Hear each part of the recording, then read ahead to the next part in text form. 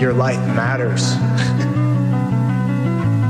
I don't want to wait until I'm a champion to be able to tell my story on where I come from, being a 300-pound kid on the brink of suicide, burdened by depression, not knowing what to do in my life, not knowing where to go. I just want to be able to share that and really inspire people, the millions of people out there that feel just like I do, that don't have a dream, that don't know what they're doing, that just need something. From testimonials and from personal experience, we have enough information to conclude that it's possible to design and build and live an extraordinary life. That's the thing about being alone. It's not that you feel like you don't have anybody. It's like you feel like nobody has you. And man, and I know, especially when we're young, we can't even put it into words, but we can feel that. And I remember a lot as a child feeling that way. You know, just feeling like nobody has me. Rock and roll, man. A new life today. This is it, man. Right now, start point. A new life. Life's not about where you start or where you end. It's the distance you travel in your life. I hope you woke up today and somebody loved you. And you know who I really hope it was yourself. Don't be scared to fail. And I know wherever you are right now is not who you are, it's just where you are. You know? And if you fall, man, fall forward. Don't fall on your ass. A bad week ain't gonna last. A bad month ain't gonna last. It's just, as long as you're working on yourself and you're trying to better yourself in those moments, it's okay to not be okay, to be okay. You know, when they say it can't be done, you know, tell them you haven't tried yet. You know? It can't be done by someone else. But I can't say that because I haven't tried it. Then you go try it. Self-discipline is self-love. If you want to be happy, you have to love yourself. No one's ever going to help you guys. You've got to help yourself.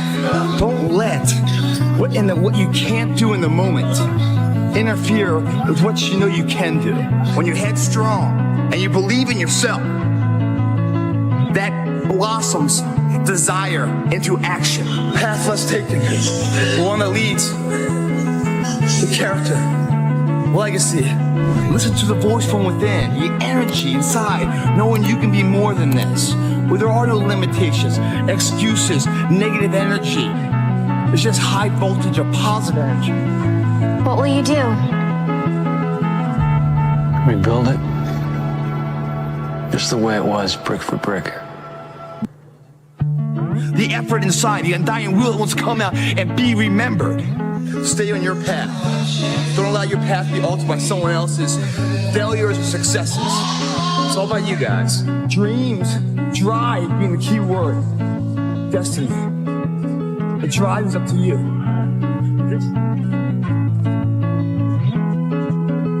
Use the time we have to make the most of it, because who knows how many more we have. For my own personal benefit, what are some questions you think I should ask myself? If money and status were no object, what would I do? If I was less afraid of other people's opinions, what would I say?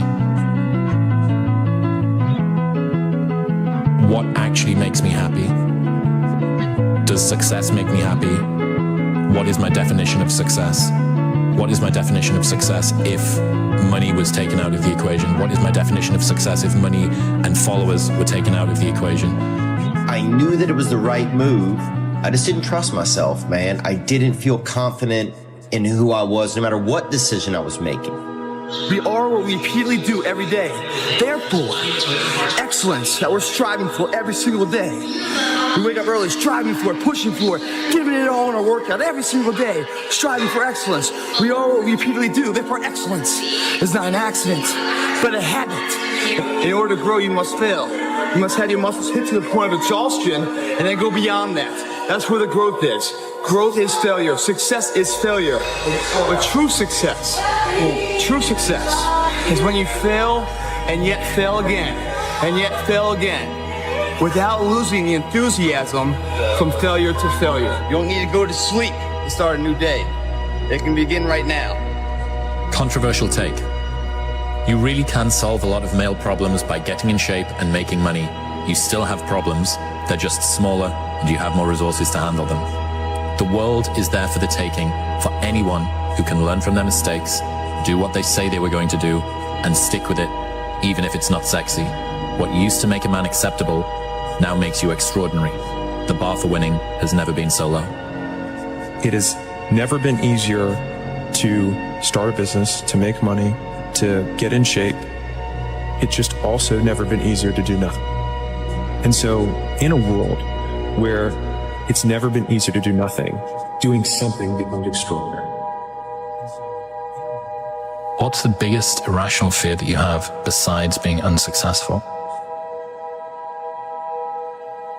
I guess not being enough or not being good enough. And I don't know who for. I don't know who I am scared of not being good enough for or enough for. The sense that you always need to prove yourself. You always need to sort of offer the world something in order for it to love you back. The weird thing is that it is potent fuel to drive you to go and do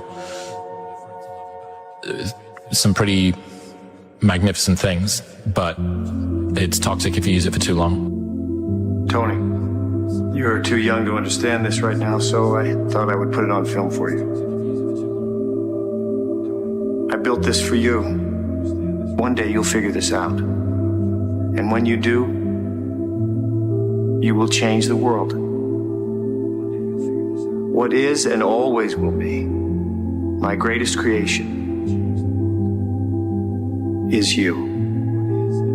Maybe stop breaking promises to yourself. When you say, I'm going to wake up tomorrow at 7 a.m., and when the option comes to hit the snooze button, don't do it. There's one win that you've got for the day. That's action. So I was kind of praying to the snow gods for worse weather to come in, because why in worse weather, we get better. Pain is just a feeling. You see, it's happiness. Why? Because it sucks. That's why I'm so happy right now. Merry Christmas. The stress is okay to feel in adversity. It's where the stress leads you that you need to avoid. You need to prevent the stress from being strong enough to make you avoid adversity in the first place. If you start to feel stress about adversity, I think diving right into it is like the secret for growth. The best way to win the game is to stop moving the goalposts. The thing that is making you better is the thing which is making you feel pain. Life needs to be lived forward, but only makes sense in reverse. Problems are a feature of life, not... When I was going through Navy SEAL training, there's one thing I told myself. I wanted to quit every single day, but many dreams die while suffering. And many of us out here have suffered. And when you're suffering, I'm not talking about just physically. I'm talking about emotionally, spiritually. It could be a relationship. When you're suffering, you give up on the very things that you wanted the most. When I was going through pararescue, I wanted to be a pararescueman so bad, but that water haunted me. So when the suffering got too much, my dream died. And pretty much I almost died with it. If I didn't find Navy SEALs and getting past that hump and overcoming my demons and facing my demons every day, I would have never been up here today. You can't outrun your demons. They'll always know where you're hiding. Trust me at that. And I'm gonna end with this. Don't stop when you're tired, stop when you're done. The real pain in life is getting to the end of it and realizing that you left something on the table. I think that I had unfulfilled potential. I could have done more, and I didn't. It is our choices, gentlemen, that show what we truly are, far more than our abilities. General ambition gives you anxiety. Specific ambition gives you direction. There is nothing more anxiety-inducing than I want to be better, and I don't know what at, and I don't know how. Like, what's important to you in this life right now? I think probably just feeling more okay with myself, probably. I'd be sad if you died. Oh, thank you. I'd be sad if you died too. The world belongs to optimists, because if you're going to do anything big, you have to believe that it can happen. Otherwise, it never will. Sean Puri says the cynics get to be right and the optimists get to be rich. 99% right and 100% wrong. They're right 99% of the time, but they're wrong 100% because the only thing that matters is the big one at the end. Your family and friends will say that every girl you ever date is not good enough, except for the one time you find the girl that you're actually going to marry, or that this business idea won't work.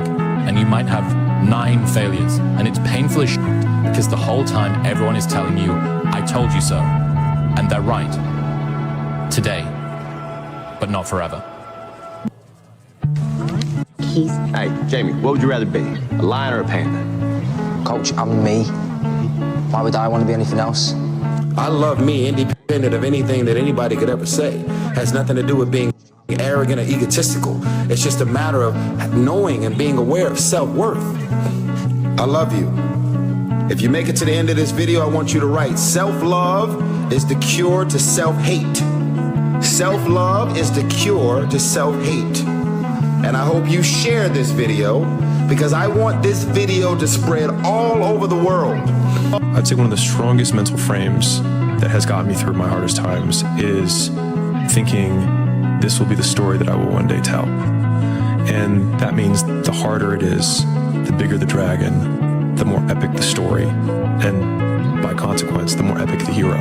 Winners define themselves by what they made happen, and losers define themselves by what happened to them. I believe that everything happens for a reason. People change so that you can learn to let go. Things go wrong so that you can learn to appreciate them when they're right. And sometimes good things fall apart so better things can fall together. What bothers you about yourself?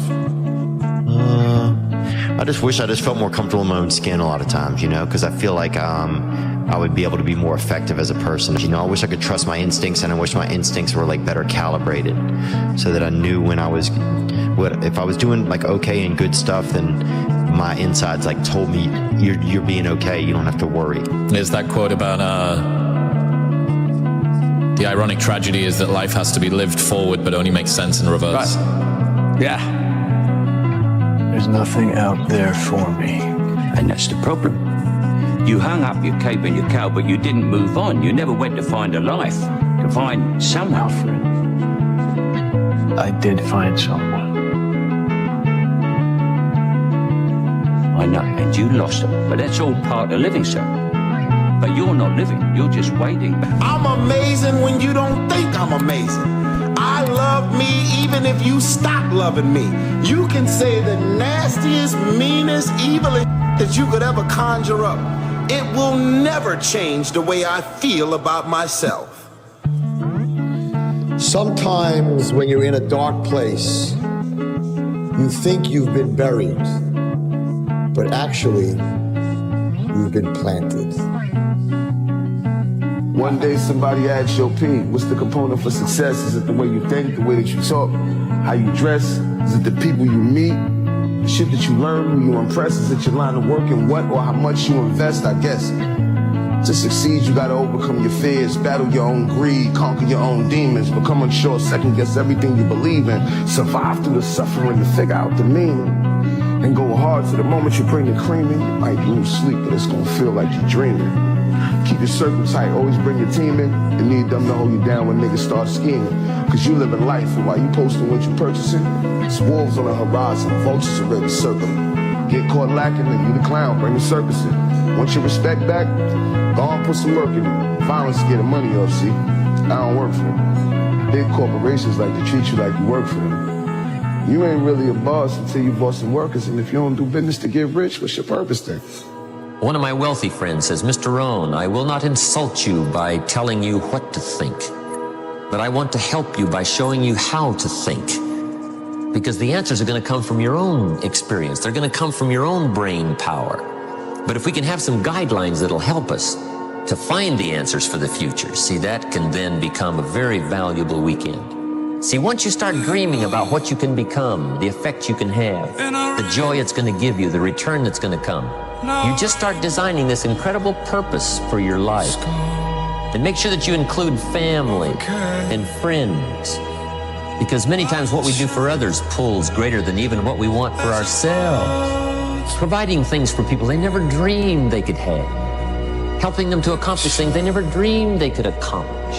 How that's going to make you feel, the kind of person you're going to become from it, the joy you're going to get from it, you just must ponder that and think about it. Talk about it and design it. So what you waiting on? Do you dream, Elliot? You scraping so hard like you ain't never asked yourself this before. I said, do you want to be here right now? And I don't mean like here, I mean here in the cosmic sense, bro. Like, dream. You gotta find out the future you're fighting for. Sometimes you gotta close your eyes and really envision that shit, bro. Listen to me. Belief doesn't just happen because you hang something up on a wall. All right? Comes from in here, you know? And up here, down here. Only problem is we all got so much junk floating through us. A lot of times we end up getting in our own way. You know, crap like envy or fear, shame. I don't want to mess around with that shit anymore. You know what I mean? Do you? I mean, you know what I want to mess around with? The belief that I matter, you know? Regardless of what I do or don't achieve. Or the belief that we all deserve to be loved. Whether we've been hurt, or maybe we've hurt somebody else. Or what about the belief of hope? Yeah, that's what I want to mess with.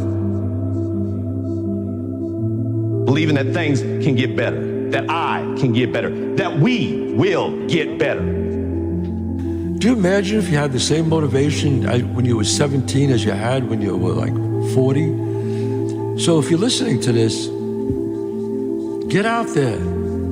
Get out there and do something. All these young kids out there, you know, I have a lot of young boys who listen to my show in high school and college. Do the best you can. These are years that you can't get back. The saddest thing in life is wasted talent, guys. You know? So do the best you can and don't try to like, you know, it's so easy to waste time. You know how easy it is if you want to be a failure? It's very simple. Just don't do anything. You have to do nothing. Want to be a failure? Don't do anything. You want to do something with your life? You got to do something. I want to find more. All I can. And in that fucking sack of shit, you have to dive in that to find more. Because if you're not willing to go in there and face yourself, you're not gonna find anything. You can live right here on surface, man, right here on surface. So if there is an ending to this world and there is somewhere to go and there's a judgment, you're gonna get there and you might see a chart. And that chart may tell you who the you should have been. When you have a dream, the one thing you have to watch out for are those out there that are trying to crush your dream. And you cannot allow that to happen. That is your biggest challenge. So I challenge you to have your dream, go after it with all you have, and be legendary in your own right. Thank you so much. I appreciate you guys. Thank you. Our lives are mostly affected by the way we think things are, not the way they are. The way we think they are affects us most. There's a subject we don't have time to get into tonight called better thinking habits. One of the major things Shove taught me when I met him, he said, poor thinking habits keeps most people poor. Not poor working habits. Most people work hard, but they don't think hard. The mind is like a factory, a mental factory. And whatever you think about all day long pours ingredients into this mental factory. And that's what builds the economic, social, financial fabric of your life. He quoted me a Bible phrase that says, as you think, so you become. How awesome. Will you fight? No! We will run! And we will live! Shame on you. This could be the greatest night of our lives. But you're gonna let it be the worst. And I guarantee a week won't go by in your life you won't regret walking out, letting them get the best of you. Well, I'm not going home. You've got too far! And I'm gonna stay right here and fight for this lost cause. A day may come when the courage of men fails, but it is not this day. The line must be drawn here. This far, no farther. I'm not saying it's gonna be easy, you're gonna work harder than you ever worked before. But that's fine, we'll just get tougher with it. If a person grits his teeth and shows real determination, Failure is not an option. That's how winning is done. Believe me when I say We can break this army here. And win just one for the giver. But I say to you, what every warrior has known since the beginning of time, you've got to get mad. I mean plumb mad dog mean. If you would be free men, then you must Fight to fulfill that promise. Let us Cut out their living guts 1 inch at a time. and they will know what we can do. Let no man forget how menacing we are. We are lions. You're like a big bear, man. This is your time. Seize the day. Never surrender. Victory or death. That's the Chicago. Who's with me? Clap! Clap, Velveteen guy! Clap! All right, let's fly. And gentlemen in England, now our bed. Shall No, my name is the law. When I tell our enemies that they may take our lives, but they'll never take our Independence Day. Shelf gave me this word for my life change. He said, study. Great word. If you wish to be successful, study success. If you wish to be happy, study happiness. If you wish to be wealthy, study wealth. Don't leave it to chance. Make it a study. Some people just go through the day with their fingers crossed. See, that won't do it. See, the point is, you don't know how much future you've got. What's gone is gone. There's absolutely nothing you can do about it. Some of you have had divorces. Some of you have probably had bankruptcies. Some of you have had terrible things happen in the past. But what's gone is gone. It's in the past. And to spend your time focusing on the past is to spend the only thing that you've got, and that's what's right here, right now, because the sand never stops running. This is all we've got. And to spend your time now thinking of what happened there is making absolute certain that the future is going to be the same as the past. What would happen if somebody dropped sugar in my coffee? They said, well, you'd be okay. I said, what if somebody dropped strychnine in my coffee? They said, well, you'd be dead. I said, correct. I said, what if my worst enemy drops in the sugar? They said, will you be okay? I said, what if my best friend, even by accident, drops in the strychnine? They said, well, you'd be dead. I said, correct. See, it doesn't matter who hands you the bad stuff. Every day, stand guard at the door of your mind. How important. You decide what goes into your mental factory. Don't let anybody just dump anything they want to in your mental factory, because you've got to live with the results. An easy productivity hack. Instead of spending time getting in the mood to work, just start working. Confront the work. People think they need perfect conditions to start, when in reality, starting is the perfect condition. Now here's a qualifying phrase, and we'll have several of these qualifying phrases throughout the seminar. Here's the first one. You may not be able to do all you find out. I understand that. You may not be able to do all you find out, but you should find out all you can do. See, you don't want to wind up at the end of your life and discover that you've lived only 1/10 of it. And the other 9/10 went down the drain. So you never wanted a regular type life? The fuck is that? Barbecues and ball games? Yeah. Nothing changes if nothing changes, man. That in order for something to change, there needs to be change. Hey, look, let me guess. New year, new you, right? New year, new you. You've been saying that every year, but it's always new year, same you. You know, I just don't understand why you go every year remaining the same when the person that you are today has just been destroying your life. You're mentally killing yourself every year, and you don't even realize it. I mean, it's time for you to look yourself in the mirror and make some change before it's too late. But if you cool being like that, it is what it is. It's your life. Be safe, though. They say that true hell is when the person that you are meets the person you could have been. To either be that 300-pound guy who sprayed for cockroaches and made $1,000 a month, and at 24 years old, knowing when I'm 50 years old, I can reflect on this and think about what guy I never became, or I can totally just sack it up and fail and fail and fail until I succeed. My teacher said to me, young man, if you will change, everything will change for you. If you will get better, everything will get better for you. And so the best way to hit next year's goals is to not wait until next year to work on them. It's to start now. If you feel like you need a special occasion to begin making your life better, it shows that you don't think today is worth improving. See, the point is, you don't know how much future you've got. What's gone is gone. There's absolutely nothing you can do about it. Some of you have had divorces. Some of you have probably had bankruptcies. Some of you have had terrible things happen in the past. But what's gone is gone. It's in the past. And to spend your time focusing on the past is to spend the only thing that you've got, and that's what's right here, right now, because the sand never stops running. This is all we've got. And to spend your time now thinking of what happened there is making absolute certain that the future is going to be the same as the past.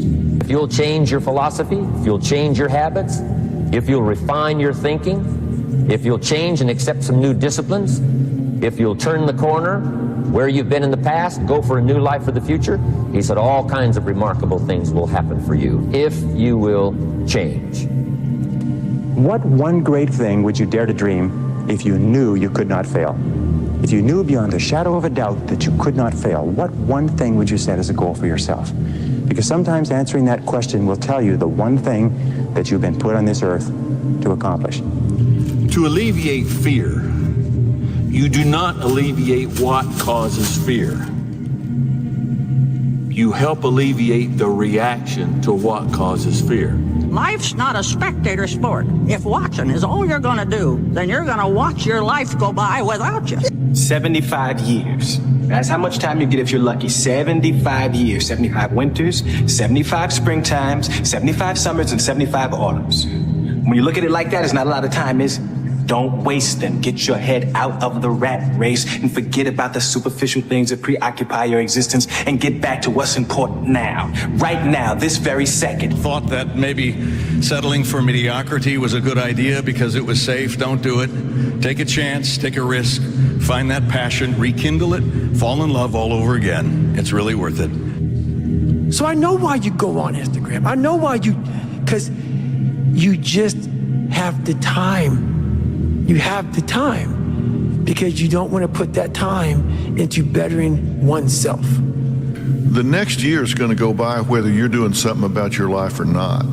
Write down what you're trying to get done. Write down what you need to get done on a long-term basis and what you need to get done on a short-term basis. And write off a checklist. Force yourself. Be accountable. What do you really, really want from your life? If you had no limitations, if you had all the money and all the time and all the talents and all the abilities, if you could do or be or have anything, what would you really want in your life? And write them down. And then what I encourage people to do is make a list of 10 things, 10 goals that you'd like to accomplish in the next year or so, and ask this question. If I could only accomplish one goal on this list, which one goal would have the greatest positive impact on my life? So I had made the decision that I would either die or I would succeed. And so I didn't know when it would happen. I just figured if I continued. So so if there's one thing for the audience, for anyone who's going through it right now, like one of the thing that I would, the refrain, the repeated message that I had to myself over and over again was, I cannot lose if I do not quit. So it's a new year. But is it really gonna be a new you? I mean, what's gonna make this year any different? I mean, what's gonna keep you committed? What's gonna make you stay dedicated to that mission? Anybody can talk it, but the question is, can you live it? The question is, can you be consistent? It's easy to make a decision, but what's hard is staying loyal to your vision. What's hard is waking up every day to go get it. Ain't nothing in this world given. So if you want to make a change, get outside your comfort zone and stop living inside your limits. Stop playing with your life. Get up and go fight for your dreams, because anything is possible to the heart that believes. You gotta believe. You gotta feel that purpose in your soul, because too many people set goals, but they never put in the work to see their dreams unfold. That can't be you. It's time to break through. It's time for you to stay loyal to what you said you were gonna do. New year, new you. Been hearing a lot of that, but it's a lie. It's a lie. It's a new year, but guess what? It's the old you. You're the only you got, and you're the only you're ever gonna have. So you better make yourself into what you want to be. And you do that by staying on the path of discipline. Hard work is the goal. And so it's not like work hard so that X. Because as soon as you have a so that, then the X is the thing. But if the goal is to work as hard as you possibly can, then the only real output we have is who we become along the way. And so in reframing that, then it's something that I can win or measure myself against every day in real time throughout the day, which is how hard am I working? Because that is the goal. That is really what it is. It's like this understanding that you've f***ed up and that you've committed to this ideology, you committed to this lifestyle, these choices that you make, this rigid pattern of behavior that is ultimately not serving you, and you realize the flaw in it, that you could have been something greater. And then you see someone who has done it, who's gotten better and is healthier, and you realize like, oh no, what have I done? What do you wish you'd done before you died? I don't know. Nothing. You were to die right now, how would you feel about your life? I don't know. I wouldn't feel anything good about my life. Is that what you want to hear me say? Fine. How bad you really want it? And to be real with you, when you're serious about change, you don't need a new year because all you need is a new moment, so own it. It's time to kill those old ways. Because when you're focused on your vision and committed to your purpose, you don't have to chase money because dedication pays. But those weak habits gotta break. That mindset reshaped. You gotta believe the odds are beatable even when the odds say it's impossible. That's what I call faith. And that's what it's gonna take. 24/7, 365, you gotta live it, breathe it, be it every single day. Conquer any challenge that gets in the way. And remember, it's more about what you do and less about what you say. Every moment matters. When you realize 150,000 people die every night, ain't none of this promised, ain't none of this guaranteed. So the question I want to ask you is this. When you fight your last fight, what's the legacy that you gonna leave? Stop playing with your life. I'm my own medic, my own doctor. I am my mental coach, my nutritionist, my doctor. If you do the right things, you're gonna be better than other persons. The real message is we all started from nowhere. I mean, we all had bullshit jobs. We all felt like losers. But through time and effort, you build a stronger human. Think about how many years, months, hours, seconds, days, all that shit you have wasted on people who suck the fucking life out of you. Today's a good day for you to go through and can those motherfuckers. Can those motherfuckers who only call you when they fucking need something. Can those motherfuckers who can't get over shit, who continue to bring up shit from the past, who can't move forward. Life is short. Life is precious. Spend that time with the people you love, the people you want to give that time to. Real friends, real family. Everybody else, they're just sucking up the air you breathe.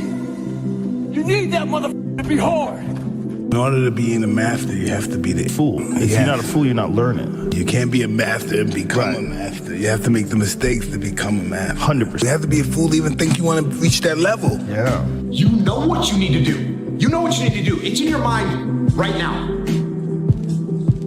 But you don't feel like doing it. You don't feel like getting up. You don't feel like doing the work. You don't feel like working hard. And if you don't feel like working hard, if you don't feel like getting up, then you better feel like losing. You better feel like getting weaker. Because that's what's gonna happen if you don't do what you're supposed to do. So get up and go get it done. The difference between a dream and a goal is a timeline and accountability. Very simple method. It was developed by W. Clement Stone when he was a young man. He built a fortune of $500 million, and this is one of the central principles of his life. It's simply this. Every morning when you get up, say over and over to yourself, do it now, do it now, do it now. I do it now, do it now. Whenever you have this tendency to procrastinate, program your subconscious mind with this automatic conditioned command, do it now, do it now, do it now. The key to overcoming procrastination is to develop a sense of urgency. Be the kind of person who gets things done quickly. Be the kind of person who launches fast on a task. Everybody just wants to be comfortable. Everybody wants to sit in the car. I don't want to go outside, it's cold. I don't want to do this, it's hot. Like, you've got to do things that you don't want to do because you show your body that your mind is the boss. Your mind is telling your body what to do, and then you have control. If you don't change what you're doing and how you do it, nothing else will change. Here's the big challenge of life. You can have more than you've got because you can become more than you are. That's the challenge. And of course, the other side of the coin reads, unless you change how you are, you'll always have what you got. Laziness is something that has to do with you. You're not connected to something deep enough. You don't feel the necessity. You don't feel the devil at your heels. You don't feel the fact that you could very well die tomorrow that will impel you to get something done. There's no necessity behind it. And the human animal, the way we were created, is when we feel pressure, we feel the necessity to get things done. We can move mountains. But when that pressure, almost like a barometric pressure, releases, and we don't feel the need to get something done, we can become incredibly lazy because there's no necessity. So you have to create necessity in your life. You have to create the need to get things done. Why do that much? Why go that far? Why try to become everything? That's a good question, why? And you're the only one personally that can answer that question for yourself. One of the big thrusts for success is to come up with a strong enough why. And if the why is powerful, the how is easy. You got to have somebody, whether it's yourself or a friend or somebody that's going to say, look, did you do what you said you were going to do by this time? And if you don't, hold your feet to the fire. Because just sitting around dreaming someday, someday I'm going to get a different job. Someday I'm going to change this. Well, someday ain't a day of the week. There's Monday, Tuesday, Wednesday, Thursday, Friday, Saturday, Sunday. Look on your calendar. Some days not on there. So you got to say, okay, I'm going to take this small step by here, this small step by there, this small step by there. And then pretty soon, we don't leap tall buildings in a single bound. We take it a floor at a time. It's incremental changes over the long haul, and the way you have to look at it is if these two boats are going in a parallel direction and one of them just shifts 5 degrees, over the course of time, this boat is going to be in a far different place than the other boat that's going the same way it was always going. You got to have the courage. Do you have the courage to act outwardly on what you see inwardly? Or will you die a dreamer? Will you die on the verge and on the edge and in the land of coulda, woulda, and shoulda? Do you have the courage? I'm going to drop something on you. It takes courage to be successful. It is far easier not to be successful. Misery will always have company. Success breeds contempt. If you don't want to make waves, be mediocre. Be normal and fit in. And if you're more concerned about people than you are God, then neutralize everything He put in you. Just fit in with everybody else. Dress like them, walk like them, act like them, eat like them, go where they go, think like they think, do what they do. And once you neutralize your uniqueness, you don't need courage. It takes courage to be different. It takes courage to go where you've never gone before. For some of you, it took courage to come to this conference. It takes courage to get you outside of the bar. It takes courage to be successful. It takes courage to win. People don't talk about people that don't win. If you win, they're going to talk about you. Do you have the courage to stand there though the storms keep raging and the people get to talking and you stand there and say, I've come too far to turn around? Do you have the courage? When you feel like giving up, don't. When you thinking about giving up, don't. When it look like you ain't gonna make it, keep going. When they tell you you can't, come on, man, who are they? When they tell you to put all your stuff back on your desk, don't do that, man. Don't do that. When they tell you you're not funny, you're not gonna make it, don't believe them, man. Don't believe them. You got to be relentless. Nothing changes if nothing changes. Mm-hmm. If you don't change, then nothing's gonna change. You wanna feel better? Do something different. Interaction with boldness. So most people are just too timid in life. They're afraid of failure. They're afraid of making mistakes. I never try anything. I never have to put up with criticism. Never have to put up with people scrutinizing me. So most people end up being too shy, too timid in life. And you've got to get over that. You've got to learn how to be bold with your ideas and with your actions. So I try to make each one of my books kind of a statement and impress people with like a strong idea and not be afraid of criticism and not being afraid of controversy. So boldness has gotten me through life, and I think it's critically important in this day and age. The fear of failure. All right, you have to realize that when you are afraid to go, when you are afraid to go and become and do the thing, you are creating a life of automatic loss. All right? You cannot win, you cannot become, you cannot build this dream that you have, this life, without actually going. And a lot of people nowadays, they like to consume data, they like to read books, they like to listen to podcasts, they like to hire coaches, they do all of the things except the thing that actually produces the result, which is actual execution. Forget about it. If you think it's gonna be easy, if you think you just gonna get that business started without any trials or tribulations, forget about it. And so you gotta change your mindset, all right? We gotta stop looking at pain as if it's something negative. To those who have everything, more will be given. From those who have nothing, everything will be taken. It's like what's very pessimistic in some sense, because it means that as you start to fail, you fail more and more rapidly. But it also means that as you start to succeed, you succeed more and more rapidly. And so you take an incremental step and, well, now you can lift 55 pounds instead of 52.5 pounds. You think, well, what the hell is that? It's like, it's one step on a very long journey. And so it starts to compound on you. So a small step today puts you in a position to take a slightly bigger step the next day. And then that puts you in a position to take a slightly bigger step the next day. And you do that for 2 or 3 years, man, you're starting to stride. It takes courage to be exceptional. It takes courage to be wise. It takes courage to be rich.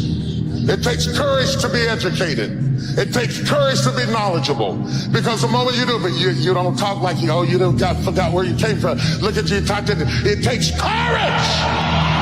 And I'm just wondering, in this weak, watered down, mediocre society that we live in today, in this reality TV world we live in today, I'm wondering if there's anybody left that's got the courage to say, after all I've been through, and all my ancestors have been through, and all my parents have been through, I didn't come through all of that just to fit in with normalcy. I have the courage to go after my dream. Is there a woman left in this entire Coliseum that's got some courage? Real winners, real doers, people who actually achieve their dreams, they don't have any special skills you don't have. They don't have more knowledge. They don't have more talent. They don't have more skills. They just do it. A lot of the times, they want to count you out. They want to make sure you don't be the one to make it. You don't be the one to succeed, nigga. Look at that. It's crazy. When you really dedicated and you focused up, ain't shit can stop. Get the fuck in the game. Come on. No matter what it is. Many times you say to yourself, I gotta lose weight, I'm too fat. And then you know what? During the day you eat at night, and then next day you get mad at yourself. Well, what do you want? What do you want? You gotta change something. Well, a lot of actors, I don't wanna go see that. They feel funny. They don't wanna see a director or see people. I go, no, you gotta try. You gotta get out there. You gotta fake it till you make it. Do something. What I'm saying is, you're not gonna know. So choose, live, and then if it works out, great. And if it doesn't, adjust. Everybody thinks they can have the perfect decision. There is no perfect decision. There's just life. Someone that overthinks things, they get analysis paralysis, right? They just start thinking and thinking and thinking. They're frozen from their own thoughts, too many thoughts. And so I thought these were good little factors here. And it basically, to me, it all boils down to actually fear. Because if you're thinking, then you're not taking action. And if you're not taking action, then there's no consequence. And if there's no consequence, then there's nothing to be afraid of. So I think that the overthinking can be an excuse for actual fear. And same thing with like, oh, I'm a perfectionist. That's also fear. It's fear of not being perfect. And then on top of that, low confidence. Well, if you have low confidence, guess what? You're afraid. Your confidence is low. You're not sure of yourself, so you sit around and think about doing it instead of actually doing it. This wasn't built for you. I'm 41 years old. I didn't grow up with this either, but I figured it out. You figured out how to drive, you figured out how to be a parent, you figured it all out. And with the health trends and the way the world is now, you've got a long life in front of you. So instead of sitting in that job for the next 10 years, go do your thing. You've got plenty and plenty of time. No matter what's going on in your life is not permanent. Everything is going to change. So there's two things you can do with change. You can react to it or you can participate in it. It's gonna change anyway. So if you keep waiting around, you're gonna have to react to the change. And now you behind. But if you participate in the change, if you know the job you have is not gonna last forever. I'm just telling you. COVID proved that already. Where you go to work at every day, that's gonna change. COVID proved that already. Your best laid plans has changed. So what you gotta start doing is you gotta start anticipating that it's going to change and just start living your life with the preparation for change. No matter what you're doing, you could be doing more. Remember that. Because the great thing about life is it's always your next move. Your next move that counts. One of the things you have to understand about life is everything changes and everything ends. And that kind of sounds heavy on the front end, but it's a truth. If everything changes and everything ends, number one, it should make you appreciate what you have right now. And then my view is what's next is always better. If I make it so, it's my job to make it so. Where you are in life right now is exactly where you chose to be. Whether you believe it or not, whether you accept it or not, that is the reality of the situation. There's a plethora of opportunity, access, and information out there for you to become successful, for you to build the life that you want. But the truth is that you don't think it's possible and that you're comfortable with the life that you have. Therefore, you live and operate accordingly. Now, if you want a better life, you have to make better decisions. And I continue emphasizing this point because a lot of you guys don't seem to understand. And since it is a good point, I have to make the point over and over and over again in order for it to be inserted into your brains in a permanent fashion. So if the life that you have is the life that you chose and where you are right now is by choice, just like I'm standing here in beautiful Geneva, walking at 11:30, and now I'm gonna probably go have some lunch at the garden place right there. I think that's the Windsor Hotel, $1,500 a night. Pretty fucking nice. I chose to be here. I put my video game character here. Where's your video game character right now? Where is it? Where have you positioned it to be? Oh yeah, but my life, my parents, I'm a third world country. Motherfucker, I'm from a third world country. Look at me now, what? You can't do it. Who's holding you back? The system, the man, the woman, the ideology, the culture? Fuck that stuff, bro. If you want to become a high tier individual and if you want to live life on your own terms and be the wielder of your future, the main character of your life, then you need to start moving with intention. You need to start moving and operating with a lot of power. You need to move as if you own this place, and you will. Because if somebody else was able to do it and somebody else was able to be successful in the past, why can't you be that person? So where you are right now in life, whether you believe it or not, is where you chose to be. And that is the truth. So ladies and gentlemen, where do you want to be? Down all the things that you're afraid of and avoiding that are necessary for you to do to move forward, right? So these would be things that you're not doing, that you know you need to do in order for you to move to where you want to move. And so You need to make a pretty exhaustive list of those. Then you need to break each of those down. You need a strategy, and a written strategy would be very helpful. You need a strategy of exposure. Like maybe you're behind on your tax documents, let's say, or there's some other stack of paperwork sitting on your desk that you're not attending to because you're afraid. And there may be lots of things in your life that you're not attending to because you're afraid. And so, first of all, you want to admit to what those things are, and you can ask yourself that. Then you want to write them down. Then you want to come up with a strategy for starting to deal with them. So like if it's a stack of unpaid bills that you're terrified of and that you've been avoiding for a few months or even worse, you're going to be pretty damn afraid to even take a look at the problem. But it'll almost inevitably be the case that if you take a look at the problem, a detailed look, the reality will be less terrifying than the specter that your imagination has conjured forth. And maybe the thing you can do for the first day when you decide to actually turn around and face the dragon, let's say, is all you'll do is open the file folder with all the documentation of what you're avoiding in it and just glance through it, like for 5 minutes, just to break that paralysis. Or maybe you have to spend 15 minutes gathering the dispersed documents that are in whatever the hell passes for your filing system together so they're all in one place. Some move forward. And so what you want to do is you want to think about what it is that's producing negative emotion in you, your doubts and your concerns. And then you want to develop a strategy of incremental approach. That there is a way out, that there is a way to do more, to get more, to obtain more. But I personally don't want to lose all that I've been able to get. So I need to make sure that I do everything to keep it. So I can't be content. What is that thing that we wanted to accomplish? That thing you wanted to accomplish, that thing that has been gnawing at your gut, that thing that you think you have some passion about, that you want to take a crack at, that thing that's been in your crosshairs, that thing I'm thinking about, I want to accomplish it, I think I'm going to be good at it, I think I could make something of this particular thing. You know what? One day. Wind, we call that naive. Don't ask for better seed, better soil. This is the only planet you got. Just ask that you can get wiser and stronger and better, and be able to take care of your own responsibilities. Get better. For everybody out there, bottom line, entrepreneurship is get ready to lose, get ready to fail.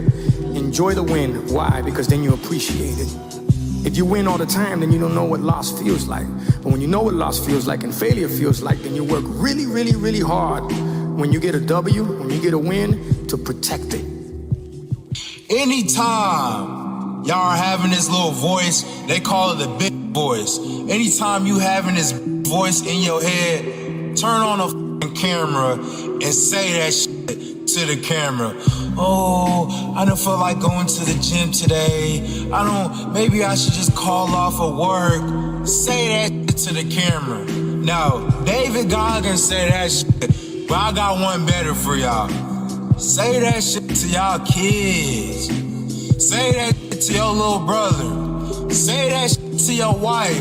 Say that shit to your girlfriend. Say that shit to your grandmother who's probably about to pass away. Just say that shit real quick. You can't you? Whatever you don't use, you lose. Lack of use causes loss. If you tie your arm to your body, leave it there long enough, you'll never use it again. It's over for the arm. Now, it may not be over, but it's over for the arm. The only way to keep the use of this arm is what? Keep using it. If you quit, you lose automatically. They don't bring it up for a vote. You lose automatically when you quit. Now, the same thing that goes for your arm goes for your brain, mentality. The same thing goes for all the human virtues. Ambition, unused, declines. Strong feelings, unused, diminish. It doesn't grow. It diminishes. Faith, unused, decreases. It's a law. Vitality, unused, diminishes. Energy, unused, decreases. You are your own worst enemy. You waste precious time dreaming of the future instead of engaging in the present. Since nothing seems urgent to you, you're only half involved in what you do. Even if it's not easy, even if it's hard, it's easier than not doing it and wishing that you had done it. Everyone's hypercritical and terrified to do anything and put themselves out there and fail. So we hyperanalyze, hypercriticize, become paralyzed, and end up doing nothing, sitting in our basements watching TikToks of other people's lives, pretending that they're happy. I was having one of those cynical days and felt like ranting a little.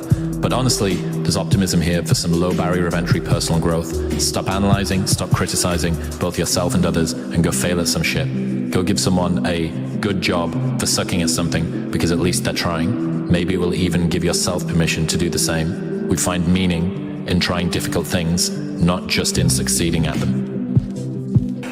The second I got my head out of my ass, and I realized, man, you can achieve a lot of shit if you get off your ass and you start moving and you start motivating yourself.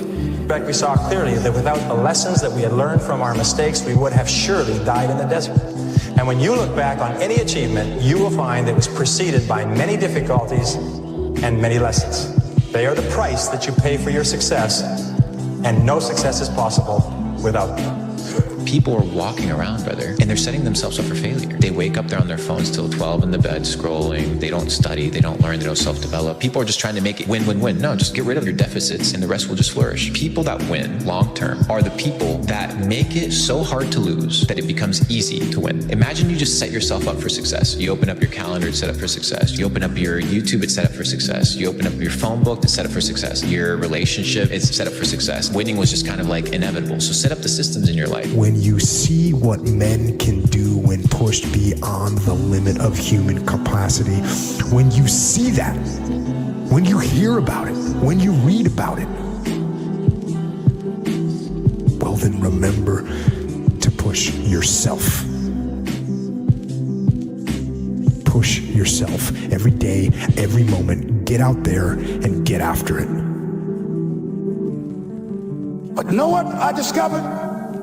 When you're working at your dream, somebody said the harder the battle, the sweeter the victory.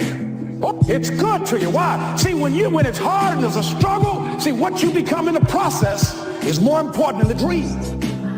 That's far more important. The kind of person you become, the character that you build, the courage that you develop, the faith that you're manifesting.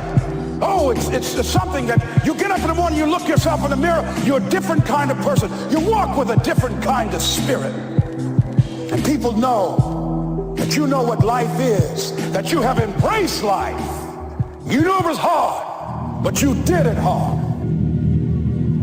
If you stay in bed, if you stay on the couch, if you stay in your comfort zone, if you only do what is easy, your life will be hard. But if you do what is hard, if you get up, if you grind, if you are relentless, if you work as hard as possible, when other people are slacking off, your life will be easy. People limit themselves in a crazy way. They're like, oh yeah, everybody can't do it. It's like you said, it's like, no, everybody can't do it. It takes a lot. You know what I mean? You gotta go through the shit to get it. Michael Jordan, I remember I interviewed him years ago. And I said, what makes you the best in the world? Is it skill? Is it talent? Is it ability? Is it background? Is it training? And he was so awesome. He said, Tony, I can tell you the truth and it won't sound like hyperbole or false modesty. He said, I didn't even make the high school basketball team my sophomore year. I was cut. He said, what it is every day I demand more from myself than anybody else could possibly expect. I don't compete with other people. I compete with what I'm capable of. The problem in this world, you see, is instant gratification. Everybody wants it now. If you want the future to change for you, you've got to change. If you don't change, the next 6 years of your life is going to be just like the last 6. You'll still be behind on your bills. You'll still be behind on your promises. If you will change, everything will change for you. If you will get better, everything will get better for you. If you'll change your philosophy, if you'll change your habits, if you'll refine your thinking, if you'll change and accept some new disciplines, if you'll turn the corner where you've been in the past, go for a new life for the future, all kinds of remarkable things will happen for you if you will change. Do you remember who you were before the world told you who you should be? So anytime you got to be courageous, let's look at it from the standpoint of dreams, goals, and aspirations. You got your dream, your goal, and your aspiration, and then you got reality, right?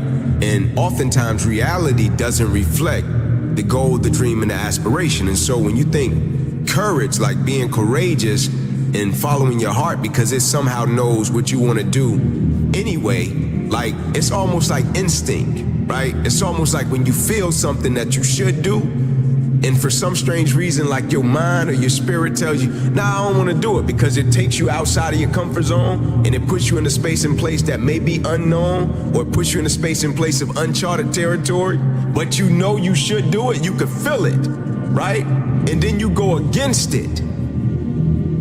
That the magic you're looking for in life is in the work you're avoiding. And that just like kind of rocked me. There's something that you know you should. Because we know that it's not easy. But no pain, no gain. Not even coming from the Shaolin Temple. Worldwide know that sentence. Everything that hurts you, find a way to overcome it. Everything that you feel is difficult for you, find a way to still do it. There's a choice that we have to make as people, as individuals. If you want to be great at something, it's a choice that you have to make. We all can be masters at our craft, but you have to make a choice. What I mean by that is the inherent sacrifices that come along with that.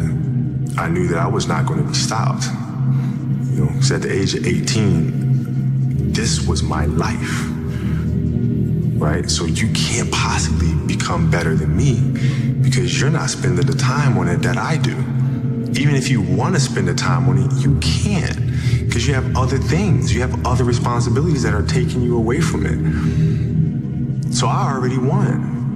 So it's not the car, the house, the whatever. It is that internal goal, that internal why. And so for me, I just think that's it. Like that, like it's something within it. You gotta pull it out. And so it's easy when you have a why, a purpose. I'm doing it for this, I'm doing it for that. It's easy to get up and get going. But if it's just for a car, what happens, Louis, when you get the car? Because you can buy it. What happens when you get the house and you can buy the house? Because I think any person, any human realizes that if you want some kind of a good outcome, you're going to have to work hard for it. And if you don't work hard for something, you're not going to get an outcome that's really worth much. There's things that you can control. There's things you can't control. Now, I will tell you that human beings can control a lot more than they think they can. And oftentimes it's pretty easy just to say, oh, that's not me. That's not on me.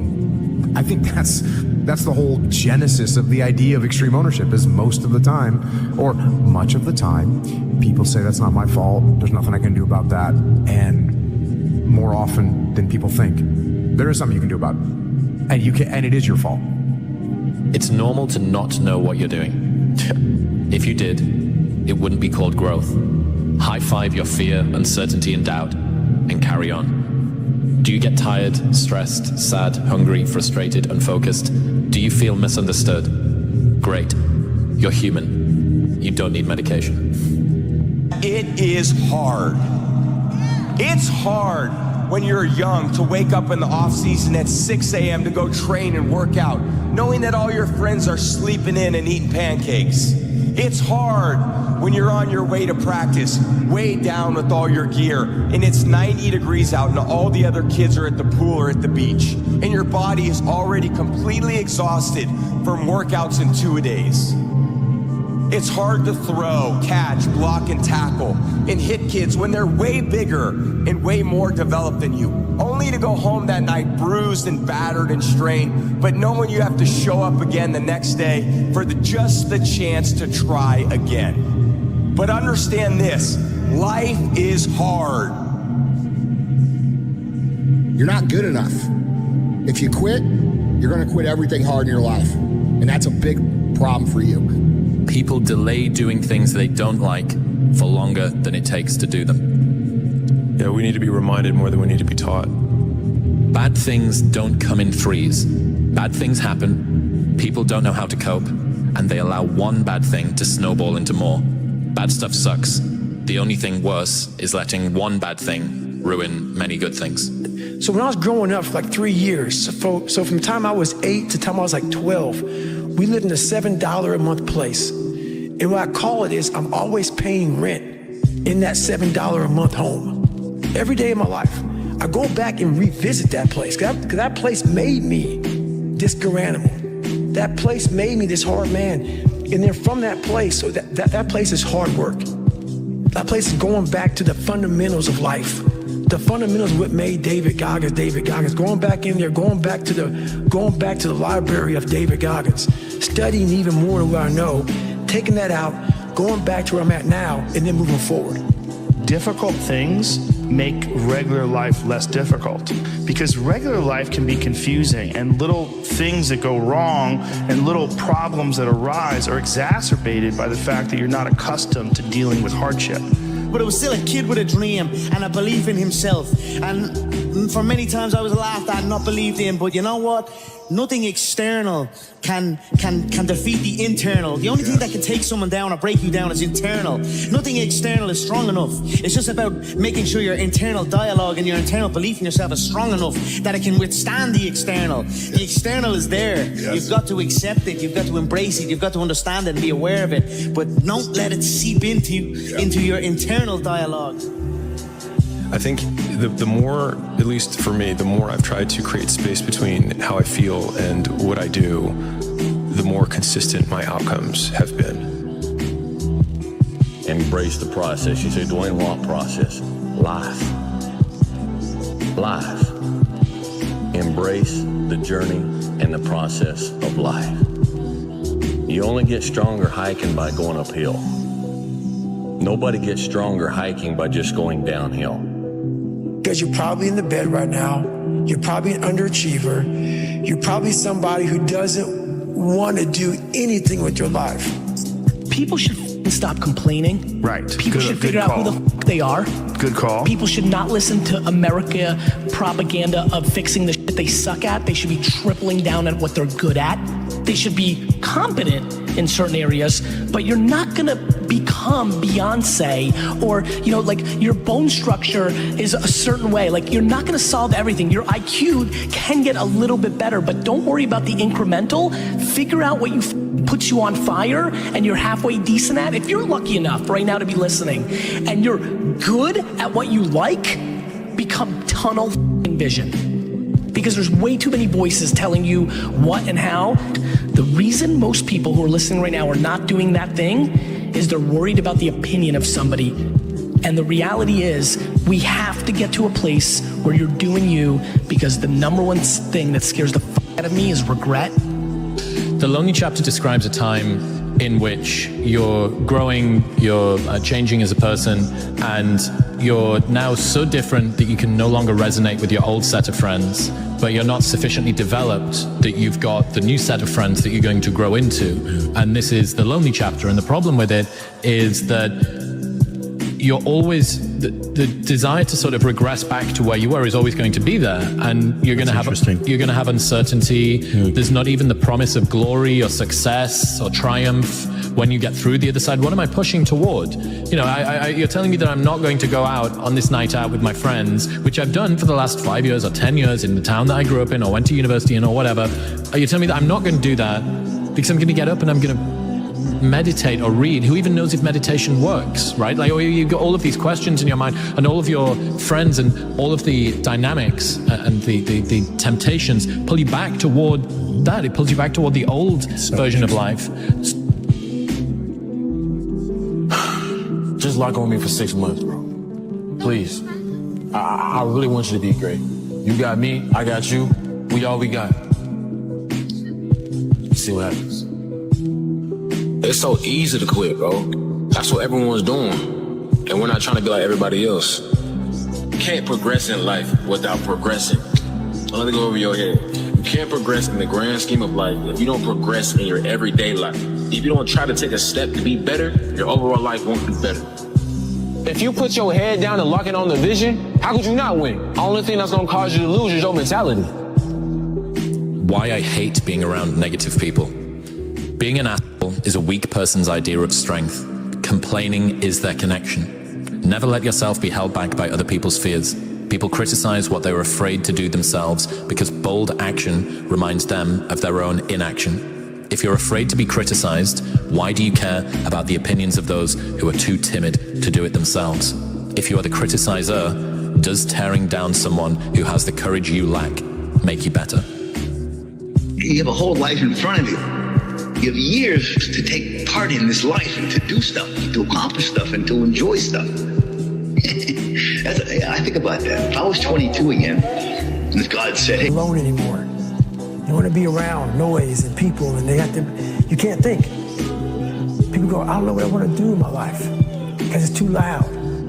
That dark space, you may need to spend years in that dark space, months, whatever it may be. Find your purpose. You think somebody's gonna knock on your door and say, hey, I have this opportunity for you? It's not gonna happen. It's not going to happen. You have to show up. Get up in the morning, do what you gotta do, and show up. And you'll be a success. I study the darkness. You find no answers in the light. None. It's too happy, it's too nice. And we don't need to be taught how to live in happiness. That just comes naturally to us. Hey man, look, I don't know if you realize this, but the life that you want to live not just gonna fall in your lap. I mean, something's gonna start clicking in your head that doing the bare minimum not gonna take you to the heights that you want to reach. I mean, you got all the potential in the world, but it don't mean nothing if you don't maximize it. So I need you to lock in and become who you're supposed to be. You say it though. Heroes and villains always have the same backstory, pain. The difference is what they choose to do about it. Villain says, the world hurt me, I'll hurt it back. The hero says, the world hurt me, I'm not gonna let it hurt anybody else. Heroes use pain, villains are used by it. I'm not hungry to make my kids become world champion, but I don't know what my son gonna choose. But if you say I wanna be like you, I wanna be world champion, okay, this is your choice. If you want, I'm just gonna help him, but I'm never gonna push him to become professional athlete. But he have no choice about one thing. He's a man and he's gonna train. You have to be strong. Zero complaint, and he's like almost 6, and he train every day, and there is no choice. He's gonna train because if you're man, you have to be strong. You know, it's all psychological, to be honest. You've got to be able to control your breathing and control your emotions in there. Again, like I said, sometimes I've been up and down on it. Sure. Sometimes I've riled up too much to it. And I'm only young, Tony. You know, I'm still learning the game, and I don't claim to know it all. But what I do know, I know it damn well, you know, and I'm continuing to learn and continuing to push on, and that's where I'm at now, so. Things are not what they are, things are what we think they are. For instance, you're doing a hard workout, which gives you a signature feeling. You're laid on the floor, panting, heart rate at 180, sweating from everywhere with the taste of metal in your mouth. This is oddly enjoyable. But if this exact same sensation was to spontaneously occur in your car while sat in traffic, you'd call an ambulance for fear that you're having a heart attack. Framing is everything. Rory Sutherland says, sometimes you just want to stand in the corner and stare out of the window. The problem is, when you're not smoking and staring out of the window, you're an antisocial, friendless idiot. If you stand and stare out of the window with a cigarette, you're a f***ing philosopher. The power of reframing things cannot be overstated. It's significantly easier to find a way to reframe your experiences as enjoyable while you improve them, rather than waiting for them to be done before you give yourself license to be happy. Really? Oh, so that's how you're gonna play it. You gonna do this? Okay, fine. That's all I needed. That's all I needed for him to do that, and it became personal with me. Welcome all experiences. You never know which one is gonna turn everything on. Don't put up the walls. The same wall that keeps out disappointment keeps out happiness. Take down the walls. Go for the experience. Let it teach you. And here's the last one. Resolve. Resolve says I will. Two of the most powerful words in the language. Benjamin Disraeli said, nothing can resist a human will. that will stake its existence on its purpose. Shortly put, I'll do it or die. My whole thing, Joe, is I'm so grateful. I'm so optimistic, man. I'm always looking for light in every situation. And I think that's the way I deal with things. I always believe there's going to be good at the end of the day. That's just how I am. And I'm just so grateful. Where most people will be so upset with themselves and all this type of stuff, I'm really not. I believe that my best years, my prime is even still ahead of me. So I'm not even tripping about it. Do not be the caught cynic. The ability to express wonder and amazement and seem like you mean it is a rare and dying talent, but one still greatly valued. First thing is you gotta be selfish as hell. You gotta be selfish. I don't give a f. It's the sacrifice, but without great sacrifice and without great risk, there is no such thing as great reward. You have to have, and I don't like this word, but I'm gonna say it because it's true. You have to be a little maniacal with this shit. Maniac, right? That word isn't good in a lot of situations, but when you're pursuing your destiny, when you identify with your destiny, you have to be selfish, you have to be maniacal, you have to be uncompromising. And you have to move in a way, when it comes to those three things, when you function completely in a way where it's an unwavering faith. Like, it don't matter how f***ed up that might look. It don't matter how much it feel like it ain't gonna work. People say I'm conceited, I talk too much, but they must have pity on me. It's hard to be humble when you're as great as I am. We have been fed this line of horse that you're supposed to seek comfort, and I don't think you are. I think you're supposed to seek lessons, and you're supposed to seek difficult tasks and accomplishments, and through those things, and through doing things that are hard to do, even if it's just a 90-minute hot yoga class. I do a 90-minute yoga class, man. Those last 20 minutes, I do not want to be there, man. And I definitely don't want to give 100%. And I can cheat. I can kind of half-ass it. But if I don't, and I get through it, when that time is up and the lady says namaste and everybody gets up, I'm like, man, I made it. You know, I lost 15 pounds. My yoga mat is drenched to the point where I can literally wring it out and fill a jug up with water.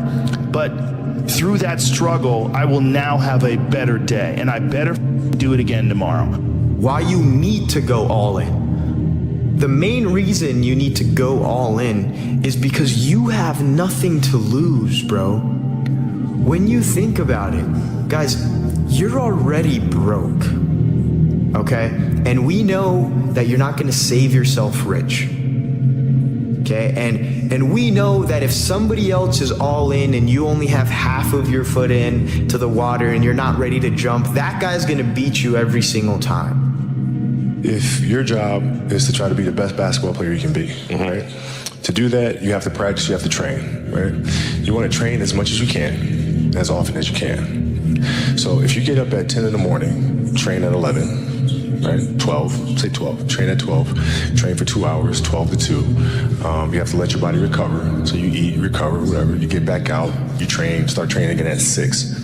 Train from 6 to 8, right? And now you go home, you shower, you eat dinner, you go to bed, you wake up, you do it again, right? Those are 2 sessions. Right now, imagine you wake up at 3, you train at 4, you go 4 to 6, come home, breakfast, relax, blah, blah, blah. Now you're back at it again, 9 to 11. Right, you relax, and now all of a sudden you're back at it again, 2 to 4, and now you're back at it again, 7 to 9. Look how much more training I have done by simply starting at 4. Right, and so now you do that, and as the years go on, the separation that you have with your competitors and your peers just grows larger and larger and larger and larger and larger. And by year 5 or 6, doesn't matter what kind of work they do in the summer, they're never going to catch up. But I think that's good advice. Don't be a follower, be a student, right? Take advice, but not orders. Take information, but don't let somebody, order your life. Make sure what you do is the product of your own conclusion. Make sure what you do is the product of your own conclusion. Not to do what someone else says. Take what someone else says, process it, think about it, ponder it. If it makes you wonder, if it makes you think, then it's valuable. Then when you go take action, make sure that the action is not what somebody told you to do. Make sure the action is the product of your own conclusion. The biggest difference between people who win and people who lose is that winners expect to win. Winners are not surprised when they win. Like when I win, I don't overly celebrate because I expected that to be the outcome. Amateurs, when they win, they're surprised and then they over-celebrate. And like I said, when they over-celebrate, they become ineffective because they're taking their eye off the game for way too long, right? I won the week this week. And then they talk about that 1 week for the next 6 weeks. And the next 6 weeks, the guy who expected to win is still going just as hard. So it's an expectation. That's the difference between winners and losers that I think in terms of not so much their self-talk, but just their attitude. You're gonna know what it's gonna be like to make it personal. Because I'm gonna make it. Tom, I'll make it 22 again, okay? Just do something different. Wow. Oh my God. I'd be like a professional golfer this time, even though I can't. Lousy at golf, I stink at golf. I would do something that I think in my brain I could never do, which was bodybuilding at one time. I thought I could never do this. It's too insurmountable, it's too crazy, but something in the back of my mind always said, do it, do it, do it, do it. Hey, when you get out of bed, life's standing right there to kick you in the face, man. Could be anything. Could be you get up and you walk downstairs, you got a flat tire and you're late for work and you got this and that. Life is going to throw all kinds of crazy shit at you, right? And you have to be ready for it and you got to deal with it. You can't curl up into a ball. You can't run away from it. You can't hide. You have to take all this shit head on. So this lonely chapter is a period through which I think everybody needs to squeeze. Anybody that decides to go from a place they are to a place that they want to be is going to have to let go of people who can't go there with them. It's that if you know that there is something that you're meant to do, if you know that there's something that you're meant to change, you will have to let certain groups, friends, routines, places, activities, recreations that you do, you're going to have to let those go. And there is this, the Rocky cutscene lasts for 90 seconds in the movie, but it can last for 5 years in your life. And you have no idea whether or not it's even going to work. And that's the bit that always got to me. The bit that always got to me was I didn't even know if there was going to be any glory on the other side. It's like, you think, well, I'm just stood here doing the thing, but I don't know if it's going to come out on the other side. And I can promise you, anybody that has done anything, moved from any place they were to any place that they want to be, has gone through this lonely chapter. I think you just gotta wake up one day and just say, so what? Like, who cares if you don't believe in me? I believe in myself. You don't put too much work to not have this amount of confidence. And if you don't believe in me, it doesn't change my success story. I'm still gonna win. But I guess one thing I gotta say is, let me know when that hate starts making you money. You may be right that other people did certain things or you got dealt a bad hand. It also doesn't matter because the only thing that you can control is obviously the actions that you take. And the only person who's in control of that is you. Nobody is going to understand you, bro. And it's like, I really realized nobody ever believed in me. Like, you have to believe in yourself. If nobody else is gonna understand, then you have to make sure that you understand and that you believe in yourself, because that's where it starts. Control freak is a word people with low standards use to describe people with high standards. You're not a control freak. You just want it done right the first time. You're not anxious. You care. Do not expect mediocre people to support world-class goals. If you go visit the darkness that you've been running from, you'll have the opportunity to leave a better person. You'll have a better understanding of yourself. You'll have a better understanding of your purpose. But if you don't take that trip and the darkness comes visits you, it's a guest that will never leave. You're playing against the Golden State Warriors. Score is 107-109. You guys are close to getting into the playoffs. You know exactly what happens in the game. You go up, you're about to take your shot, and then all of a sudden, boom. Yeah. Achilles happens. Trying again, going to work, falls down. Again, he's struggling. Right after you were injured, you went on Facebook and you posted a lengthy blog. You know what this is? Oh, yeah. This is such BS. All the training and sacrifice just flew out the window with one step that I've done millions of times. The frustration is unbearable. The anger is rage. Why the hell did this happen? Makes no damn sense. Now I'm supposed to come back from this and be the same player or better at 35? How in the world am I supposed to do that? I have no clue. Do I have the consistent will to overcome this thing? Maybe I should break out the rocking chair and reminisce on the career that was. Maybe this is how my book ends. Maybe Father Time has defeated me. Then again, maybe not. It's 3:30 a.m. My foot feels like dead weight. My head is spinning from the pain meds, and I'm wide awake. Forgive my venting, but what's the purpose of social media if I won't bring it to you real, no image? Feels good to vent, to let it out. To feel as if this is the worst thing ever. Because after all the venting, the real perspective sets in. There are far greater issues and challenges in the world than a torn Achilles. Stop feeling sorry for yourself. Find the silver lining and get to work with the same belief, same drive, and same conviction as ever. One day, the beginning of a new career journey will commence. Today is not that day. If you see me in a fight with a bear, pray for the bear. I've always loved that quote. That's Mamba mentality. We don't quit, we don't cower, we don't run. It's hurting, but the Lakers down by 2, and they want him and need him at the free throw line. Got it. Yeah. How the hell do you tolerate that kind of pain? I tell this example, and I think this is the best way to explain it. Your kids are upstairs, wife is, wherever she may be, it's going down, all right? I'm willing to bet that you're going to forget about your hamstring, you're going to sprint upstairs.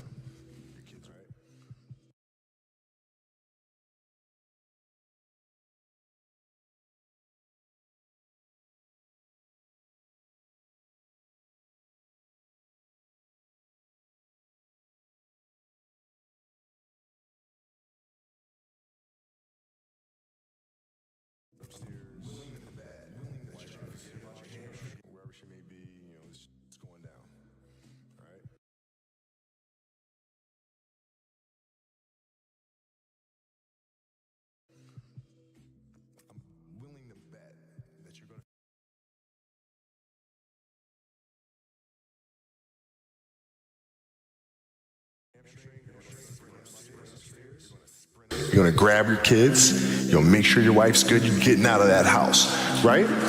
Hamstring be damned. You're not gonna feel your hamstring. Right? This is another obstacle. This obstacle cannot define me, it's not gonna cripple me, it's not gonna be responsible for me stepping away for the game that I love. I'm gonna step away on my own terms. And that's when the decision was made that, you know what, I'm doing it. I'm doing it. Disgust. Disgust. Disgust is a negative emotion, but it can have a very positive, powerful effect. Disgust says, I've had it. What an important day that could be. Most people will not understand your obsession, your drive, and your determination. Success is a lonely journey. That's just a reality. And most people are not going to understand why you're so driven, why you're so obsessed. And if you try and make them understand, you're going to end up frustrated. The best advice I can tell you is go on the journey by yourself. If I'm going to be just as miserable being mediocre as I am doing this. I think Iverson said he had Kobe at 2, right? And Stephen A. challenged that. What makes Kobe special in player's mind, right? In a player's mind himself, right?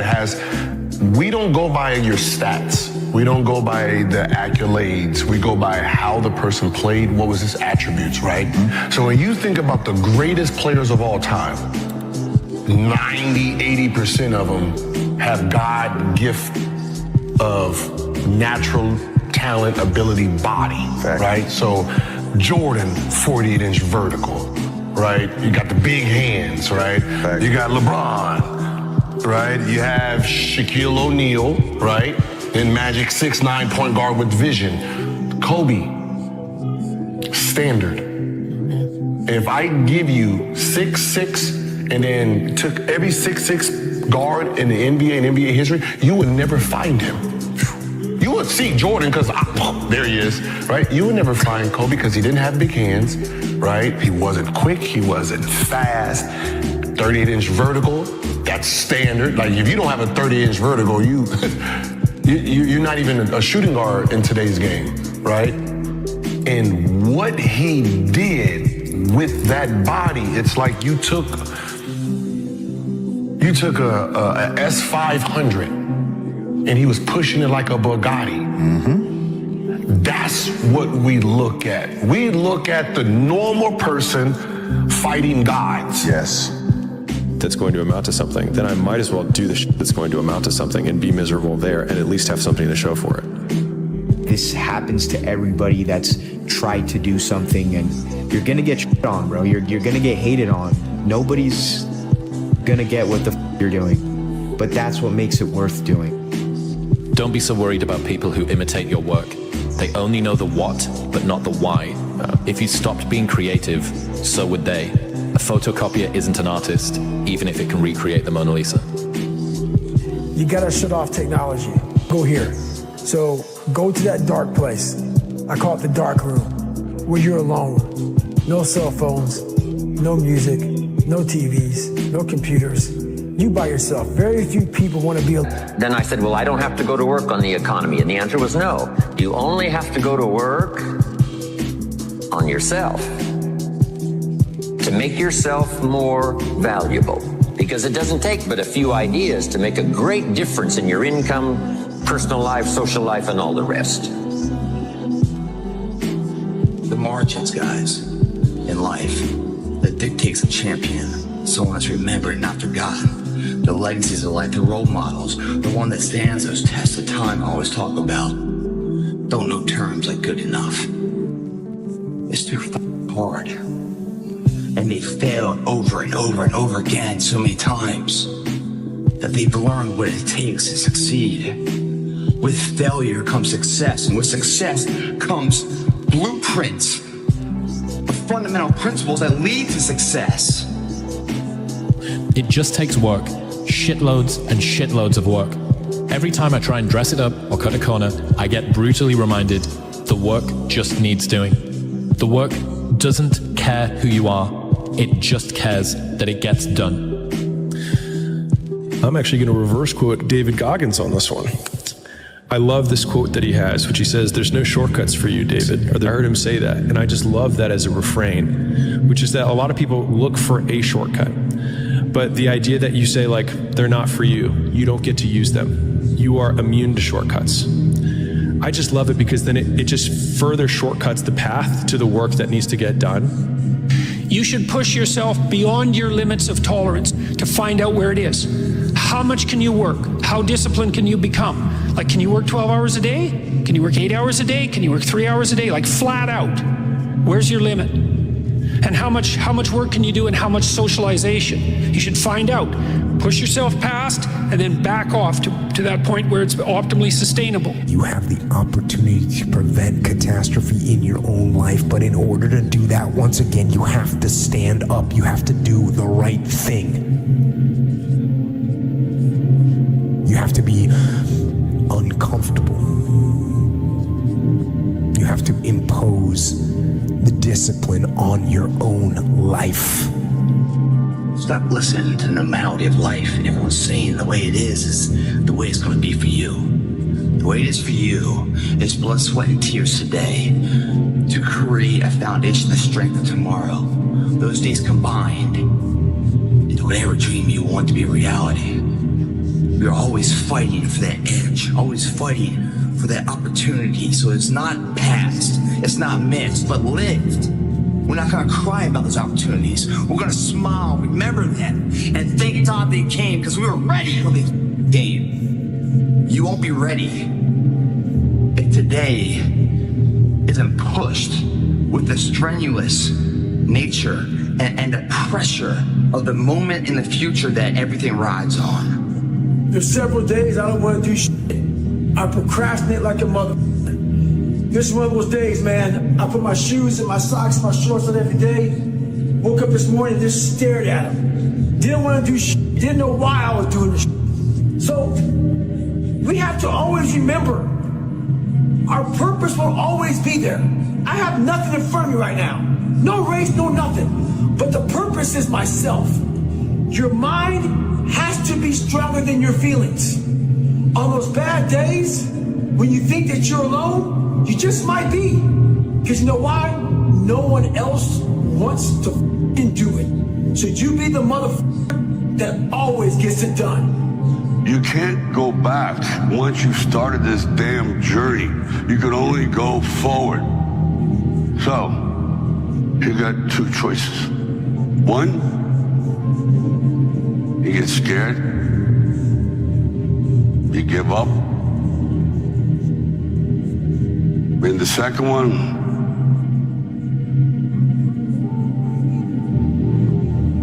you say, "F it, fear," and you barrel through it. And when you come out on the other side, I guarantee you're going to be stronger than you ever thought possible. That stress of everybody on you, and it's a make or break moment in your life, must exist today with no one watching. If that's ever gonna happen your way, you need that X factor. You need that leg up. It's too fucking hard. This workout will ensure that you never have to question your intensity. You make it through this, guys, you're gonna make it through life. I said leg up because that's what it is. It's a leg workout. And it will bring you a leg up in life. It's intense, man. I'm not sure I'm ready for it. But the challenge of that inspires me. The fucking rich barriers I haven't been to. And I'm excited to share them with you. And you guys watching this, share them with yourselves and your friends. And together, we'll be part of society that doesn't take second place as first. There's first place, and then there's forgotten. Leg up begins now. Projecting yourself forward to see what are the consequences of failing, what are the consequences of stopping, is about as powerful of a motivation strategy as I can think of. You know, because what you're doing is you're trying to optimize right now to stop the discomfort. That's right.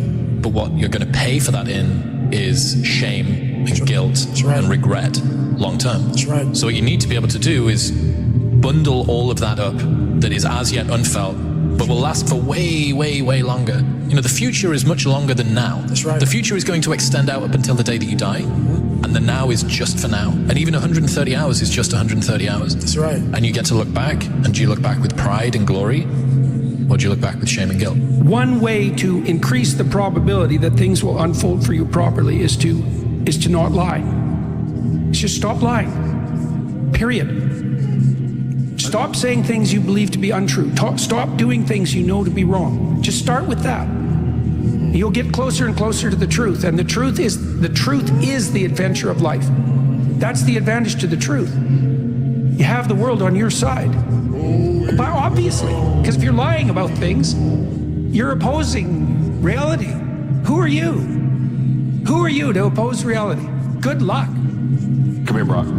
You too, Jeremy. What, am I in trouble now? Not yet. I want to see you do the death crawl again, except I want to see your absolute best. What, you want me to go to the 30? I think you go to the 50. 50?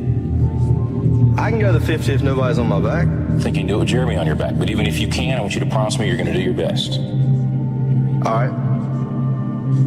All right, one more thing. I want you to do it blindfolded. Oh, why? Because I want you giving up at a certain point when you can go further.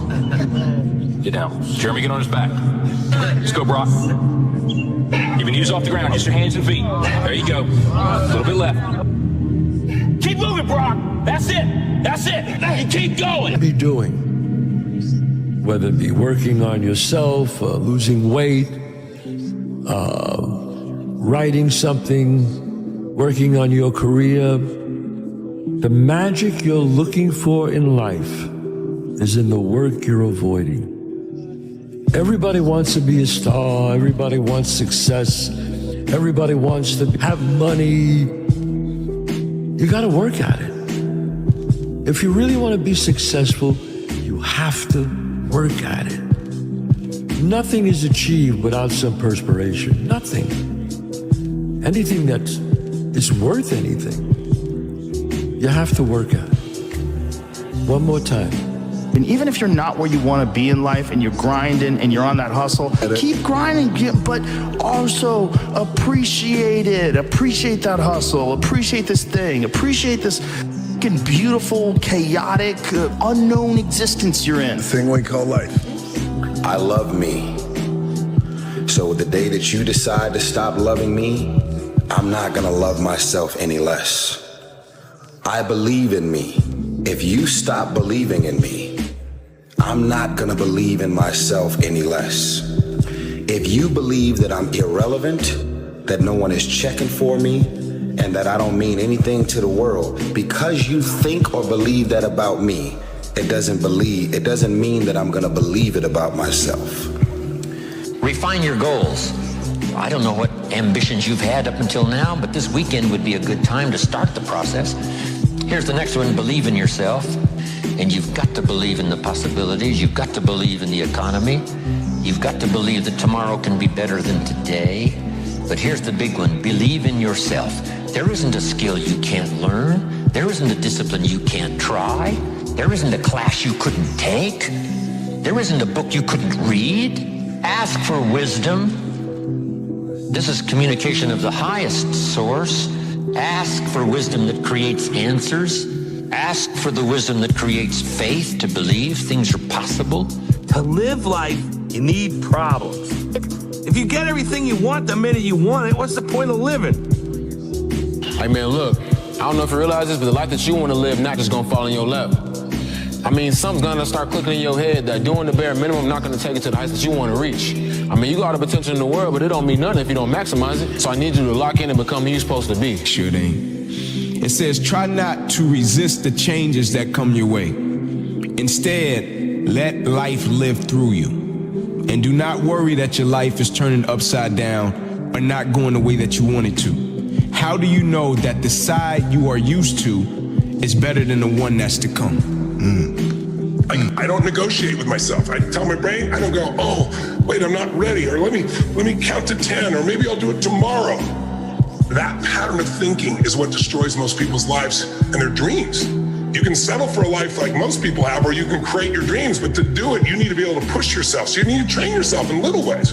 Or it could be just going and lifting weights, and you're gonna do like 10 minutes of pushing yourself, or a sprint, or a really fast walk, anything. Because when you get your blood pushing, when you push beyond what's comfortable, it develops this determination inside you, this sense of will that you will then use everywhere else. I always say if you discipline yourself in one area of your life, you're gonna be able to do it even more in other areas. I was wondering what your thoughts are on how to know that you're doing enough. So first thing, you have the self-awareness. Like you see the thing for what it is. You're not in the matrix, right? You're seeing the code. I just tried to outrun and outwork that sensation. If I just go faster and harder and work longer hours, chastise myself more, maybe eventually I'll get to the stage where things go well. Maybe that will fill the internal voice. And it is far easier to achieve our material desires than to renounce them. And you have this desire, which sounds like an inner fire that you want to make a dent in the world. You want to do something. Stop fighting it. Stop fighting the fact that you want to try and work harder. Should you aim to try and discover self-love as early as possible? Probably a good idea. Spend your 20s seeing how hard you can work, because if push comes to shove and a catastrophe occurs in your business or your personal life or something at 42, you want to be able to turn around and go, for half a decade, I've ended worlds with how hard I worked and how resilient I became and stuff like that. The way that I look back on what I did was, sure, it was difficult at the time and could I have had more fun and all the rest of it. With the self-love thing of maybe being able to get there sooner, perhaps, but I had to earn my stripes. And if you're built the way that it sounds like you're built, which is not too dissimilar to the way that I'm built, and maybe a lot of the people in this room as well, you just need to put the work in. The life we live, guys, is a differential of margins that's almost unmeasurable. What is successful and what is failure, the differential are so small. We're talking about seconds. We're talking about, reps.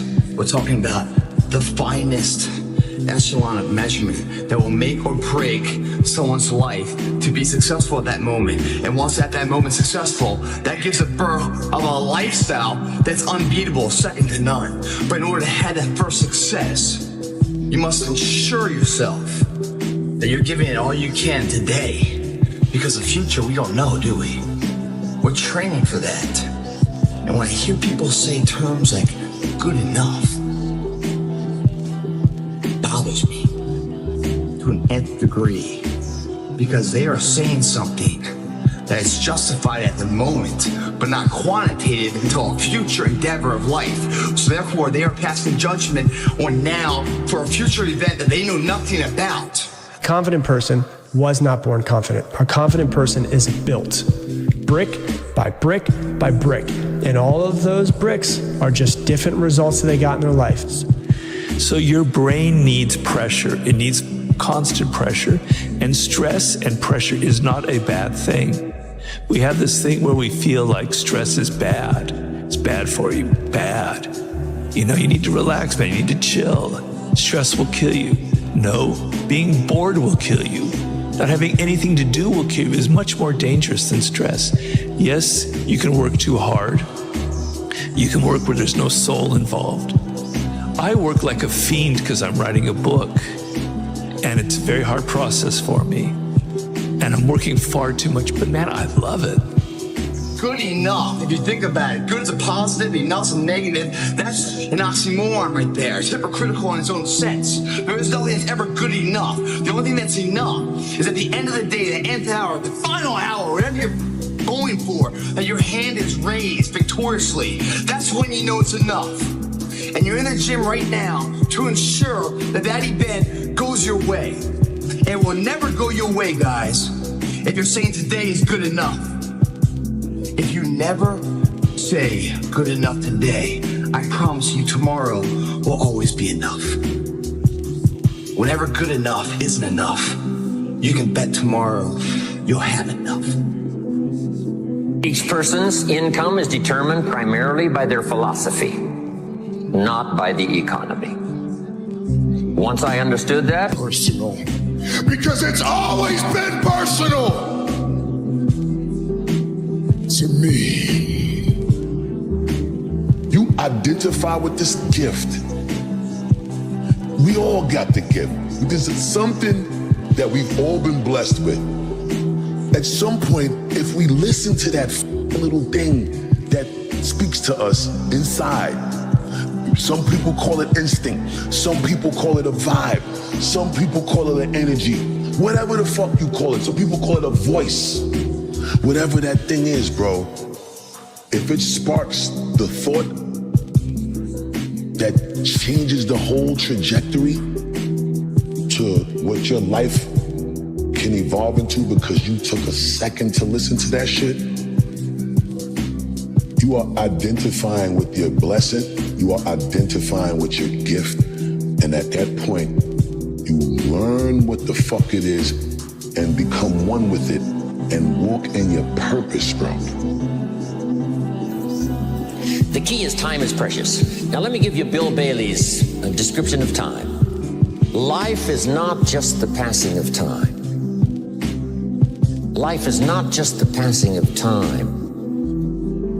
Life is a collection of experiences, their frequency, and their intensity. Life is not just watching the clock tick away. Life is a collection of experiences, their intensity, their frequency. When my friend Mark died at age 44, someone says, that's young to die. But what if he lived 4 lifetimes in one? It might not be too young. So here's what whatever the span of your life turns out to be, here's what you want to fill it up with: experiences and the intensity of those experiences.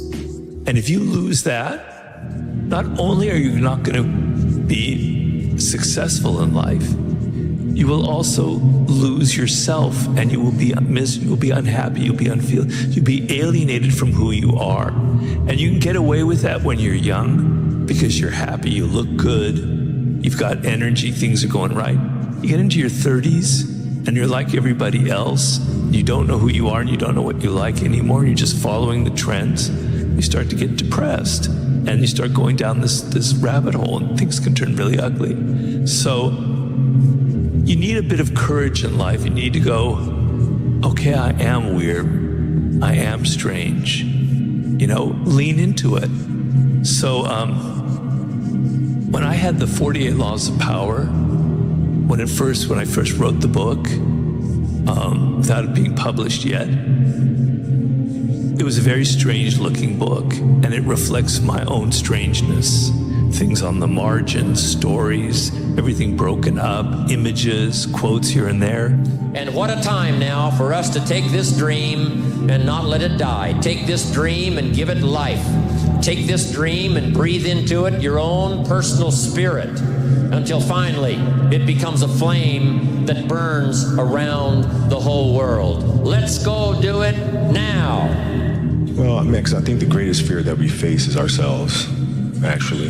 I think it's not anything that's external or anything that's superficial. I think the greatest fear you face is yourself, because, we all have dreams, and it's very scary sometimes to accept the dream that you have. And it's scarier still to say, okay, I want that. It's scary because you're afraid that if you put your heart and soul into it and you fail, then how are you going to feel about yourself? Right? And so being fearless means putting yourself out there and going for it. No matter what, go for it. Not for anybody else, but for yourself. Then here's a philosophy that really changed for me everything. Be so busy giving other people recognition, you really don't need it for yourself. I learned to recognize people for small steps of progress. Every little thing I can think of. Figure out rewards for small steps.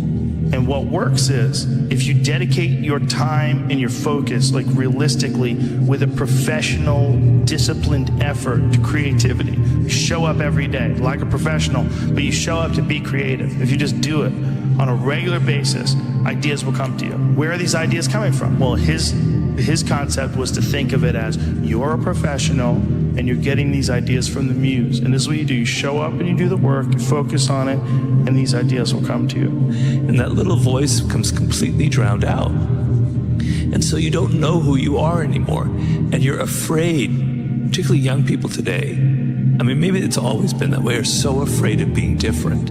They're so afraid of being odd. But look at all the powerful people in this world. Look at your Elon Musks. Look at your celebrities in entertainment, in business and politics. They're one of a kind. They have I hate that word, but it's like a brand. They're different. They stand out for something that's truly different. Even Albert Einstein, there's nobody else like Einstein. There's nobody like Da Vinci. Okay? That's where your power lies. And you'll go, oh, but Robert, those are people that were brilliant, that were talented. I'm not like that. I don't have that. Well, bullshit. You do have that.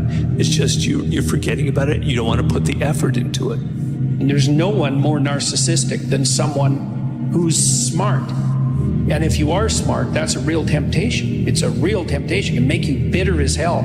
The most bitter people are the smart people who aren't successful, because they feel that their shining light wasn't given due course and that the world should fall at their feet, and didn't. The way the world works, you don't get a gift without a corresponding temptation. And intellect is certainly, it has the same characteristic. You can go very spectacularly wrong if you're smart. And it's pride that does that. When you set a dream and you say, this is what I'm going to do this, I'm going to do that, and you make a plan, and the plans are good. But if you come to a certain point where there's a tree across the road or the bridge is out, you can't say, well, there goes my dream. You've got to be flexible. Well, what am I going to do? What adjustments am I going to make to be able to still get to where I'm going, to be what I want to be? You need some flexibility. You need discipline. You need personal discipline. There's times when you don't feel like doing what needs to be done to get this. But you got to say, feelings has nothing to do with it. This is my dream. This is what I'm going to do. Lots of people associate working hard with not making progress. Therefore, working feels like wasting. So the idea that working hard doesn't make progress is one of the biggest farces that exists in humanity, right? And so if there is anything that's eternal for us, at least as individuals, it's going to be who we become in the process. And so one of my favorite quotes is, the work works on you more than you work on it. And so if you want to be the best in the world at something, you do the work to become the best in the world, and the work works on you. And so, I mean, there's a biblical proverb, I think it says, like, there is profit in all labor. And that means that even if the thing that you're working on right now doesn't amount to the outcome that you expected that it would, it doesn't mean that you don't become better through doing it. And so the whole point of the human race, of the human mind in itself, is evolution. Whether it's evolution spiritually, physically, period. Evolution. The purpose from birth is creation. That's all humans do. Everything around you was created. You were created. That table over there created. This chair created. This mic created. That camera created. That hat created. The whole point of the human race in itself is creation. Before now, when there was at least ideally the belief of two human beings on Earth, everything after that was a creation in itself. The whole point is evolution and creation. If you're not evolving, you're doing something wrong. So anything that takes away the power of your mind is keeping you still and delaying your evolution. The whole point of life is evolution.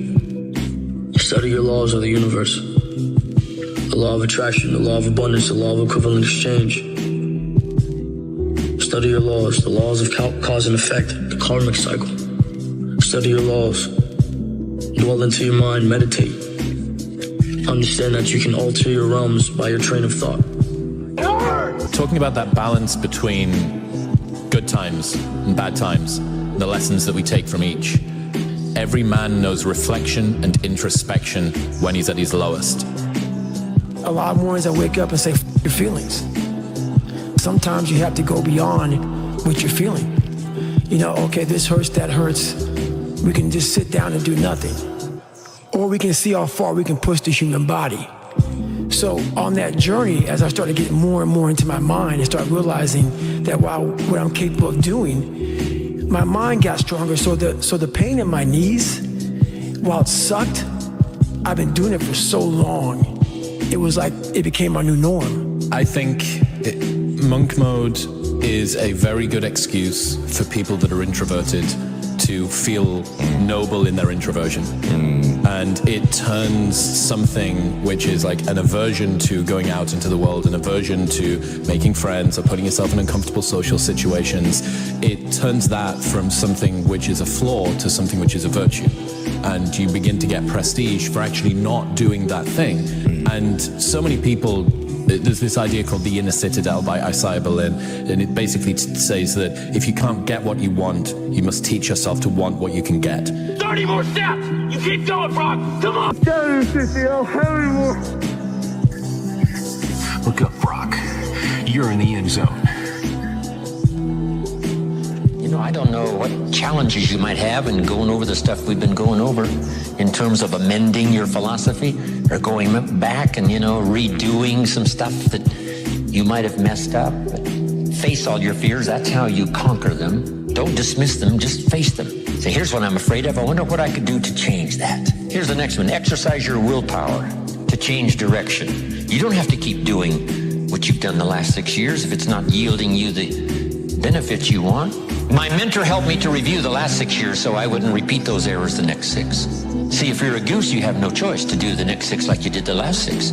But if you're not a goose, here's what you can do. Pick a new destination and start going that way. You say, well, I've done this for the last 2 years. I'll probably have to do it another 2. And the answer is no, not in a million years. Now, you can change one little degree at a time, or if you want to, you can revolutionize the whole thing. Look, I'm sorry your life turned out so bad, but don't blame me. You messed it up yourself. You just focused on the bad stuff when all you had to do was let go of the past and keep moving forward. You look at YouTube and I see guys have Mike Tyson immortal, Mike Tyson God, and I'm not worthy of that. You are, Mike. Not for somebody to praise me or anything, no. I'm always just Mike. Can I say something? You can say anything. I'd love for you to talk to me, brother.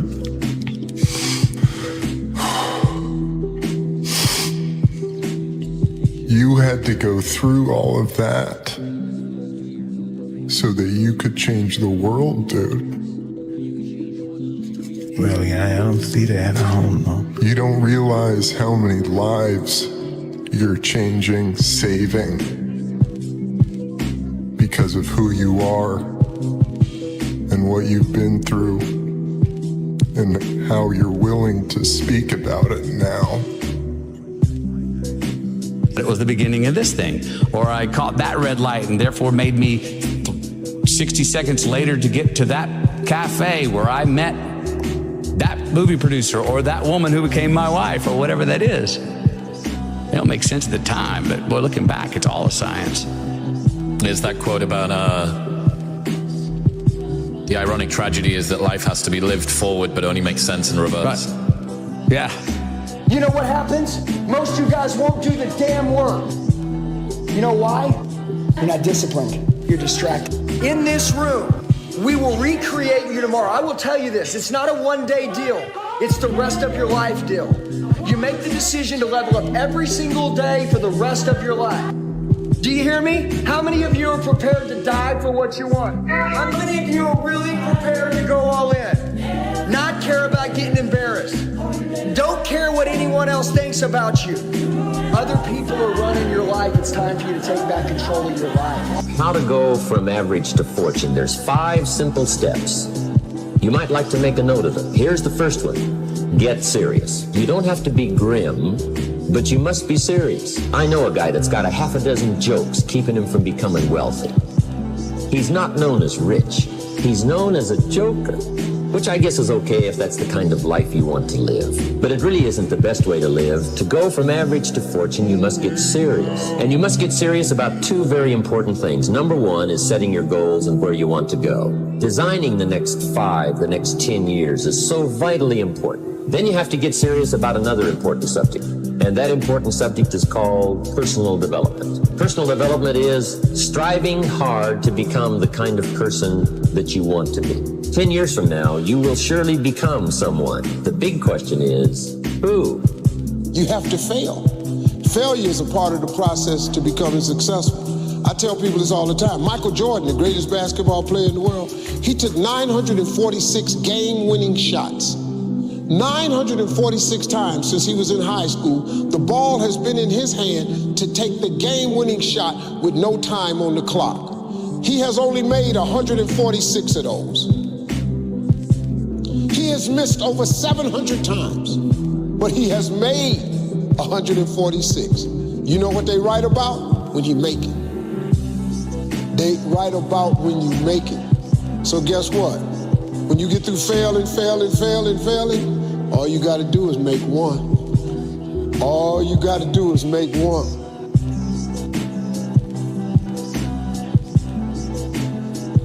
Why'd you let me race with your car? You knew I was gonna wreck it. Why not? Because it's a lot of money. I have money. It's trust and character I need around me. You know, who you choose to be around you, let you know who you are. And one car in exchange for knowing what a man's made of, that's a price I can live with. Look at all those people down there. They follow the rules for what? They're letting fear lead them.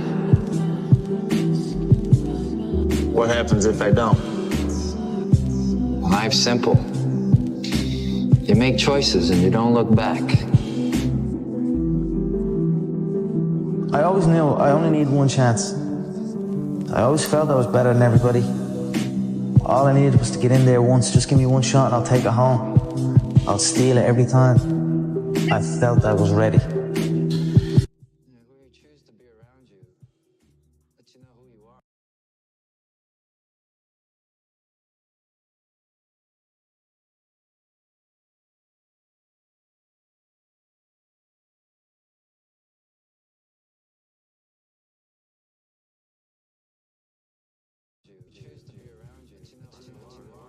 It's not easy, but through practice and practice and practice, practice makes what? Absolutely not. Dismantle that belief system. Practice makes improvement. You can always better your best. You can always go beyond anything that you have ever done. You'll never hit a state of perfection. You're always bigger than what you do. And so all you're looking for are new breakthroughs through practice and practice and practice. You'll get better and better and better. And there's still some things that will happen to you that will catch you on the blind side that you did not anticipate. You'll get knocked down, but you won't be knocked out. You'll be able to get to your feet again, be on the ropes, but you'll have a fast recovery rate when you work on yourself. Just remember, your imagination can take you wherever you want to go, from Arctic adventures to a mission to the moon. And your dreams, they can also take you anywhere you want to go as well. So now's the time to settle down, snuggle up, and sleep tight. I've been suffering all my life. I'm sorry. It's not enough. But you can't change what you really are. You and me, we don't even have a choice. See, we're born with a killer instinct that you can't just turn off and on like some radio. You know what it's like to be poor, and you know what it's like to work hard. Now you're gonna learn what it's like to sweep floors and bust your ass and accomplish twice as much as all the kids around you. And it won't mean anything because they will still look down on you. I'm sorry, but you don't get the easy path. The only way you're ever going to get to the other side of this journey, you have to suffer to grow. To grow, you must suffer. You have to make that a tattoo on your fucking brain so when that hard time comes again, you don't forget it. We have to be right in the middle of the action because we're the warriors. And without some challenge, without some damn war to fight, then the warrior may as well be dead, Stallion. Welcome to the first day of your new life. A life where you decide every moment of every day to better yourself. To make those uncomfortable choices to get you where you want to be. Without pain, without sacrifice, we would have nothing. I tried not to think of the words sear or flesh. Stop! This is your pain. This is your burning hand. It's right here. And I realized that life isn't fair. It's not fair. And you better figure out some tools and some ways to stop feeling sorry for yourself because no one is coming to rescue you. No one feels sorry for you. So the amount of suffering that you understand, the amount of pain that you've gone through makes you appreciate the happiness and the beautiful moments with much more intensity. But I didn't get here doing everything that I love. I did a load of shit I hate. And I did it for a very long period of time. And I did not have anyone to root me on. And in fact, I had many people who were actively trying to destroy my path and tell me why it was a terrible idea. My biggest fear in life is if there is a final resting place in this world and there's a final judgment and you talk, that's how I live my life. I now know that there is no cap on the human mind. There's no cap. We cap it ourselves. Right? I got to get stronger. I got to train differently. The weight training program that I'm doing, I got to tailor it for an 82-game season so that when the playoffs come around, my legs are stronger and that ball gets there. So I look at it with rationale and say, okay, well, the reason why I shot air balls is because my legs aren't there. I go, well, next year they'll be there. That was it. Must test your resolve, man. Yes, he does. Must test your ability to go the distance. But guess what's going to happen? He's going to find out where his world ends and yours begins. Several people live to be 100 years old, and they have great lives, and they have great kids. Their kids go to college and all sorts of stuff. But somewhere in their life, there was a point where they had a decision to make. They can go left or right on this path. Left was the easy route. Right was the hard route. A lot of people take the easy route, and they had a good life that way, but the better life was going to the right side. And you may have 20 years of pain and suffering to get past it, but a lot of us die never truly starting our journey. So what you waiting on? What? Do you dream, Elliot? You scraping so hard like you ain't never asked yourself this before. I said, Do you want to be here right now?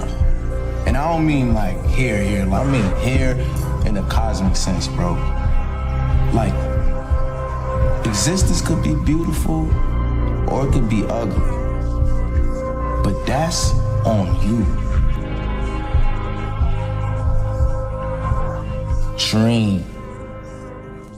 You gotta find out the future you're fighting for.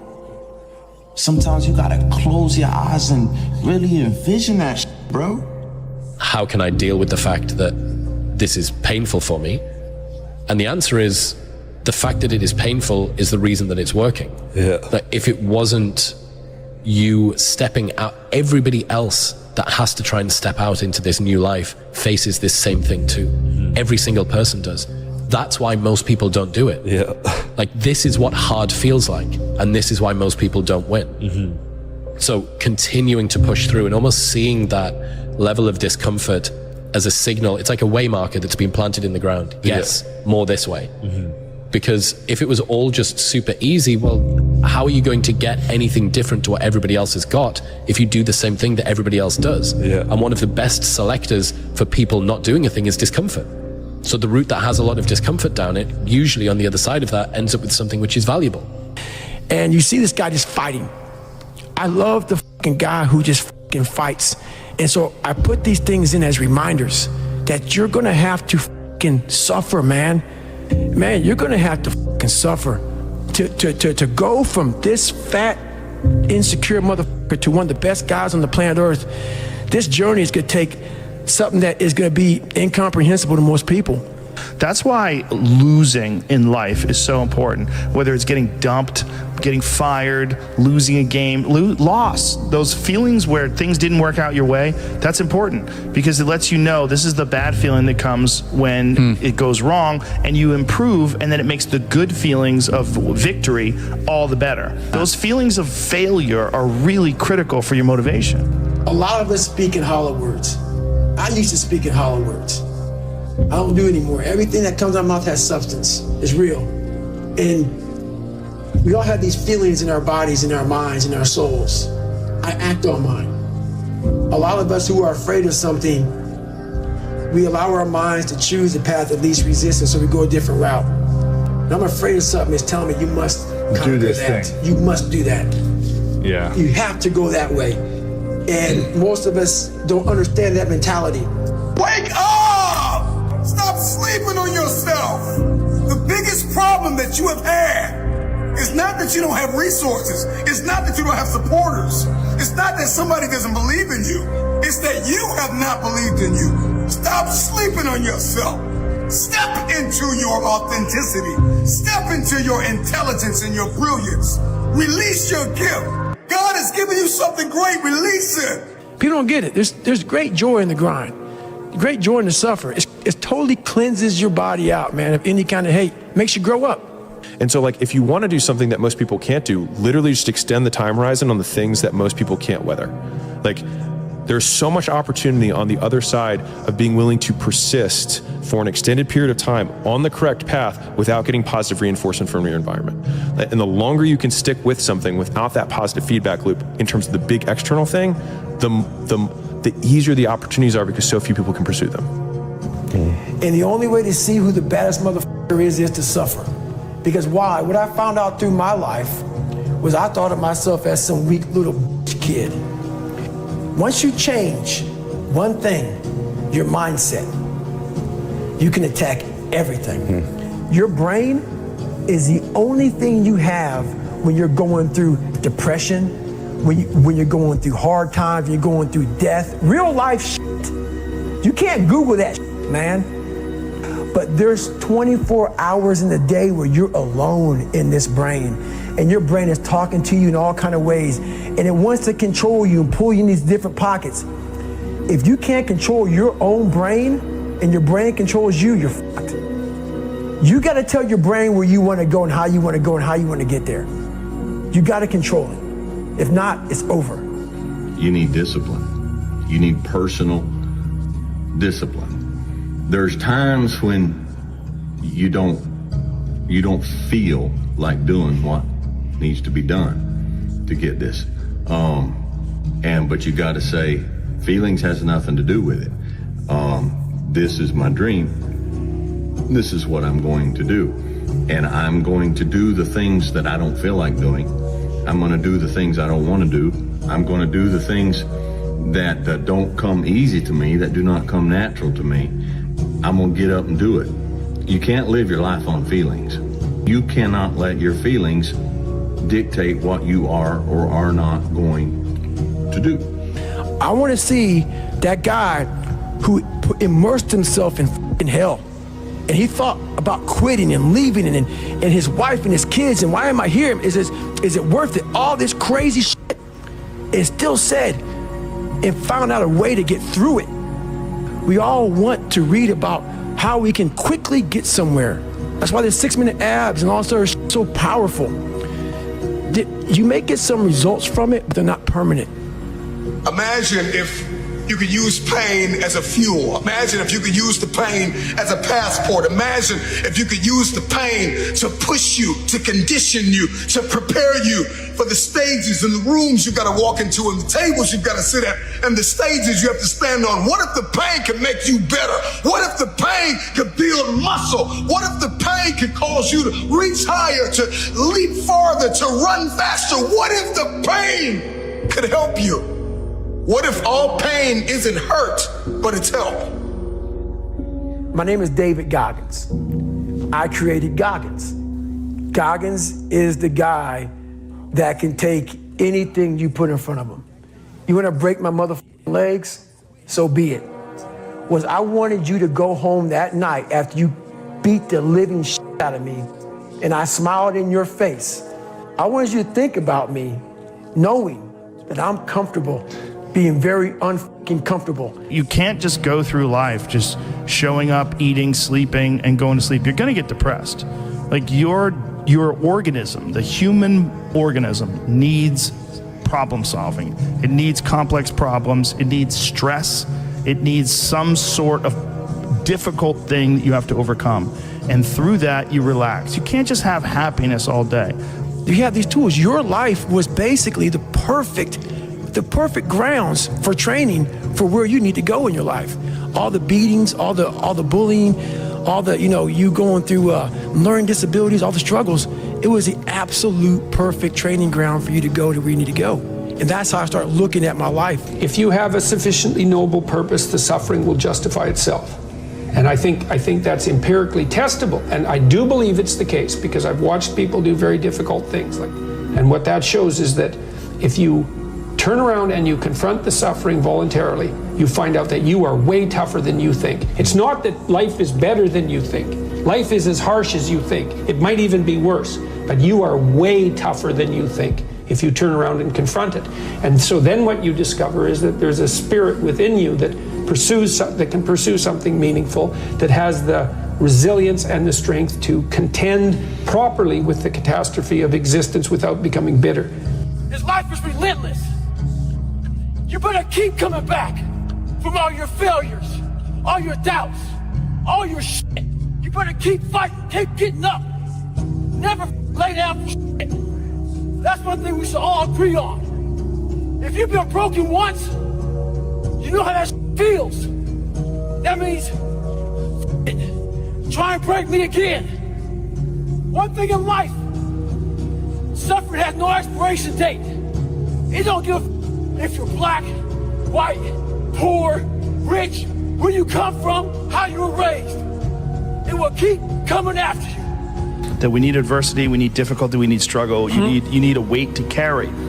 And if you don't have any of this, you do not get your character tested. You do not advance in your own perception of who you are in this world and how you engage with all the other people around you. Yeah, well, there's a difference between something missing and am I satisfied, right? Because I'm not satisfied. I mean, I always want to go. Like, I never get done with the end of the day and go, cool, mission accomplished. Like, it's like not even close. Yeah. Mine's going to always guide you in a spot that wants to make you feel comfortable and nice and secure. And it's in those spots that there's no growth. Without friction, there's no growth. Tell me all the time, it's hard to get. Find myself with this sense that success has to be earned, and the only way to earn it is to inflict pain on yourself. And if you're not in pain, you didn't try hard enough. And it would have been better if you'd suffered more. Life isn't a constant party. Life is a battle, a relentless struggle against mediocrity and excuses. Want to know the secret ingredient that separates winners from dreamers? It's discipline. Discipline isn't pretty or elegant. It isn't a luxurious spa where you relax and feel good about yourself. Discipline is a trench where you face your inner demons, where you decide if you control your destiny or let life dominate you. How many times have you looked in the mirror and told yourself you could do more? How many times have you let the chance to change your life slip by because you felt comfortable in your safety zone? It's time to break those mental shackles and unleash your inner beast. This whole thing about suffering, yeah, it sucks. Really bad. Really, really bad. But we all live on this side of suffering. On this side. This nice box that's very comfortable, that we know when everything's gonna happen. We're in it, it's good. We know how everything's gonna turn out. It's those few people who are willing to go on this side of suffering. And once they get through that, ask him how he feels now. His mind, how far he grew. In that short period of time, he grew so much more than a normal person because he was willing to go outside himself. Because on the other end of suffering is greatness. Embrace the pain. Pain is good for you. It's great for you. This is no fun. But when you finish and you've gone through weeks and months, you feel the value that you get is much greater than the pain. That pain, that resistance is good for you. You need to love pain. However, mentally, physically, love it. You need to love it. If not, stay where you are. Tell me one thing in your life that is great that came as a result of being comfortable. Because everywhere I look and everywhere I see in today's society, everybody's doing everything they can to be more comfortable, right? They're looking for the more convenience. They're looking for the quicker. They're looking for the faster. All the great things in my life, all the great things in other high achievers' lives, all the reasons that these successful people that you look up to, that you aspire to be like, are the way they are, have all come from a place of being uncomfortable. Okay, so understand that when you're trying to avoid the pain, when you're trying to avoid the struggle, when you're trying to avoid the hard things in life, you are actively choosing to be average. You are actively choosing to be mediocre. And you are actively choosing to move further away from what you want in life. Because that hardship and that pain and that struggle and that frustration, they give you the skills that will forge you into a champion. But every day I do something to strengthen the mind. We're all looking for this great mythical mental toughness. Mental toughness doesn't come from sitting on a couch. It doesn't come from wishing it will come true. It comes from putting in the work. And you have to start developing your mindset. Mindset is not developed by wishing. Mindset is developed by doing and actually putting into practice. Hustle is putting it all on a line. Hustle is waking up one day, the day before you die, and realizing you gave it your all into the parenting of your children, the building of your businesses, the philanthropy that you wanted to do. Whatever you define, it's just, all in.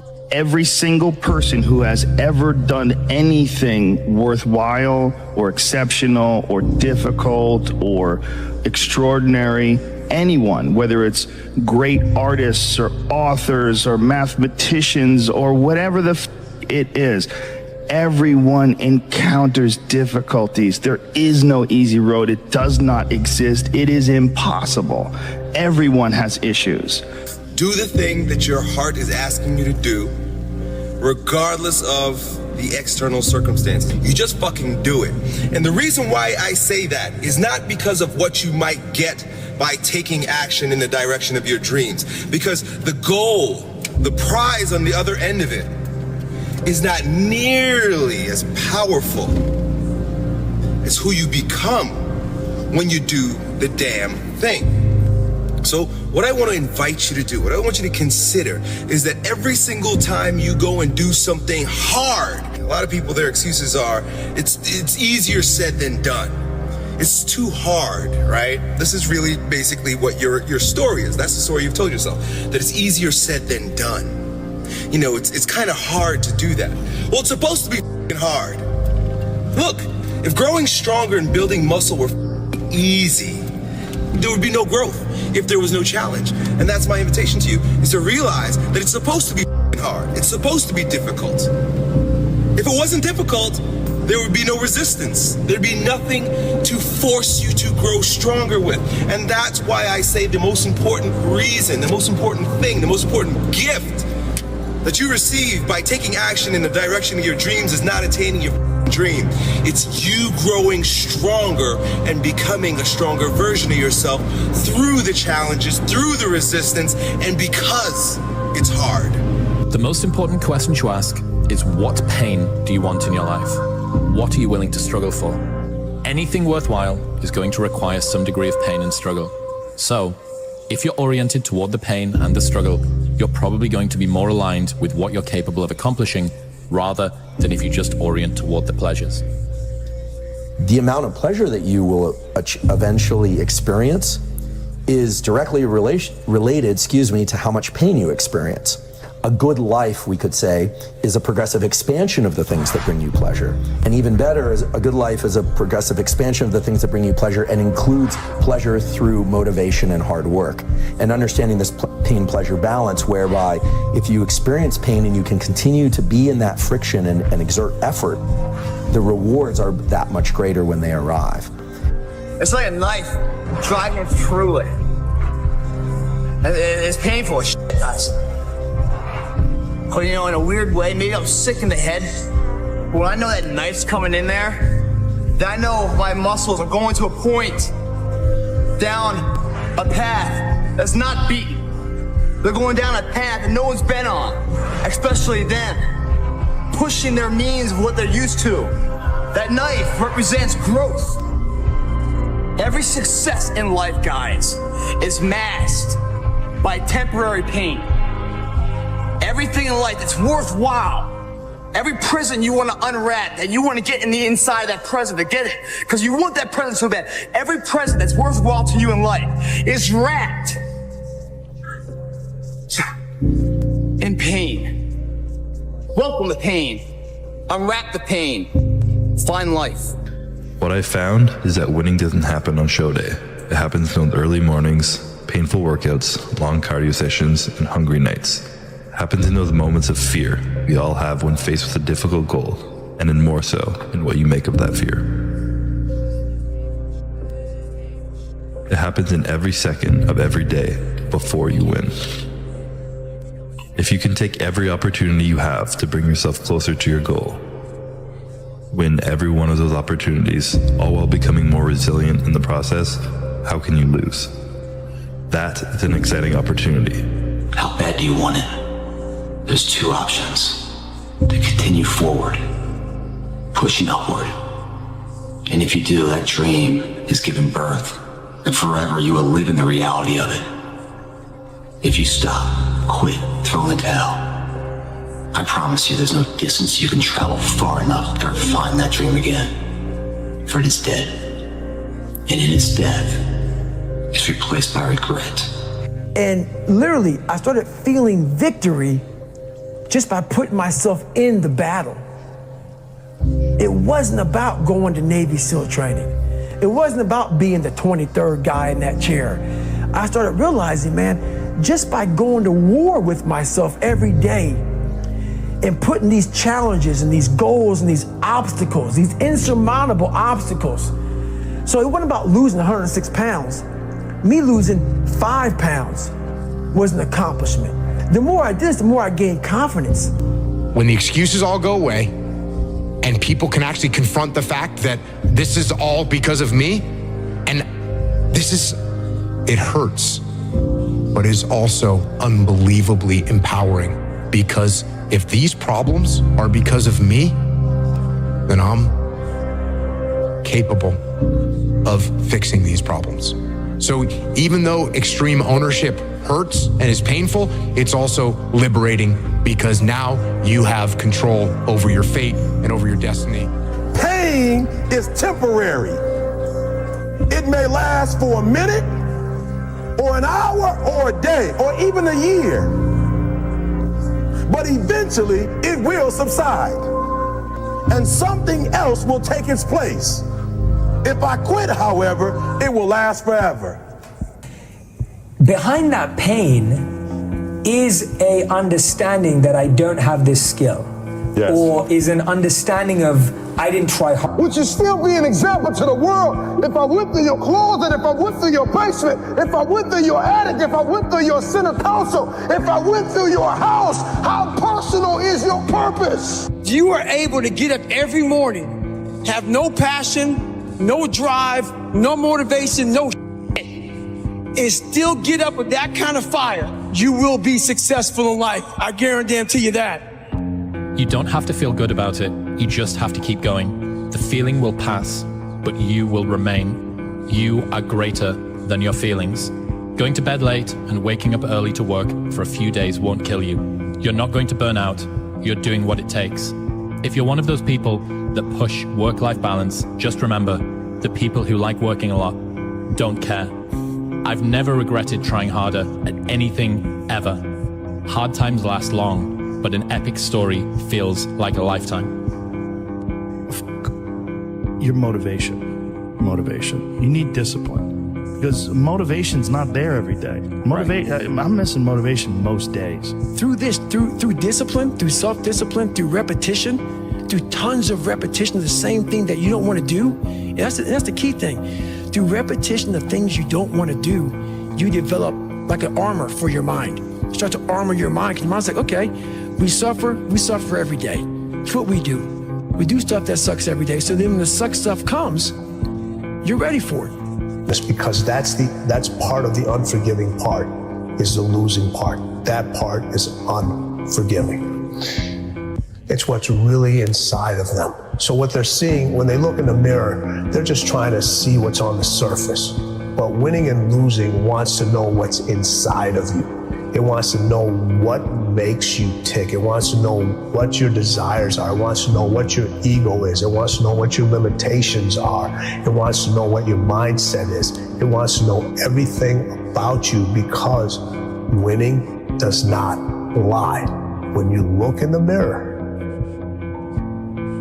you can lie and see what's on the surface. You cannot lie what's going on inside. And that's what people are not willing to see. The lies that are truly going on inside of them that are not allowing them to win over and over, or sometimes even win once. Your mind has to be stronger than your feelings. Your mind has to be stronger than your feelings. Think about every poor decision you've made in your life. Gosh, there was more emotion that was involved in it than there was mind. Every single one of them. Think about it. Really was. Your feelings keep you in bed. Your mind tells you, get up. Whenever I get to a low point where I think, why do I even bother? I just remind myself, this is where most people stop, and this is why they don't win. And this relates to another one, which is a reminder for the gladiators in the arena who feel beat up and scarred with no hope in sight. Building a business is hard. Hard feels shitty. This is what hard feels like. And this is why most people can't do it. But you can. Maybe I should just quit and go back to making noodles. Quit, don't quit. Noodles, don't noodles. You are too concerned with what was and what will be. Is a saying. Yesterday is history. Tomorrow is a mystery, but today is a gift. That is why it is called the present.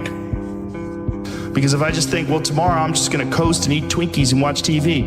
Oh, hello, sadness, my old friend. Hello, depression. Because when you're not doing anything, you feel like shit. And that's just a part of being a human being. And we can pretend that we're something other than what we really are. And we can pretend, nah, me, man, I'm just cool, just chilling, doing nothing.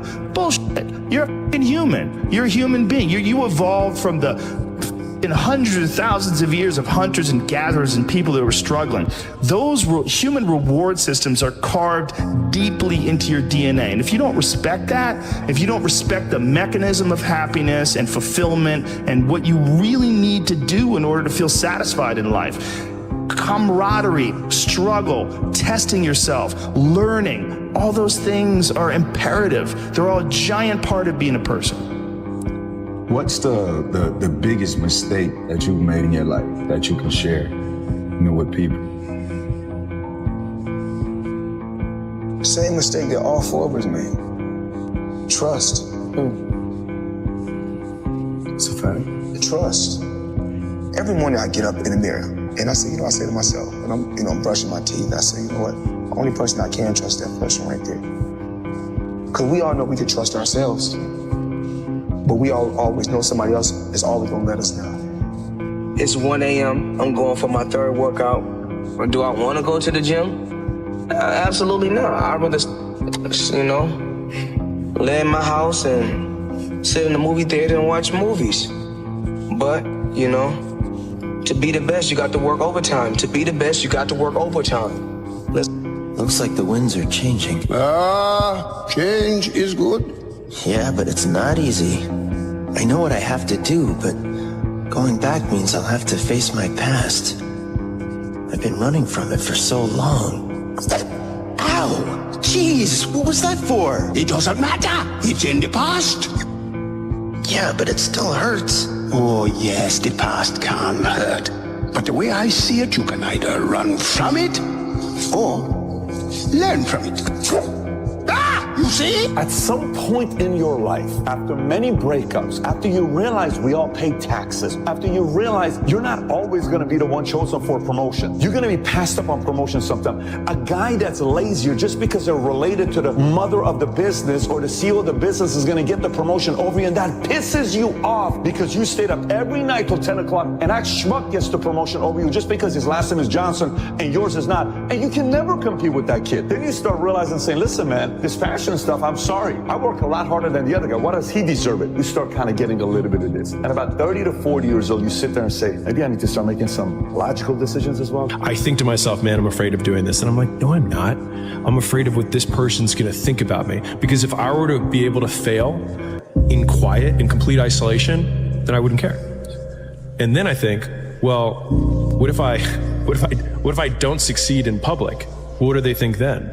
Nothing. Right? They don't think about me at all. And so obviously that comes from the perspective of seeking to gain approval and attention from others anyway. So it's like, listen, if you're insecure, which everybody is, let's be real, you might as well use the insecurity to get something out of it. And so a lot of people think that they need to fix their conditions in order to get like the perfect conditions before they start. But the perfect condition is whatever one you're in, because it gives you whatever assets you have. That's the cards that you're dealt. And so you just play the hand. And a lot of people have great cards. It's like, man, I'm so afraid of it. It's like, use it. It's like, I have nothing. It makes you very dangerous because you have nothing to lose, right? Like one of the really interesting things about, I think about from a business perspective, but it probably applies to everything, is that there's always an advantage and a disadvantage from every position. I was like, there's always a position and there's always an advantage. I was like, you just have to play the one you've got. And most people just look at what everyone else's advantages and don't think, which one do I have?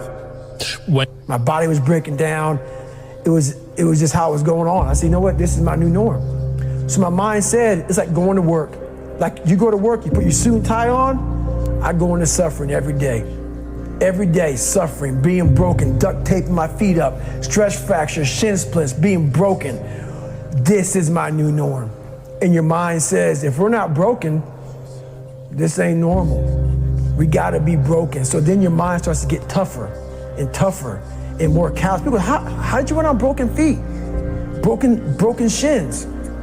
My mind knew this is how we operate. We're in Navy SEAL training. This is what we are. I became hell. And that became my new norm. I gave myself no way out. There was nothing outside these walls of hell. Nothing. I love God, but for a short period of time, I became the devil, because that was hell. I became the boss, the owner, the CEO of Navy SEAL training. That was my mindset. And that's how you get through things. You immerse yourself wherever it is, and you become that. You become that and give yourself no way out. What's that like in the moment? Is it hell, or do you get some kind of a weird neutral point where you're just in the moment being this guy, breathing and feeling the pain? What is that like? The scariest thing in the world about that? No pain, no gain. I can only give the pain to others that I have received already. My bones can only be as hard as I have hit whatever was hard like that. And so that means take it as a challenge. Everything that hurts you, find a way to overcome it. Everything that you feel is difficult for you, find a way to still do it. The discipline can seem like it's your worst enemy. But the reality is, discipline is your best friend. It will take care of you like nothing else can. And it'll put you on that path. The path to strength and health and intelligence and happiness. I'm trying to get to where I'm going, and you read a bunch of books and you think that you know how the fucking mind works and shit. I had gone through hell. I had lived hell. And when you put yourself in hell, that's the only time you can figure out how to get through that motherfucker. You can't read somebody else's book about some theory on how to do shit. Some guy who sat up in a nice warm office and wrote some book with a nice cup of coffee in the hand. No, I want to see that guy who immersed himself in fucking hell, and he thought about quitting and leaving, and is it worth it? All this crazy shit. The permanent result comes from you. I say it all the time. You have to suffer. Chosen and unchosen suffering. Mm-hmm. So, unchosen suffering is going to happen in life. Mm-hmm. Your parents are going to pass away, loved ones are going to die, your relationships are going to break down, your body is going to fail you, you're going to become ill or sick or destitute.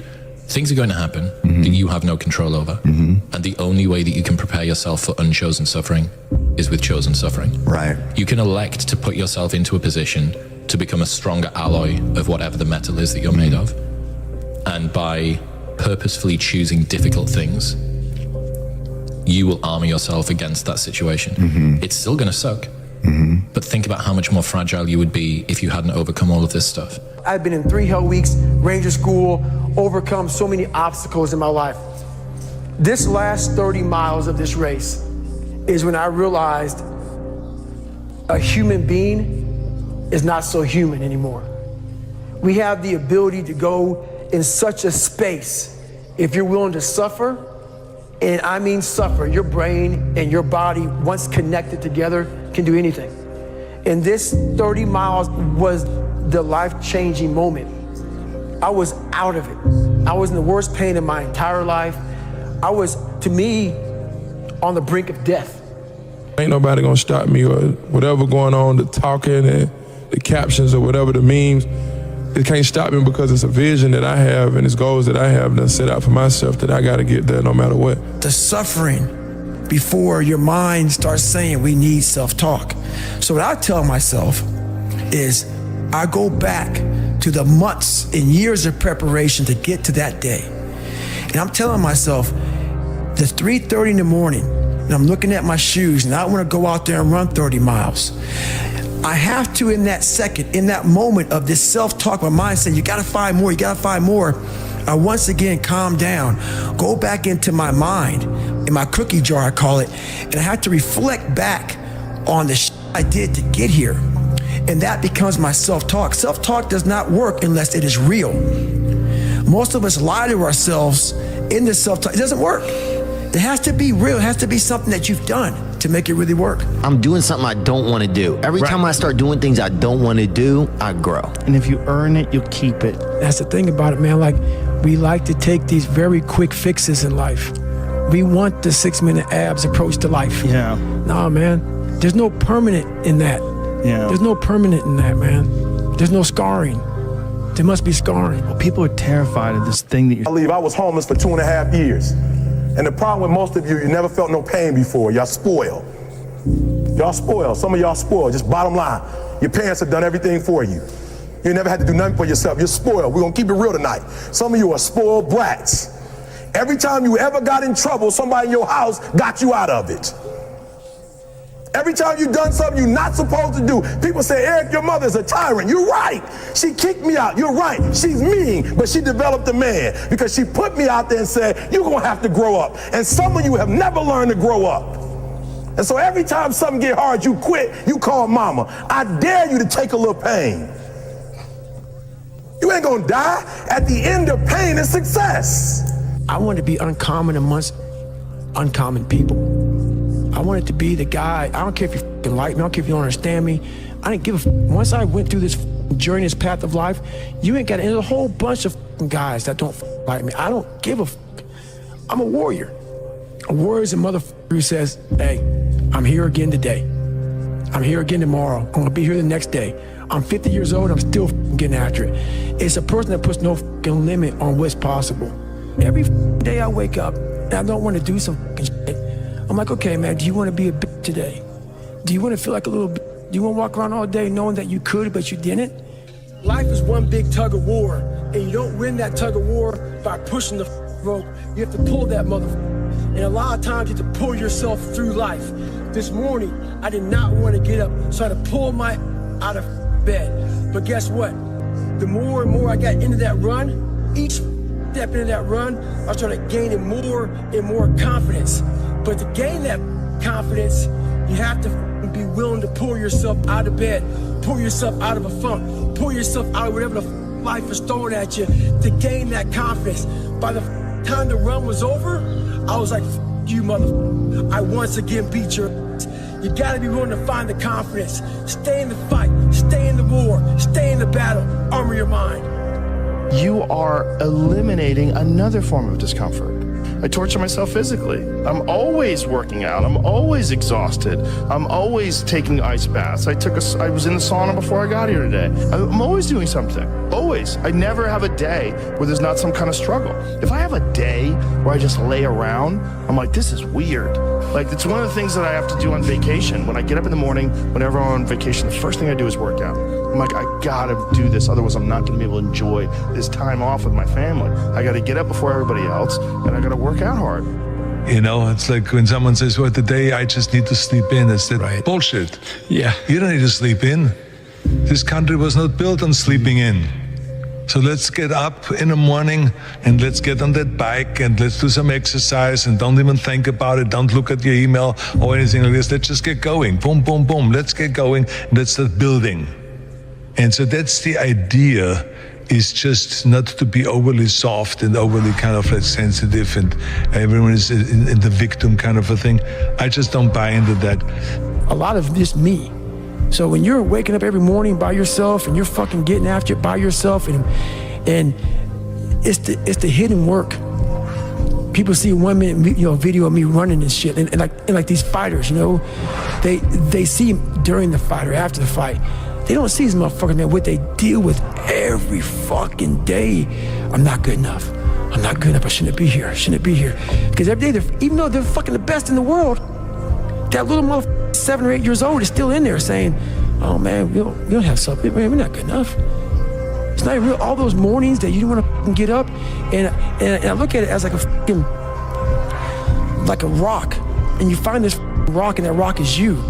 And every day you fucking fight not wanting to get up, and you do anyway. You chip another piece off that rock, and every day you eat the right foods, and every day you go to train, you train harder and harder and harder and harder, and you get up earlier, and all these things you do to start forming yourself. You're chipping another fucking piece of that rock off. Before you know it, you have this beautiful fucking piece of artwork that you built. This society is too weak.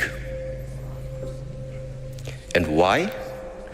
Because of all the technology which is available right now, so you don't need to use your body anymore. I always think about in the Stone Ages. Do you think somebody in the Stone Ages had depression? Yeah, or even a more modern variation, the Spartans. Do you think they had depression? Yeah, but nowadays, how does the time look? You can sit if you want from morning till evening just in front of the screen, and nothing's gonna happen anymore. Look, when you're a kid, you're all potential. It's chaotic potential. It can manifest itself in any number of ways. And maybe you don't want to give that up. So you're like Peter Pan. You want to be a kid forever because you don't want to give up the potential. And you look out in the world and all you see are Captain Hooks, who've lost a hand, who are chased by death because that's the clock in the crocodile. It's already got a taste of him. He's terrified by death and he's a tyrant. Well, I don't want to grow up to be that. So I won't be disciplined at all. Well, that's no good because the way the potential transforms itself into actuality is through discipline.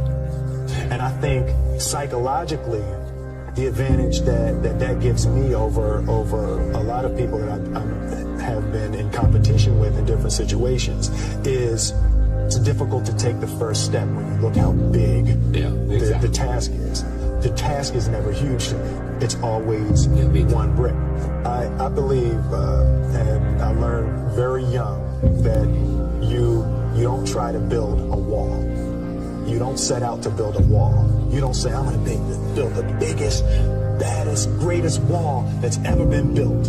You don't start there. You say, I'm going to lay this brick as perfectly as a brick can be laid. There will not be one brick on the face of the earth that's going to be laid better than this brick that I'm going to lay in this next 10 minutes. And you do that every single day, and soon you have a wall. And then the next day comes and you're back playing again, and you understand that life has this cyclical nature where it's, what you do on Monday, it's fantastic, but then Tuesday is a bad day. But guess what? There's Wednesday. Yeah. So are we just supposed to live our lives like this the whole time? Versus just staying like this and understanding that it's really just a journey of evolution every day. It's just constant improvement, constant curiosity, constantly getting better. The results don't really matter. It's the figuring out that matters. Yeah, and we all get obsessed about the results. Like we get obsessed about like the output, not the input, of not figuring it out and not like changing things. What you said, trial and error, like the experimenting. I can see my kid, they have 12 years old. The mentality, they are not the same. They are not suffer that. What's the difference? The anger. I think the anger. I think that they have the things more easily. Everything it's easily. They don't suffer. And I think they don't care. If there's potential inside of you, which you know it's there, but you're too scared to tell anyone else about it, and you go on and on, get older and older and older and older, and the windows of opportunity start to close, and you knew it could have been given birth to, but you never did it, I promise you, it will haunt you. It'll be more, it's a living nightmare, dude. That fact that you had the ability to do something and you're too weak to turn the key and start the engine on it is a greater disappointment and a greater burden to carry than any of this physical sweat equity or pain in the gym or sacrifice. All that is just nothing compared to a life where you're burdened by regret, guys. I don't know what to do. It's like, that's okay. Nobody does. Go do something. Do the best thing that you can think of. Put the best plan you have into practice. It's not going to be perfect, and it will change along the way. But it will change partly because you become disciplined pursuing the path. And as you become disciplined, you become wiser. And as you become wiser, you become able to formulate better and better plans. I've never really viewed myself as particularly talented. Where I excel is ridiculous, sickening work ethic. While the other guy's sleeping, I'm working. While the other guy's eating, I'm working. Hey, what are we doing today? Well, we're going to engage now. And once we engage, we commit. There's no half commitment, there's no quarter commitment, there's no three-quarter. It's full commitment. Once we engage, it's every day we engage. Because that's the better life. And the people you will surround yourself are like-minded, and they're better friends. Friends and family for life, man. They have your back. They're solid individuals doing solid tasks, leaving a solid impact of legacy for other people. That's a solid life, man. It's your option, though. What are you going to do? There's no easy way around it. No matter how talented you are, your talent is going to fail you if you're not skilled. If you don't study, if you don't work really hard and dedicate yourself to being better every single day. Hope ain't gonna get you shit because it's not in your hands. Hope is not in your hands. You can't control hope, man. You can't. You get belief. until you callous over the victim's mentality that the world is out to get you because of you are the only, you gotta change that, man. Yeah, but you don't understand my life, David. Yeah, I do. So that's the thing about it. And that's why I can talk about it. But yeah, I get what you're saying. A lot of folks don't I get that mentality. I once had that mentality that no one understands what I'm going through. And if you keep that mentality, you're gonna stay in the same exact spot that you're in.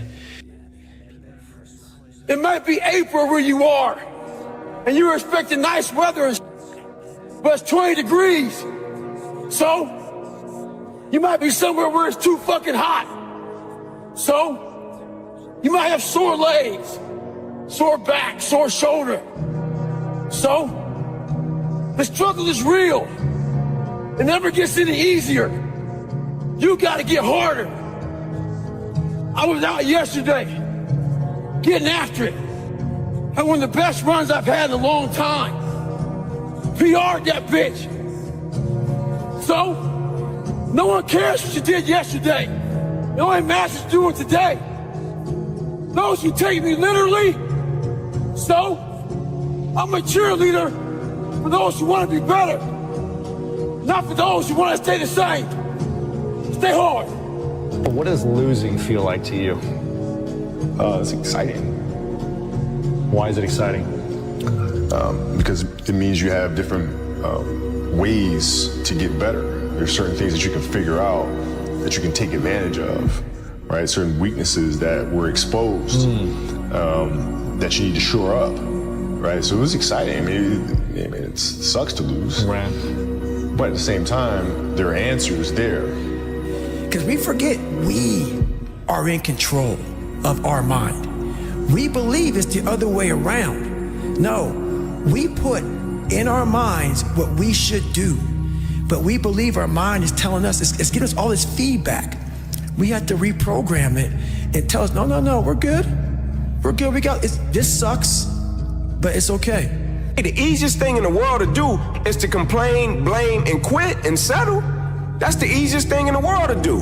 But it takes real work to deconstruct and to reconstruct the thought process and the mindset of an individual when they're trying to change something. That's why I always say to people, what's more important, what we acquire or who we become? You're not where you want to be. You feel like you're supposed to be somewhere else. You said it. Well, say you could snap your fingers and be wherever you wanted to be. I bet you'd still feel this way, not in the right place. The point is, you can't get so hung up on where you'd rather be that you forget how to make the most of where you are. What are you telling me? Take a break from worrying about what you can't control. Live a little. Live a little. You got 24 hours in a day. 8 hours you sleep, right? And most people work a 9 to 5. So 8 hours you working. 16 hours. Okay, so we had 16 hours. We got breakfast, lunch, and dinner.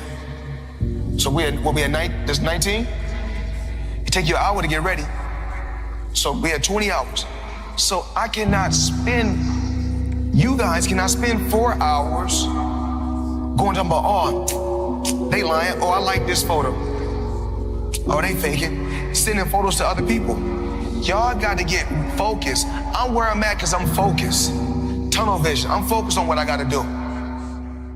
Y'all got to have a game plan. The feeling I feel right now, as bad as it feels, is a hell of a lot better of a feeling than a life where you throw the towel in. That's something you never recover from. Tomorrow morning, I'll wake up stronger. I'll feel alive. And I'll have the belief and confidence backing me up. After a good night's rest, I can only get better. When the towel's down in life, there's no more rounds, man, and you throw it in. I feel like shit right now, but I can pick the towel back up. And I'm gonna be stronger tomorrow, the next round. Life, guys, it's a plan of action. If you don't have the plan, I guarantee you someone's gonna use you as part of their fucking plan. Stop going about the day as a servant. Become the master. Run your day and stop having it run you. Believe in yourself. Be that one of 100 that has a belief instead of just jaw-jet talk of intent. Huge differential there. Differential is somebody just breathing life and the other one taking the most of the opportunity of time of life. Remembrance, otherwise forgotten. What do you think is the biggest stumbling block that most people face with this kind of journey?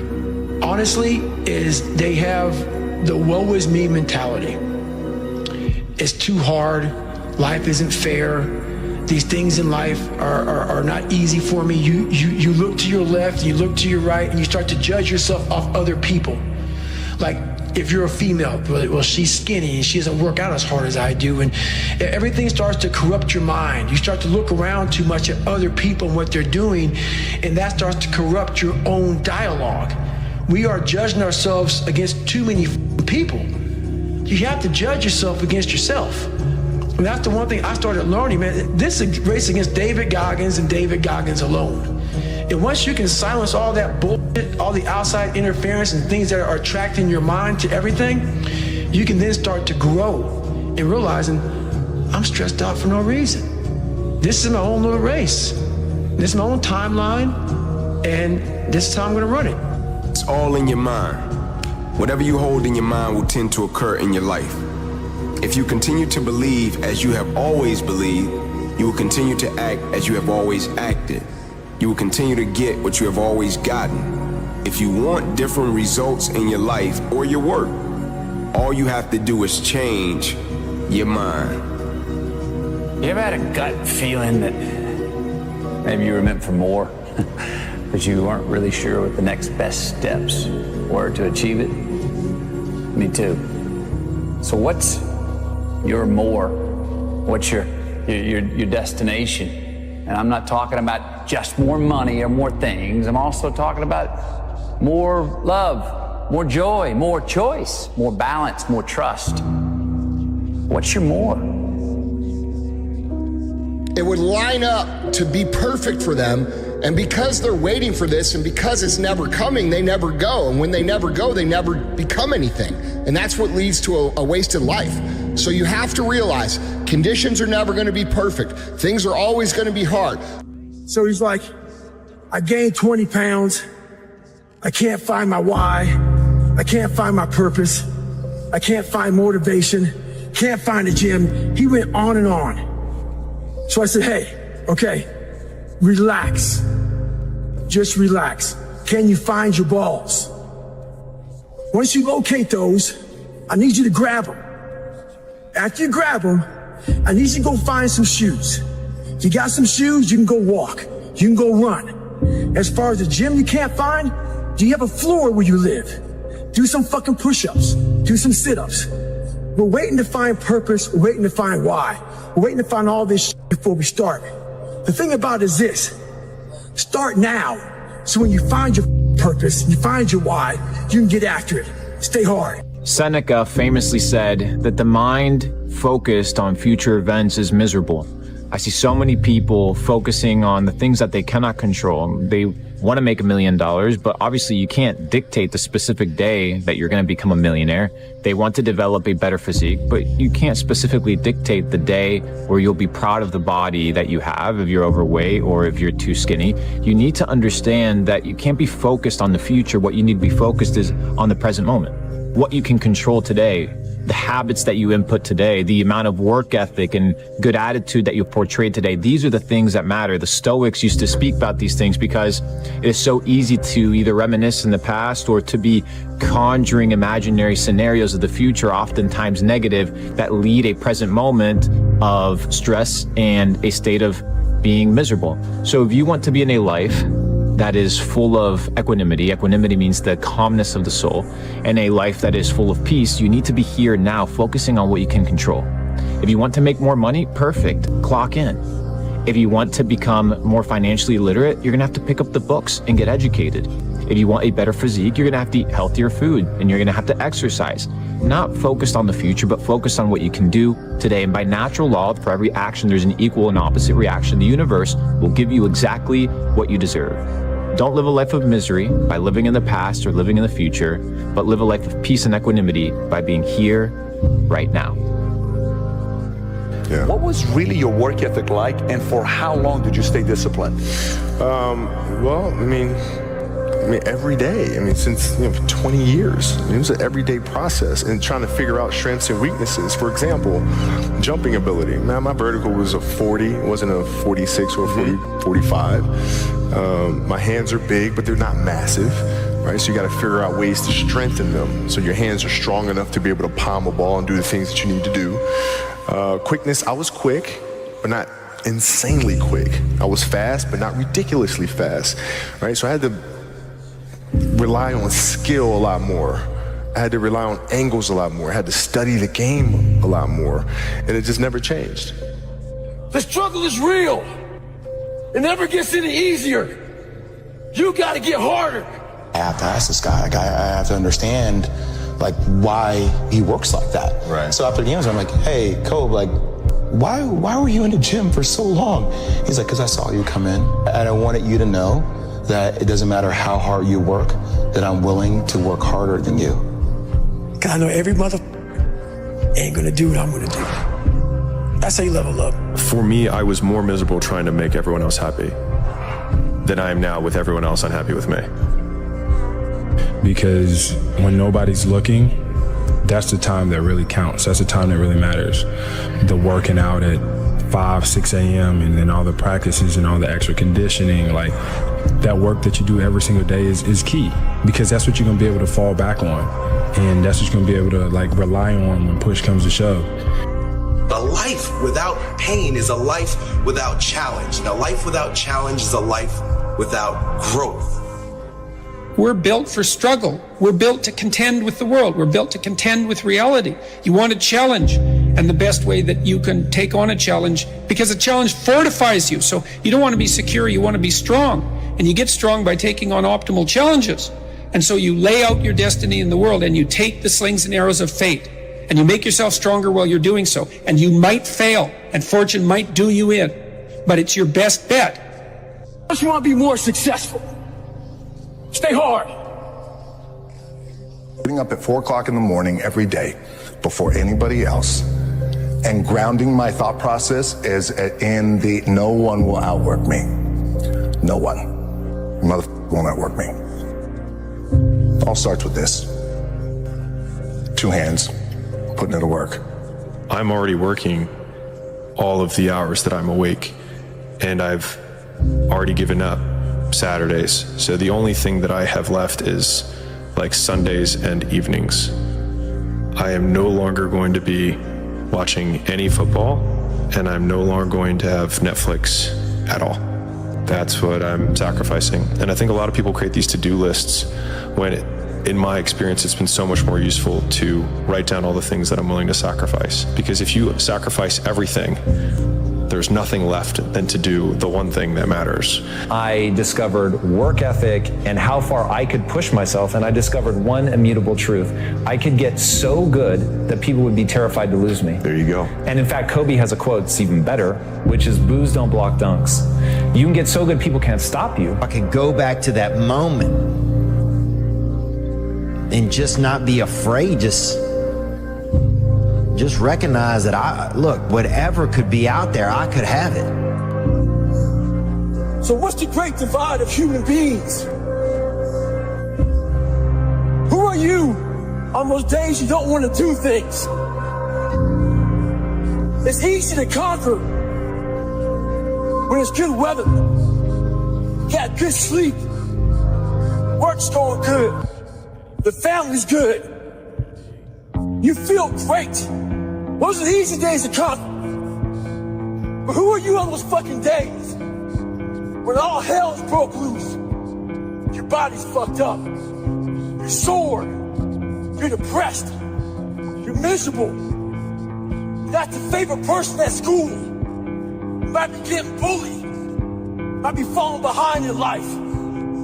Who are you on those days when shit all fucked up? That's the great divide. Those people who get up on those days when everything's fucked up and still grind, That's the separator right there. Stay hard. Hope that you have is to become someone who can push through that hard regardless of what the is going on. And if you can build that level of discipline, that level of mental toughness to execute when things are not ideal, when things are extremely hard, nothing can stop you on your journey to becoming whatever it is you're trying to become. Nothing, absolutely nothing. Like, life is very difficult, and in order to thrive with this difficult life, if an opportunity is presented to you, you shouldn't be so arrogant that you dismiss it. And it's really easy to be arrogant, especially if you're smart, because you think, well, I'm smarter than everybody else. It's like, actually, no. There's lots of people that are a lot smarter than you. You just haven't met them yet. I want to inspire, I want to motivate. I want to show people that there is a way out, that there is a way to do more, to get more, to obtain more. But I personally don't want to lose all that I've been able to get. So I need to make sure that I do everything to keep it. So I can't be content. So there is an understanding, but I refuse to click on the switch of, So even if you have more money than you'll ever spend for the rest of your life, that's not what it's about. No. It's about the inspiring people and the influence and constantly giving back and moving forward in a positive way. And the only way you can do that is to stay active. It's the story, man. Hey, dog, you do realize that this could be the year that you change your life if you just lock in? A whole 365 days ago, day in and day out towards your goals with no distractions. We ain't hearing the excuses no more. Your future is tired of that. 2024 should be an apology toward all the BS that you did last year. Lock in and change your life. Like your life depends on it. Because it do. Can you admit something in your life that you don't feel like you deserve or have earned? Can you admit a goal or a dream that you want to chase, but you're feeling like, nah, I can't fly that high. I'm not equipped. I don't really have the ability. I'm not qualified. Can you admit something in your life that guilt is keeping you from getting? Can you admit something that you don't want to start, continue, or finish because you're afraid to?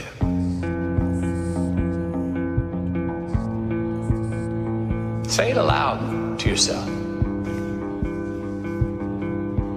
Write it down. Confess. Admit it.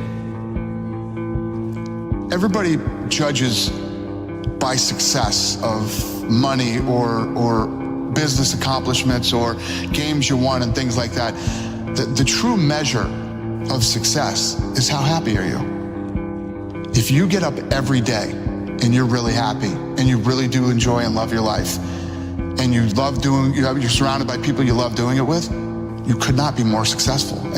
No, look, I think failure has to be quantified. If you fail that you never can get up from it again, that's not a good failure. I think failure and adversity are the two things I think about. For me, as an entrepreneur and very entrepreneurial and always in my own stuff, all the failures along the way, even going back to like the baseball card show when I was 13 and I paid $400 for a table and nobody showed up to that baseball card show. That was a learning lesson. Those micro failures were super important.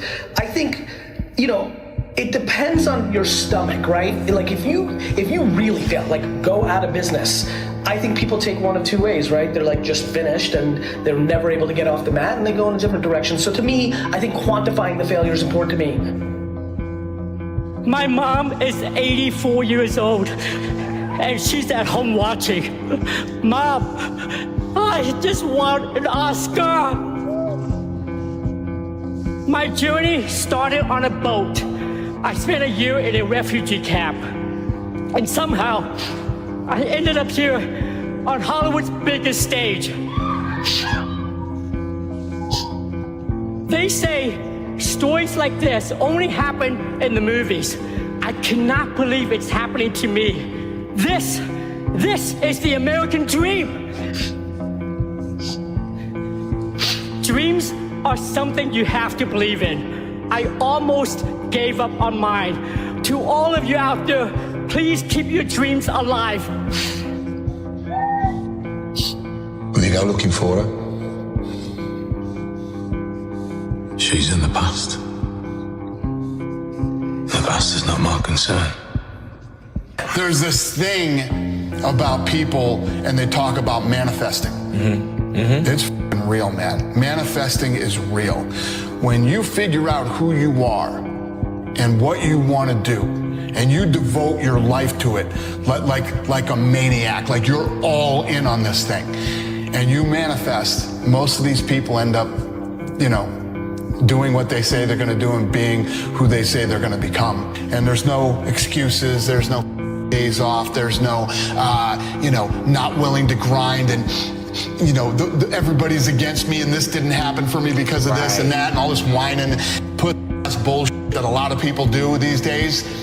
It's these people who dive in and they're hardcore and they're focused and they know what they want, they know who they are, and they lay out these short-term goals and this roadmap on how to get there. Most of those people make it. It haunted me. Okay. The voice in my head said, you know what, man? You're gonna die never even trying to reach your full potential. And how's that gonna feel? I'm gonna be haunted by the mere fact that I literally that's what I was. Wasted that life. That's what I was, man. You look back and here lies David Goggins, a punk. That's it. Right. And I get to live, so whatever heaven or hell is, you're in hell the rest of your life. So if you lose and you jump right back up and you haven't really changed, really changed from that loss, you're never going to learn from it, and you're never going to really, truly know the unforgiving race to greatness. Life is life. It's tough sometimes. It gets tough every day, but we got to make it. No matter what it is, no matter what you're going through. Don't be so complacent with yourself. Don't get so relaxed with yourself. Don't be so comfortable with yourself. Be uncomfortable. Get yourself in a situation where you feel a little bit about a challenge. You're feeling something about being challenged. You're understanding that challenges are good for you. Challenges are going to make you better, going to make you stronger, going to push you through any adversity that you may face in life. Because these things are intended for all of us to endure. But a lot of people don't understand that. A lot of people don't know how to go through it. A lot of people don't know how to weather the storm.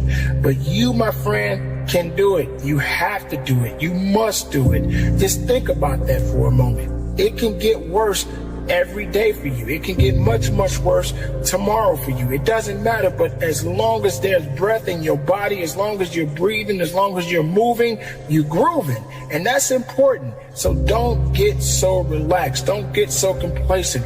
Don't suffer in a way where you feel like the suffering that you're going through, that it means it's over for you. Sometimes we got to go through something to get something more out of life. Pick up your damn suffering and bear it. And try to be a good person so you don't make it worse. So I got an email the other day. This guy's talking about he's struggling to get up. Wants to go to the gym and start grinding early in the morning. I said, when I was 24, I had the same condition, man. The same problem. So I started to study it. While I studied it, I came with this crazy conclusion. I'm just being a bitch. When I say bitch, it's not gender specific. It's a mindset. In Godlish, it means weak, soft, feel sorry for yourself. Get your ass up and lace them up. Stay hard. A warrior's not always that. A warrior's a who says, hey, I'm here again today. I'm here again tomorrow. I'm gonna be here the next day. I'm 50 years old, I'm still getting after it. It's a person that puts no limit on what's possible. There is no excuse for not being the hardest worker.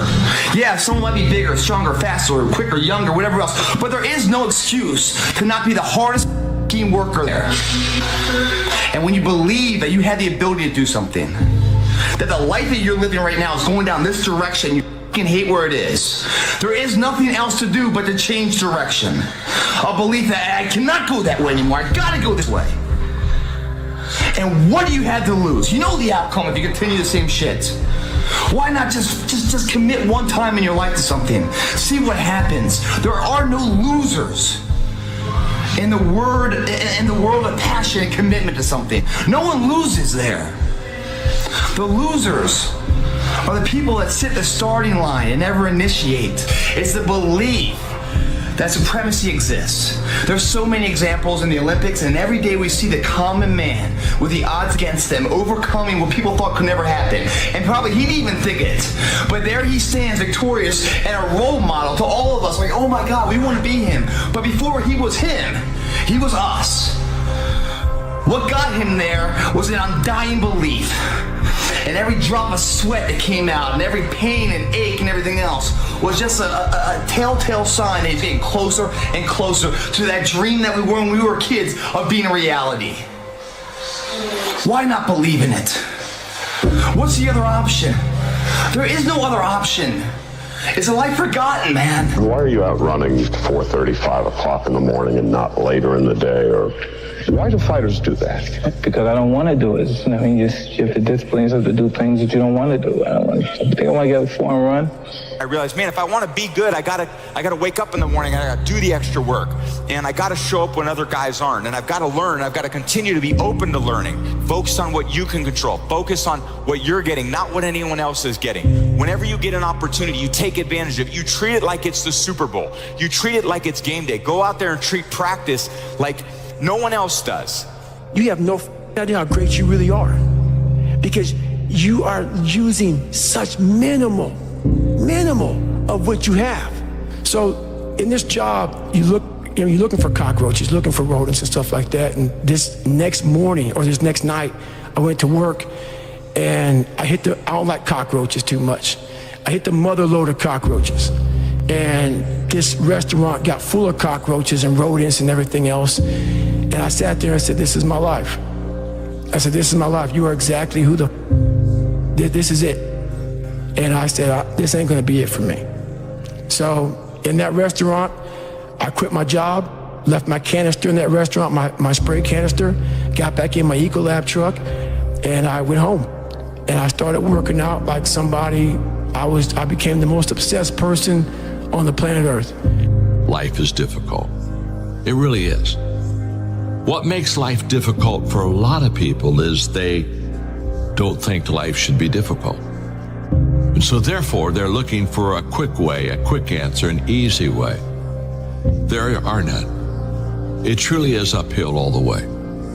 And to go uphill, you have to be intentional. Nobody ever accidentally climbed a mountain. Nobody ever accidentally got up to a new level. If you climb higher, you're intentional. You're putting forth energy, effort, time, muscle to make that happen. We have uphill hopes, but we have downhill habits. So if you want to go uphill, get rid of the downhill habits. No matter the circumstances, no matter how hard it may be seeming right now in your life, we all got to go through something to get something that we want in life. Things may not always go the way you want it to go, but I promise you, if you continue to focus on the positive rather than the negatives, you will be all right. Because when you start thinking, you start making things up, and you start thinking about luxury and all those things that you could be doing. None of us know our end, really, or what hand will guide us there. Remember that howsoever you are plagued, or by whom, your soul is in your keeping alone. Life is not easy. It is not. Don't try to make it that way. Life's not fair. It never was. It isn't now, and it won't ever be. Do not fall into the trap, the entitlement trap, of feeling like you're a victim. You are not. Get over it and get on with it. And yes, most things are more rewarding when you break a sweat to get them. Best advice you ever received? A man named Rich told me once in Diamond Bar, we're in a meeting and we're looking at everybody and we're in this backyard and I'm in the corner, I'm looking at everybody. Everybody's having dinner and there are these tables, and I pull Rich aside. I said, Rich, give me the one best advice. And he starts, I said, no, I said, I wanted one above everything. And he said, look at everybody here. They're all going to read just a few books and learn a few quotes, few titles, few stories to tell from the books they read. And once they make 100, $250,000, they're going to slow down. He said, if you keep out improving these guys consistently, eventually none of these guys will be your competitors. And he was absolutely right. So I came back. I took self-improvement to a whole different level based on what he told me. And it became an obsession. And I noticed, you know what? He was right. You can't drive your car looking in the rearview mirror. You can't. If you keep looking in the rearview mirror, you're gonna keep crashing your car. There's a reason why the rearview mirror is this big and the windshield is this big. That's a reason for it. Because all the rearview mirror does is allows you to see what you've passed and to prevent what you've passed from coming up on you again. That's all the rearview mirror is for. The windshield is your future. It's where you're going. It's where you're headed.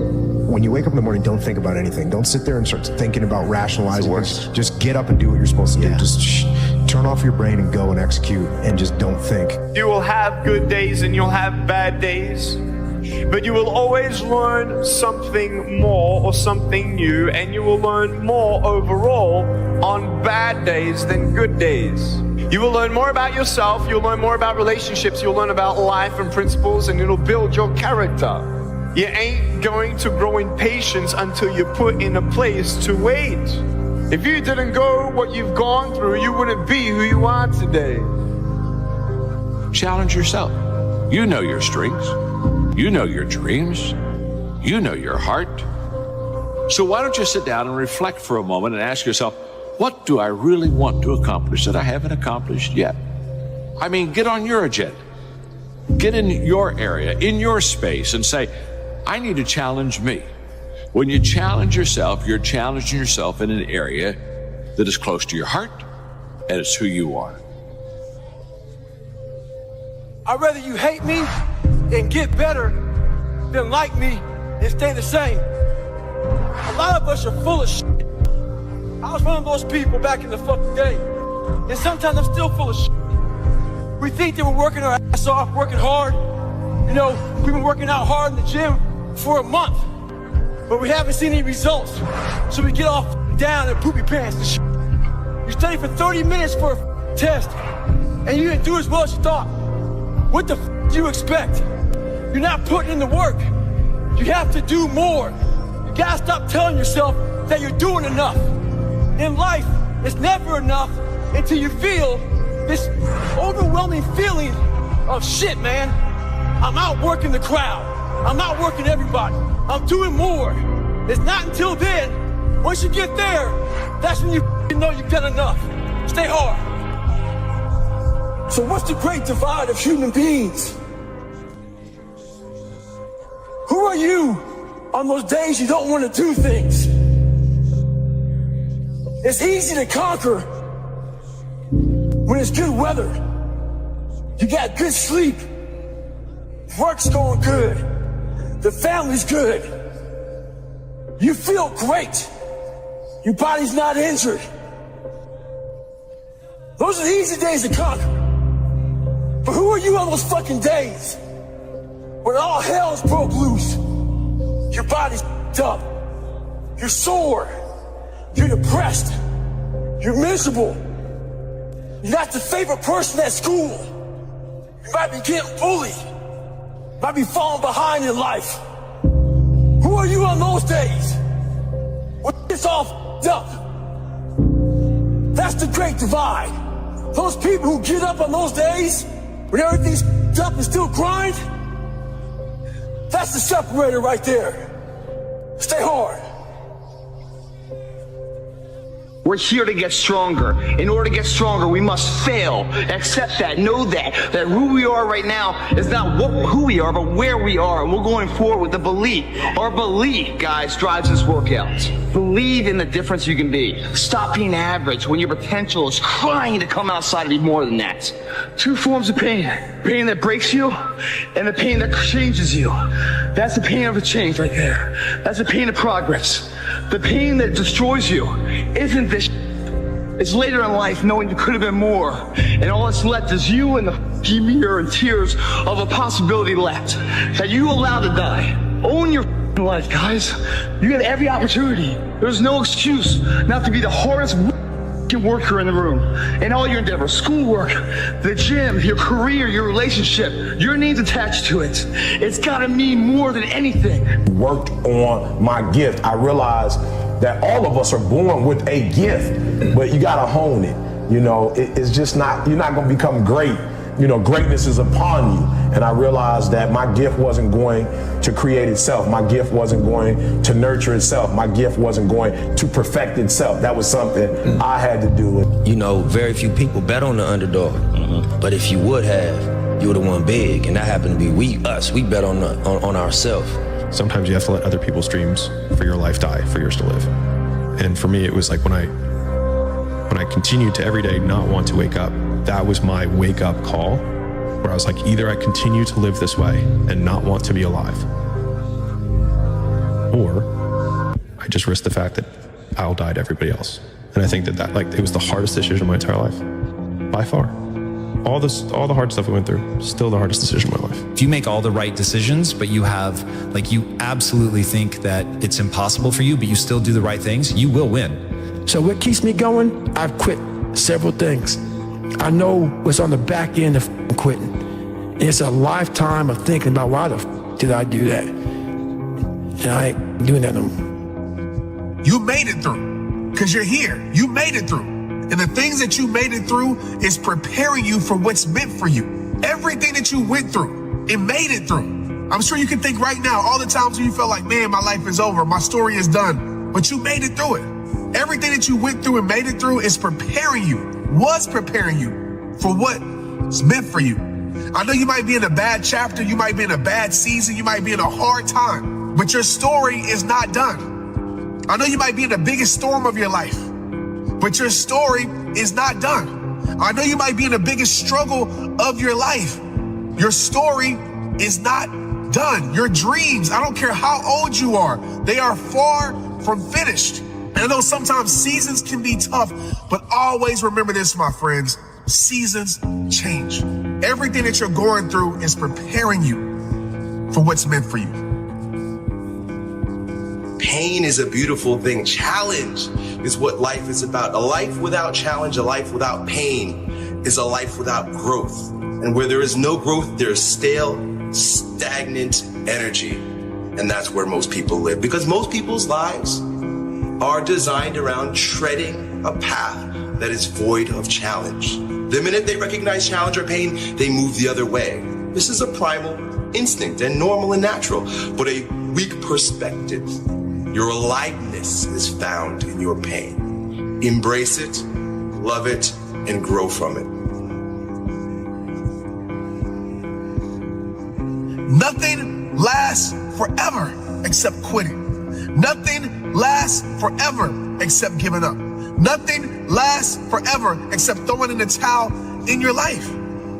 All the great things in my life, all the great things in other high achievers' lives, all the reasons that these successful people that you look up to, that you aspire to be like, are the way they are, have all come from a place of being uncomfortable. When you're trying to avoid the pain, when you're trying to avoid the struggle, when you're trying to avoid the hard things in life, you are actively choosing to be average. You are actively choosing to be mediocre. You are actively choosing to move further away from what you want in life, because that hardship and that pain and that struggle and that frustration, they give you the skills that will forge you into a motherfucking champion. The easy route never pays well. The only route in life that pays well is the hard route, the struggle, the pain, the frustration, and the overcoming of those things. And not only do they pay, they fulfill you as well, because it shows the people around you. It shows your kids, it shows your brothers, your sisters, your friends, your community, what is possible. And there's nobility in that. Everybody believes that at some point in time, they're going to turn it on or some point in time they're going to catch momentum, or some point in time they're going to become what it is they want to become just by circumstance or by default or by breathing the air. That's not what it takes, bro. People who think that get to the end of their life and they're like, I wasted my life. Okay, that's what they end up thinking. And there's really nothing worse than that. There's nothing worse than getting to the end of your life and saying, damn, dude, I didn't even really try. You don't have forever, right? So what is important to you? Because you only have 24 hours in a day. So what's important to you? Find out what that is and do more of that. And try to figure out like how to make enough money so that you're not starving, that you're doing well. Yeah. But don't just chase that. Chase what you're trying to do. A person's strengths are often their biggest weaknesses. And so that also means that their weaknesses can be their strengths. So, me, I am weak, but I don't accept that. I don't accept that I am what I am and that is what I'm doomed to be. No. I don't accept that. I'm fighting. I'm always fighting. I'm struggling and I'm scrapping and I'm kicking and clawing at those weaknesses to change them, to stop them. Some days I win. Some days I don't. But each and every day I get back up and I move forward,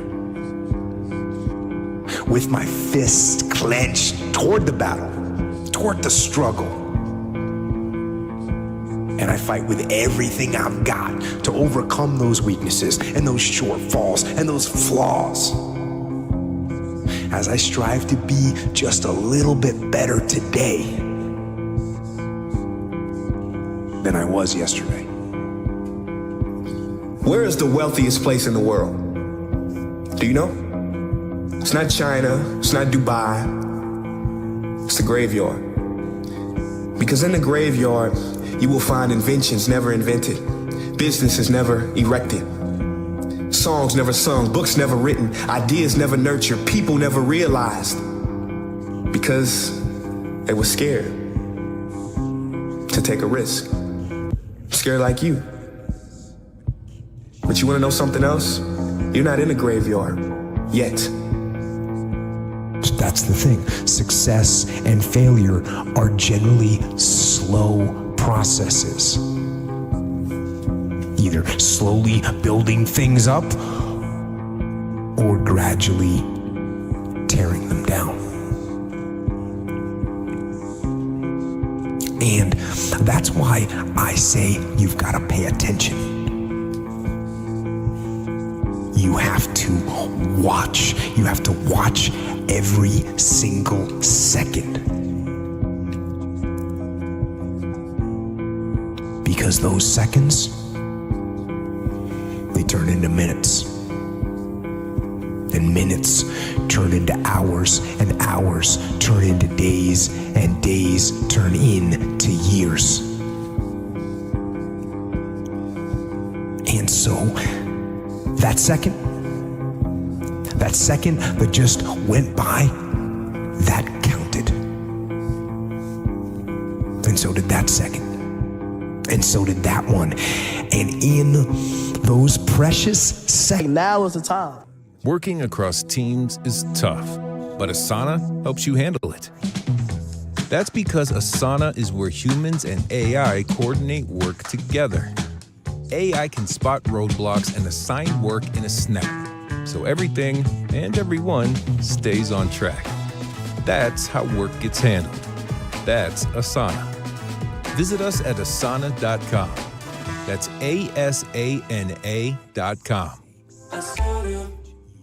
Imagine being in the Formula 1 car. Must be very powerful. I can't really remember winning, if I'm real honest. It's been like a minute, so like I don't remember what that feeling is. I had it so many times. In the past years, I've had racist names being called to me, but lately, if anybody had said anything to me, I would just ignore them. I was just 8 years old. For someone to look down at a young 8-year-old and tell them they're not going to achieve anything in life, they must be in a really bad place. My dad would always tell me, tread carefully, be careful what you say.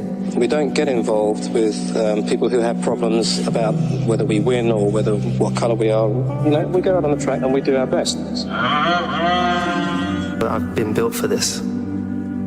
People probably won't know that I grew up like on my dad's couch, so we didn't have any money. I remember the struggle. I remember how hard it was for my mum. I think the easiest thing in life is to give up on whatever you're focused on or whatever you're hopeful for. The hardest thing is to keep going, but we have to continue to hold on. And I would imagine for so many people out there, that is probably the most difficult thing.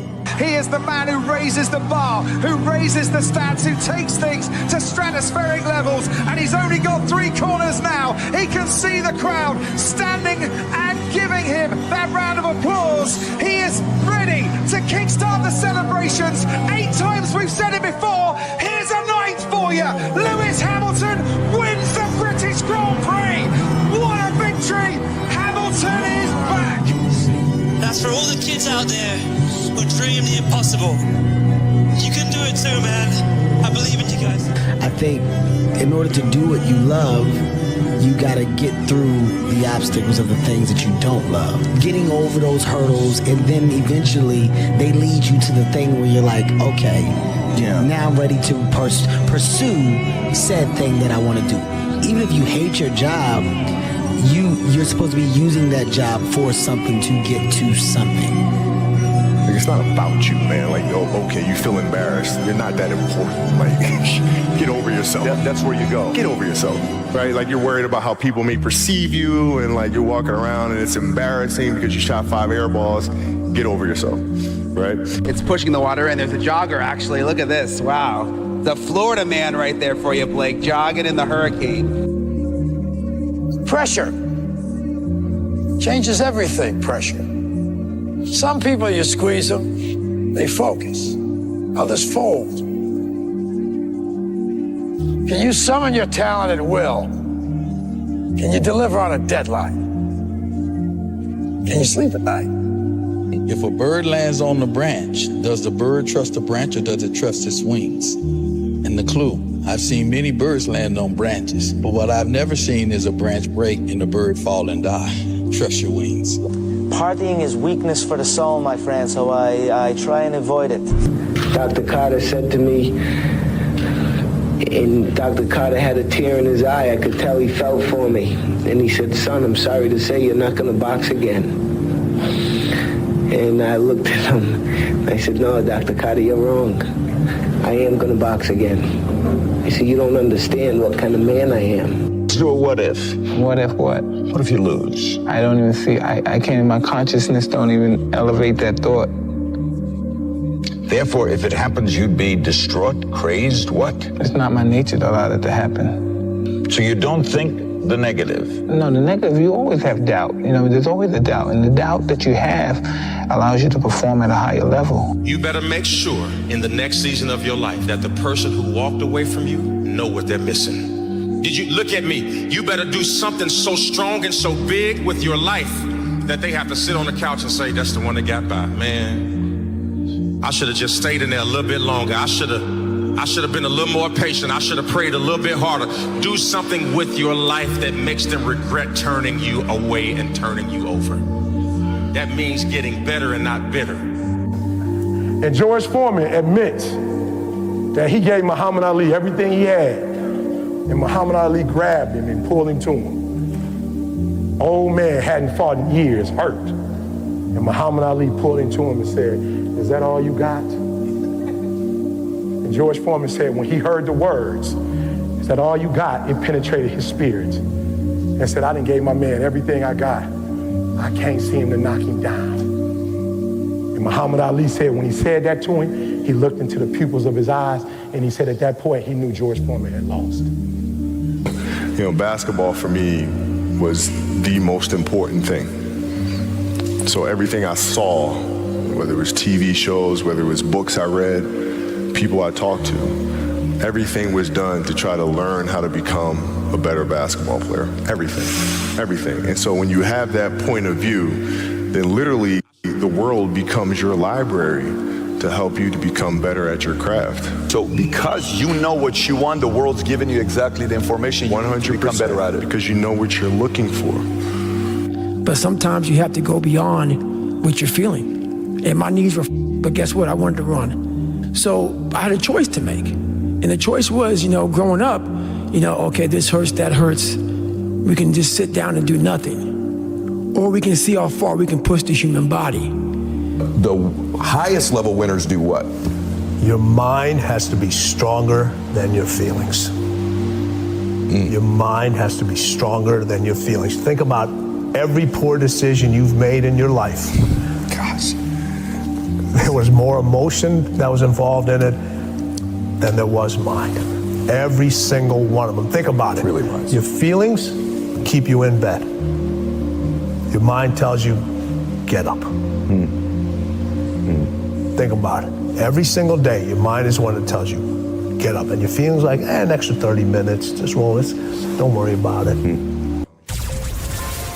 Yes, you are running a business, so of course you're working hard. But your web hosting isn't working at all, darlings. If it can't cope with the visitors, you can't grow the business. Try Ionos. It loads up to 3 times faster, so you get much happier customers at unbeatable price. It is easy peasy way to get hard-working website that is nice. Try Ionos, your digital partner at ionos.co.uk. What's the central part of your training? Is it running? Is it sparring? Or Central part is dodging the nightclubs and the parties and the girls. You want the truth? And being in the bed by yourself at 9 o'clock at night. If you can get by that, you'll make it. Hey, Mohammed? That's the truth. Now, I tell you the truth. You talk all that running and hitting the bags and jogging and vitamin you won't. Mr. Ali. Dodging ladies is the main thing. Mohammed? Especially when you're pretty like me. Because I developed this work ethic in high school, and I realized, man, if I want to be good, I gotta wake up in the morning, I gotta do the extra work, and I gotta show up when other guys aren't, and I've got to learn, I've got to continue to be open to learning. Play to win. Don't play to avoid loss, because the things you fear are the things that's going to happen to you. Set that target on something positive. Work for it. Expect it. The will to win is nothing without the will to prepare to win. See, everybody wants to win, but are you willing to prepare to win? Oh no, the whole crowd will go. Wow, because that was Usain Bolt. Massive disappointment. And he knows it too. They're away this time with no problem. A terrific start there by Kim Collins as well. Kim Collins is flying. Can he repeat his title? He's got Jamaican challenge though. It's not going to be. It's the man in lane 6. It is Johan Blake who comes through to win the 100 meters. For the next month, the work that I put in to make sure I could silence all these doubters was just unbelievable. I vomited daily because I was pushing myself to the ultimate level. Competition is the easy part. Behind the scenes is where the work is done. And everything's done to get to that one race that you need to run. Dying, I think a lot of people they see you run and they say, oh, it looks so easy, you really look effortless. But before it gets to that point, it's hard. It's like hard work. Day in, day out, sacrifice, day in, day out.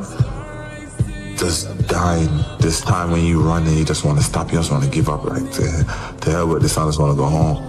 The day when you get up and you know what you have a training today, it's going to be intense and you're like, oh God, I don't want to go today, but you gotta go.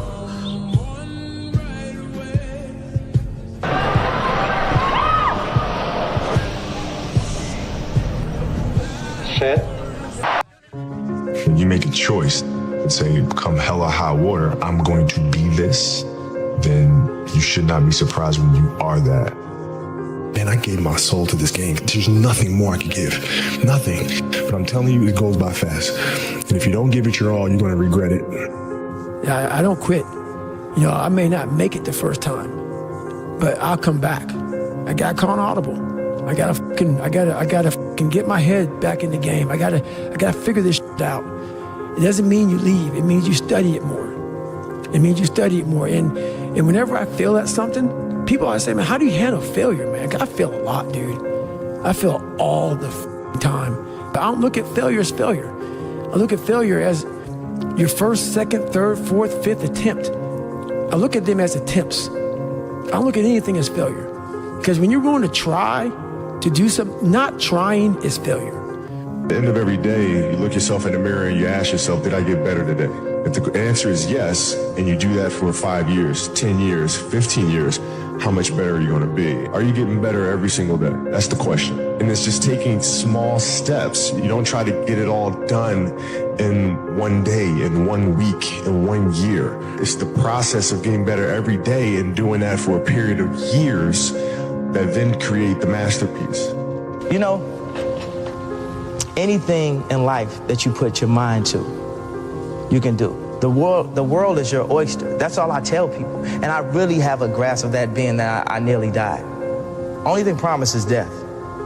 So basically, life is like a game. So you have to play the game the way you want to play it. You got to take advantage of this. And that doesn't mean for everybody to be a rapper, for everybody to be a producer. Do what you do to the fullest and live your life. I will never quit. Because if you quit, you're done. You may still be alive walking around on this earth. You're done. I will never quit. I will persevere and I will thrive on adversity. My team expects me to be physically harder and mentally stronger than our opponents. I hold myself to that standard. I will be the one that is physically harder and mentally stronger, and I will work to maintain that position. You won't beat me. It was 2008. The Redeem team was formed. And we were in Vegas for the start of training camp, and we were getting ready for the Olympics in Beijing. We're going to head to Beijing. And I wanted to establish myself as a young leader on the team by waking up bright and early. Day one. So the goal was to be the first one at breakfast. So I set my alarm. I make sure I'm up by sunrise. I get out of bed. I put on my gear and I head downstairs. But when I get there, Kobe's already there with ice packs on his knees, drenched in sweat. Now, it took me a minute to figure it out, but this guy wasn't only awake before me. He had already worked out. He had just played in the finals days earlier. Meanwhile, I'd been off for months and I was still exhausted. What he had done that morning was incomprehensible to me. That dedication he had only days after falling short of an NBA championship.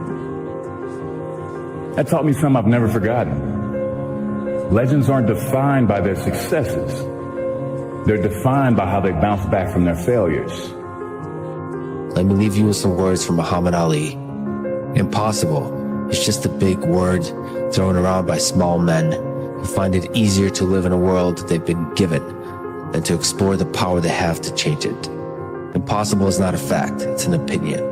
Impossible is not a declaration, it's a dare. Almost every successful person that I have ever encountered has gone through not a month or a year, but many years of doing work without reward, where they have to do things that other people find boring, and they have to sacrifice things that everyone finds interesting, that most people want to do during that entire season of their life. And they basically sacrifice a season of other things that they would prefer to do stuff that they would not prefer to do because of the one thing they want most. People don't see that, and people will never understand that to be success. You know, all they think about, well, he batted .202, you know, and he struck out a certain number of times. Yeah, okay. You know, but the effort was there, and the learning curve and the passion was there that has transcended not just to me, but to other people who are afraid to do things because they're worried about the perception that may come from other places. I mean, take a negative and turn it into a positive. Don't be afraid to fail. the bad days create the story that I'm one day going to tell myself about what I got through. You know what I mean? Yeah. Without the bad days, the story would be way more lame. There would be no glory in overcoming anything, because what did you overcome? It was all just 40 to 60, vanilla ice cream mush, gray, existence. Yeah. Is that most people think that they put a little effort, they get a little success. They put a little more effort, they get a little more success. They put a little more effort, they get a little, it's not linear, folks. It happens like this. You work, nothing happens. You work, you watch some people fall off, nothing happens. It's hard, difficult, and lonely. You work, still nothing happens. And then for the people that persist and last the test of time, that overcome the adversity, that continue to do the personal development work and continue to put pressure and march forward under any and all circumstances, it happens like this. It's hockey stick growth. You just take off. And so if you are in this process, if you are in this long journey and it's hard, difficult, lonely, and challenging, please know it was like that for all of us. I never looked at things as problems. I look at them as opportunities. Maybe that's something I can say. Someone, well, she did this, and I was, well, what an opportunity you have. Yeah, well, the world, because they said this and Shannon said that. Yeah, well, what an opportunity you have to make a difference, because you never know who's watching. Contest that offers the best video game players in the world a chance to compete in professional racing. You really think you're gonna put some kid who's been playing a game in his bedroom into a 200-mile-an-hour rocket? It'll tear him to pieces. Somewhere out there, there's a kid who's faster than all these assholes. They've just never gotten a chance to show the world what they're capable of. Not again about the race cars. Didn't you say always do something you love? I did, but I meant within the realm of reality. You know what racing cars cost? It's what I love. It's what I'm good at. Dad, do you remember this day? You took this of me when I was 5. All I've wanted to do since then is be a racer. I am doing it. Whether you believe in me or not. This is not a game. This is a race.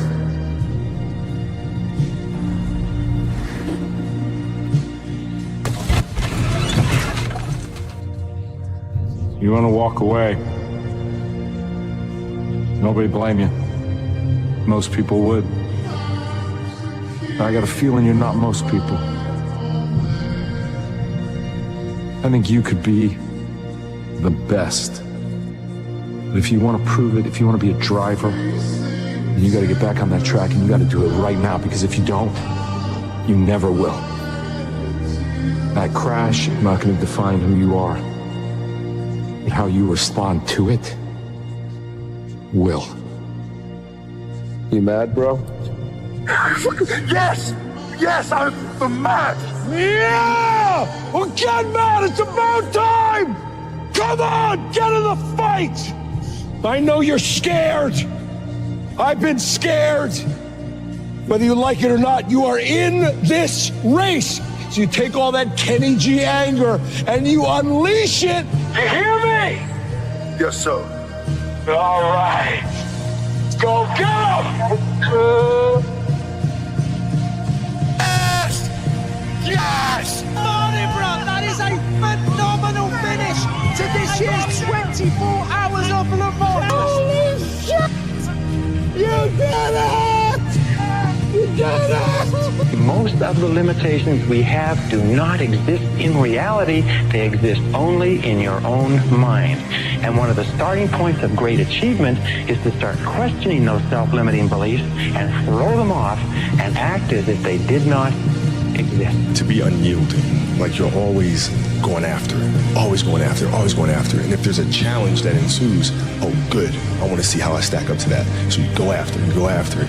It's fun. It's like you get a chance to compete against opponents, and you get a chance to see where you stack up against them. It's like, I want to see. Maybe I'm not good enough today, but that's fine. I'll be good enough the next time I see you, though. You know, and you get a chance to always measure yourself. So I guess that's where relentlessness comes from.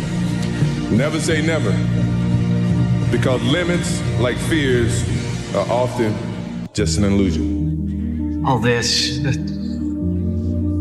it's not me. It's inside. I am more. He said, why don't you set a goal to become a millionaire? I'm 25 years old. He said, this is America, land of opportunity. Why don't you set a goal to become a millionaire? And then he said, for what it will make of you to achieve it. And I thought, wow, that's a whole different philosophy.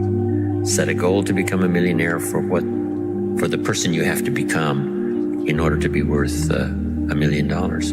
Then he said, once you've become a millionaire, you can give the money away, because what's important is not what you got, but the person you became. And I got the message. 99% of people in the world are convinced that they're incapable of achieving great things, so they aim for the mediocre. The level of competition is thus fiercest for realistic goals, paradoxically making them the most time and energy consuming. If you are insecure, guess what? The rest of the world is too. Do not overestimate the competition and underestimate yourself. You are better than you think. Let life touch you. Don't let it kill you, but let it touch you. Here's the last one. This one's powerful. Resolve says, I will. Two of the most powerful words in the language. I will. Benjamin Disraeli once said, nothing can resist a human will that will stake even its existence on the extent of its purpose. See, that's powerful. That could be the day that turns your life around. The world has a strange way of stepping aside when somebody says, I'll do it or die.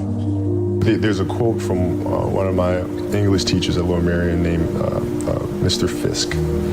He had a great quote that said, rest at the end, not in the middle. And that's something I always live by. You know, I'm not going to rest, I'm going to keep on pushing now. There are a lot of answers that I don't have, even questions that I don't have. But I'm just going to keep going. I'm just going to keep going, and I'll figure these things out as we go, right? And you just continue to build that way. So I try to live by that all the time. Refine your goals. I don't know what ambitions you've had up until now, but this weekend would be a good time to start the process. Here's the next one. Believe in yourself. And you've got to believe in the possibilities. You've got to believe in the economy. You've got to believe that tomorrow can be better than today. But here's the big one. Believe in yourself. There isn't a skill you can't learn. There isn't a discipline you can't try. There isn't a class you couldn't take. There isn't a book you couldn't read. Ask for wisdom. This is communication of the highest source. Ask for wisdom that creates answers. Ask for the wisdom that creates faith to believe things are possible. The mindset of a winner, which is a winner does more than expected every single time, no matter how they feel, no matter the circumstances. A winner shows up 10x times more than the average person. A winner has these unreasonable expectations of himself. A winner knows that he's destined for greatness. And no matter how many people around him tell him to slow down, be careful, watch out, that's too risky, you don't have the genetics, the DNA, the money, the mind, the brain power for that. A winner locks onto their goals and keeps going. That's what the winner does. Here's my advice to you today. Walk away from the 97%. Don't talk like they talk. Don't act like they act. Don't go where they go. Don't specialize in what they specialize in. Throw away the blame lists they cling to. Start you a new life. Switch gears, switch language, switch ideas, switch strategy. Start with the simplest of disciplines. And don't bemean any of these disciplines. The smallest of disciplines starts the process of life change. And if you'll invest in this thing called discipline, you can have whatever you wish. It's called the beginning of a miracle. An ode to people who don't believe in themselves. What comes first, belief or action? Do you need to believe that you can do a thing before you can do it? Fake it until you make it is one option, but incredibly hard if you're introspective and have low self-belief and high standards. So what about make it until you believe it? You can believe you're not worthy of a thing and still attain it. You can be adamant that your efforts are going to go badly and still succeed. You can grip and grasp and fear and it ruin the enjoyment and be totally unwarranted and things still go well. You can have no self-belief and show up anyway. You can want more for yourself without knowing exactly what that looks like.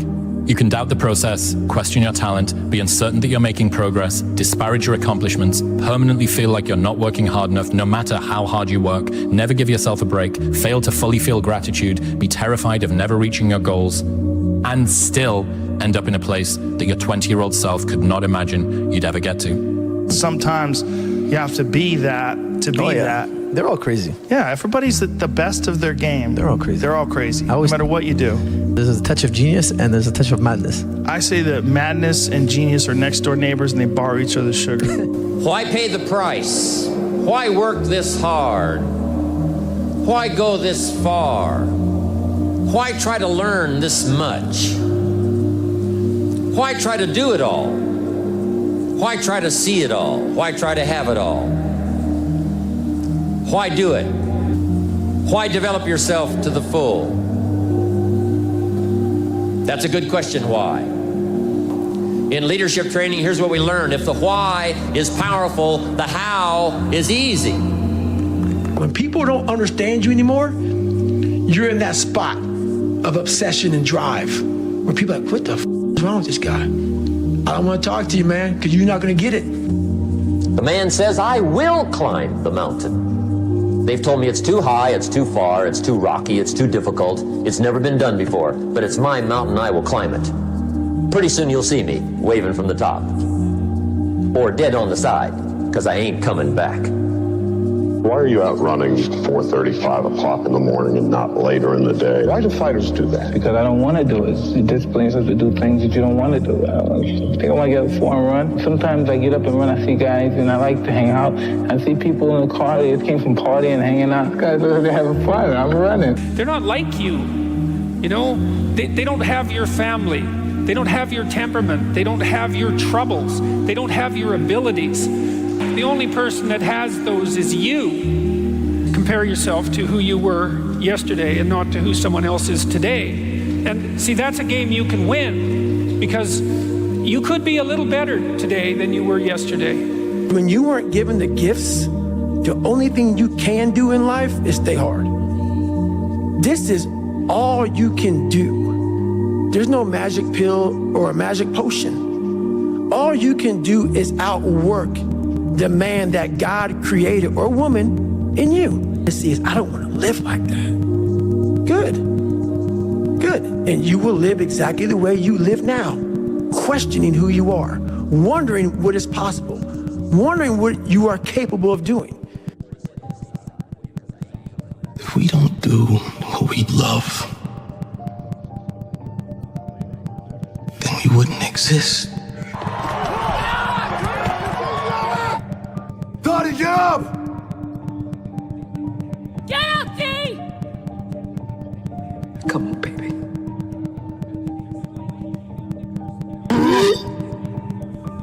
Your father was special. Tell you the truth, I don't know if it's special. Only you're gonna know that when the time is right. And it ain't gonna come overnight. You're gonna take a beat, you're gonna take this, you're gonna get knocked out, you're gonna get up, and you're gonna see if you got the right thing. But you gotta work hard. I swear to God, if you're not gonna do it, I'm out. I can repunch every thrown spin on my own. Nobody showed me how to do this. I'm ready. You know, there's only 3 steps into that ring. Just 3. And tonight it's gonna look as high as a mountain. And when you climb through them ropes, it's gonna be the loneliest place in the world because you're gonna be in there with another fighter who wants to take you out. So now you gotta ask yourself, are you here to prove something to other people? Or prove something to yourself? Hey, You should have stopped this fight with your father. I'm stopping this one now. Don't, okay? Let me finish. I gotta prove it. Prove what? I'm not a mistake. Listen. You out there boxing. I need you to start fighting. Let go of the fear. You hear me? Let go of the guilt. Let go of whatever was and walk into what is. Go out there and be ferocious, do you hear me? Be ferocious. Go out there, be 1,000 scream. The world ain't all sunshine and rainbows. It's a very mean and nasty place, and I don't care how tough you are, it will beat you to your knees and keep you there permanently if you let it. You, me, or nobody is gonna hit as hard as life. But it ain't about how hard you hit. It's about how hard you can get hit and keep moving forward. How much you can take and keep moving forward. That's how winning is done. Now, if you know what you're worth, now go out and get what you're worth. But you gotta be willing to take the hits and not pointing fingers saying you ain't where you wanna be because of him or her or anybody. Cowards do that, and that ain't you. You're better than that. What's your name? What's your name? Greg. Go on and see him. The clock just keeps ticking down, and the lower that number gets, you realize how fucking amazing now is. The present is a miracle, bro. I'm not ready. No one ever is. We don't get to choose our time. That would be my new 100%. You must continue to find your new 100%. Whatever life throws at you, you must find what you can do now. Because remember this. So you got to get out there. You got to give it everything you got, whether it's your time, your talent, your prayers, or your treasures. Have that vision of the future, but they give up on that vision because in order for them to arrive at that vision, they have to do something. They have to think differently. They have to act differently. They have to feel differently. The hardest part about change is not making the same choice as you did the day before. And the moment you decide to make a different choice, you're going to feel uncomfortable because you're stepping from the known into the unknown. You know what the difference between winners and losers is? One of the differences, winners take the first step.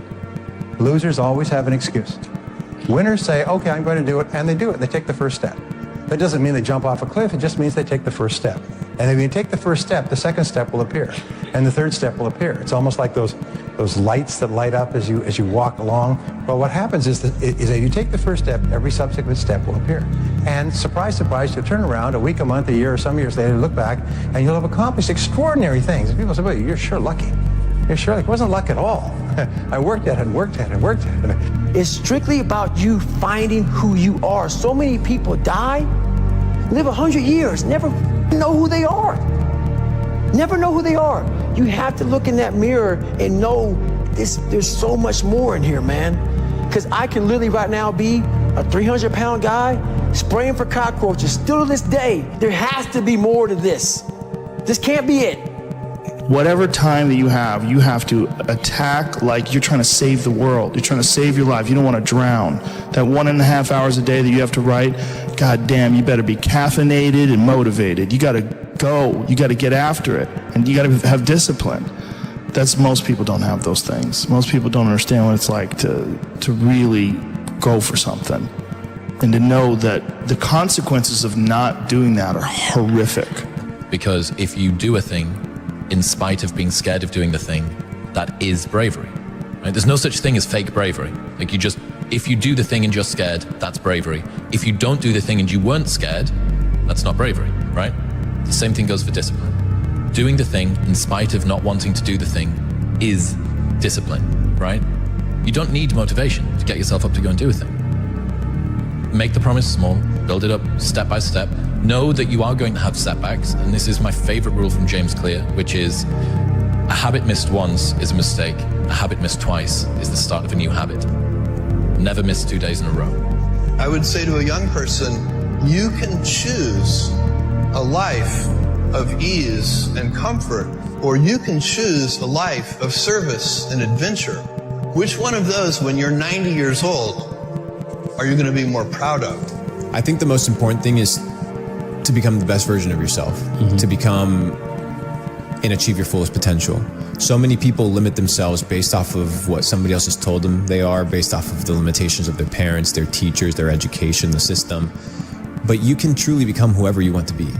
And I wanted to push this message of hope, and I wanted to push this message of if you work hard, if you are consistent, and if you dedicate yourself to a worthy ideal, you can become whoever you want to become.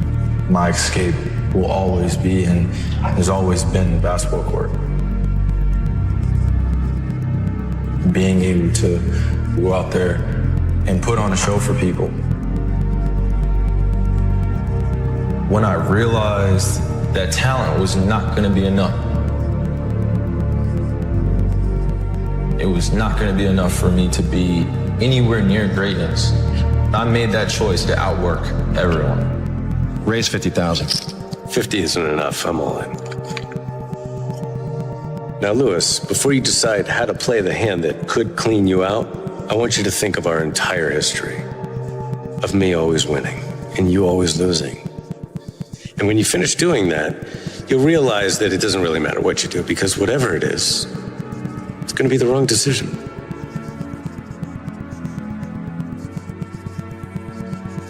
See, that's exactly what I was talking about. All I had was 10 high. I told you this before, I'm going to tell you again. I don't play the odds. I play the man. The odds were stacked against me. I won anyway. Because I win. You won because you got lucky. Guys like you always think other people get lucky. I don't get lucky. I make my own luck. There's so many times in life you don't want to be doing what the you're doing. You can't just quit. Remember this. This isn't a hobby. It's in a joke. It's a lifestyle. So what you say to yourself is important. There's no coach. There's no trainer to keep you going. It's only you. Make sure you show up soaking wet from getting after it, working out hard. The whole thing is this. Don't say a word. Stay uncommon amongst uncommon people. You're never done. Don't stop when you're tired. Stop when you're done. Since we are born in this world, this has repeated every day. Sunrise, sun goes down. So that means there is a up, there is a down. Since we are born, we have inhaled 50% of our times, we have exhaled 50% of our times. Our heart, the same.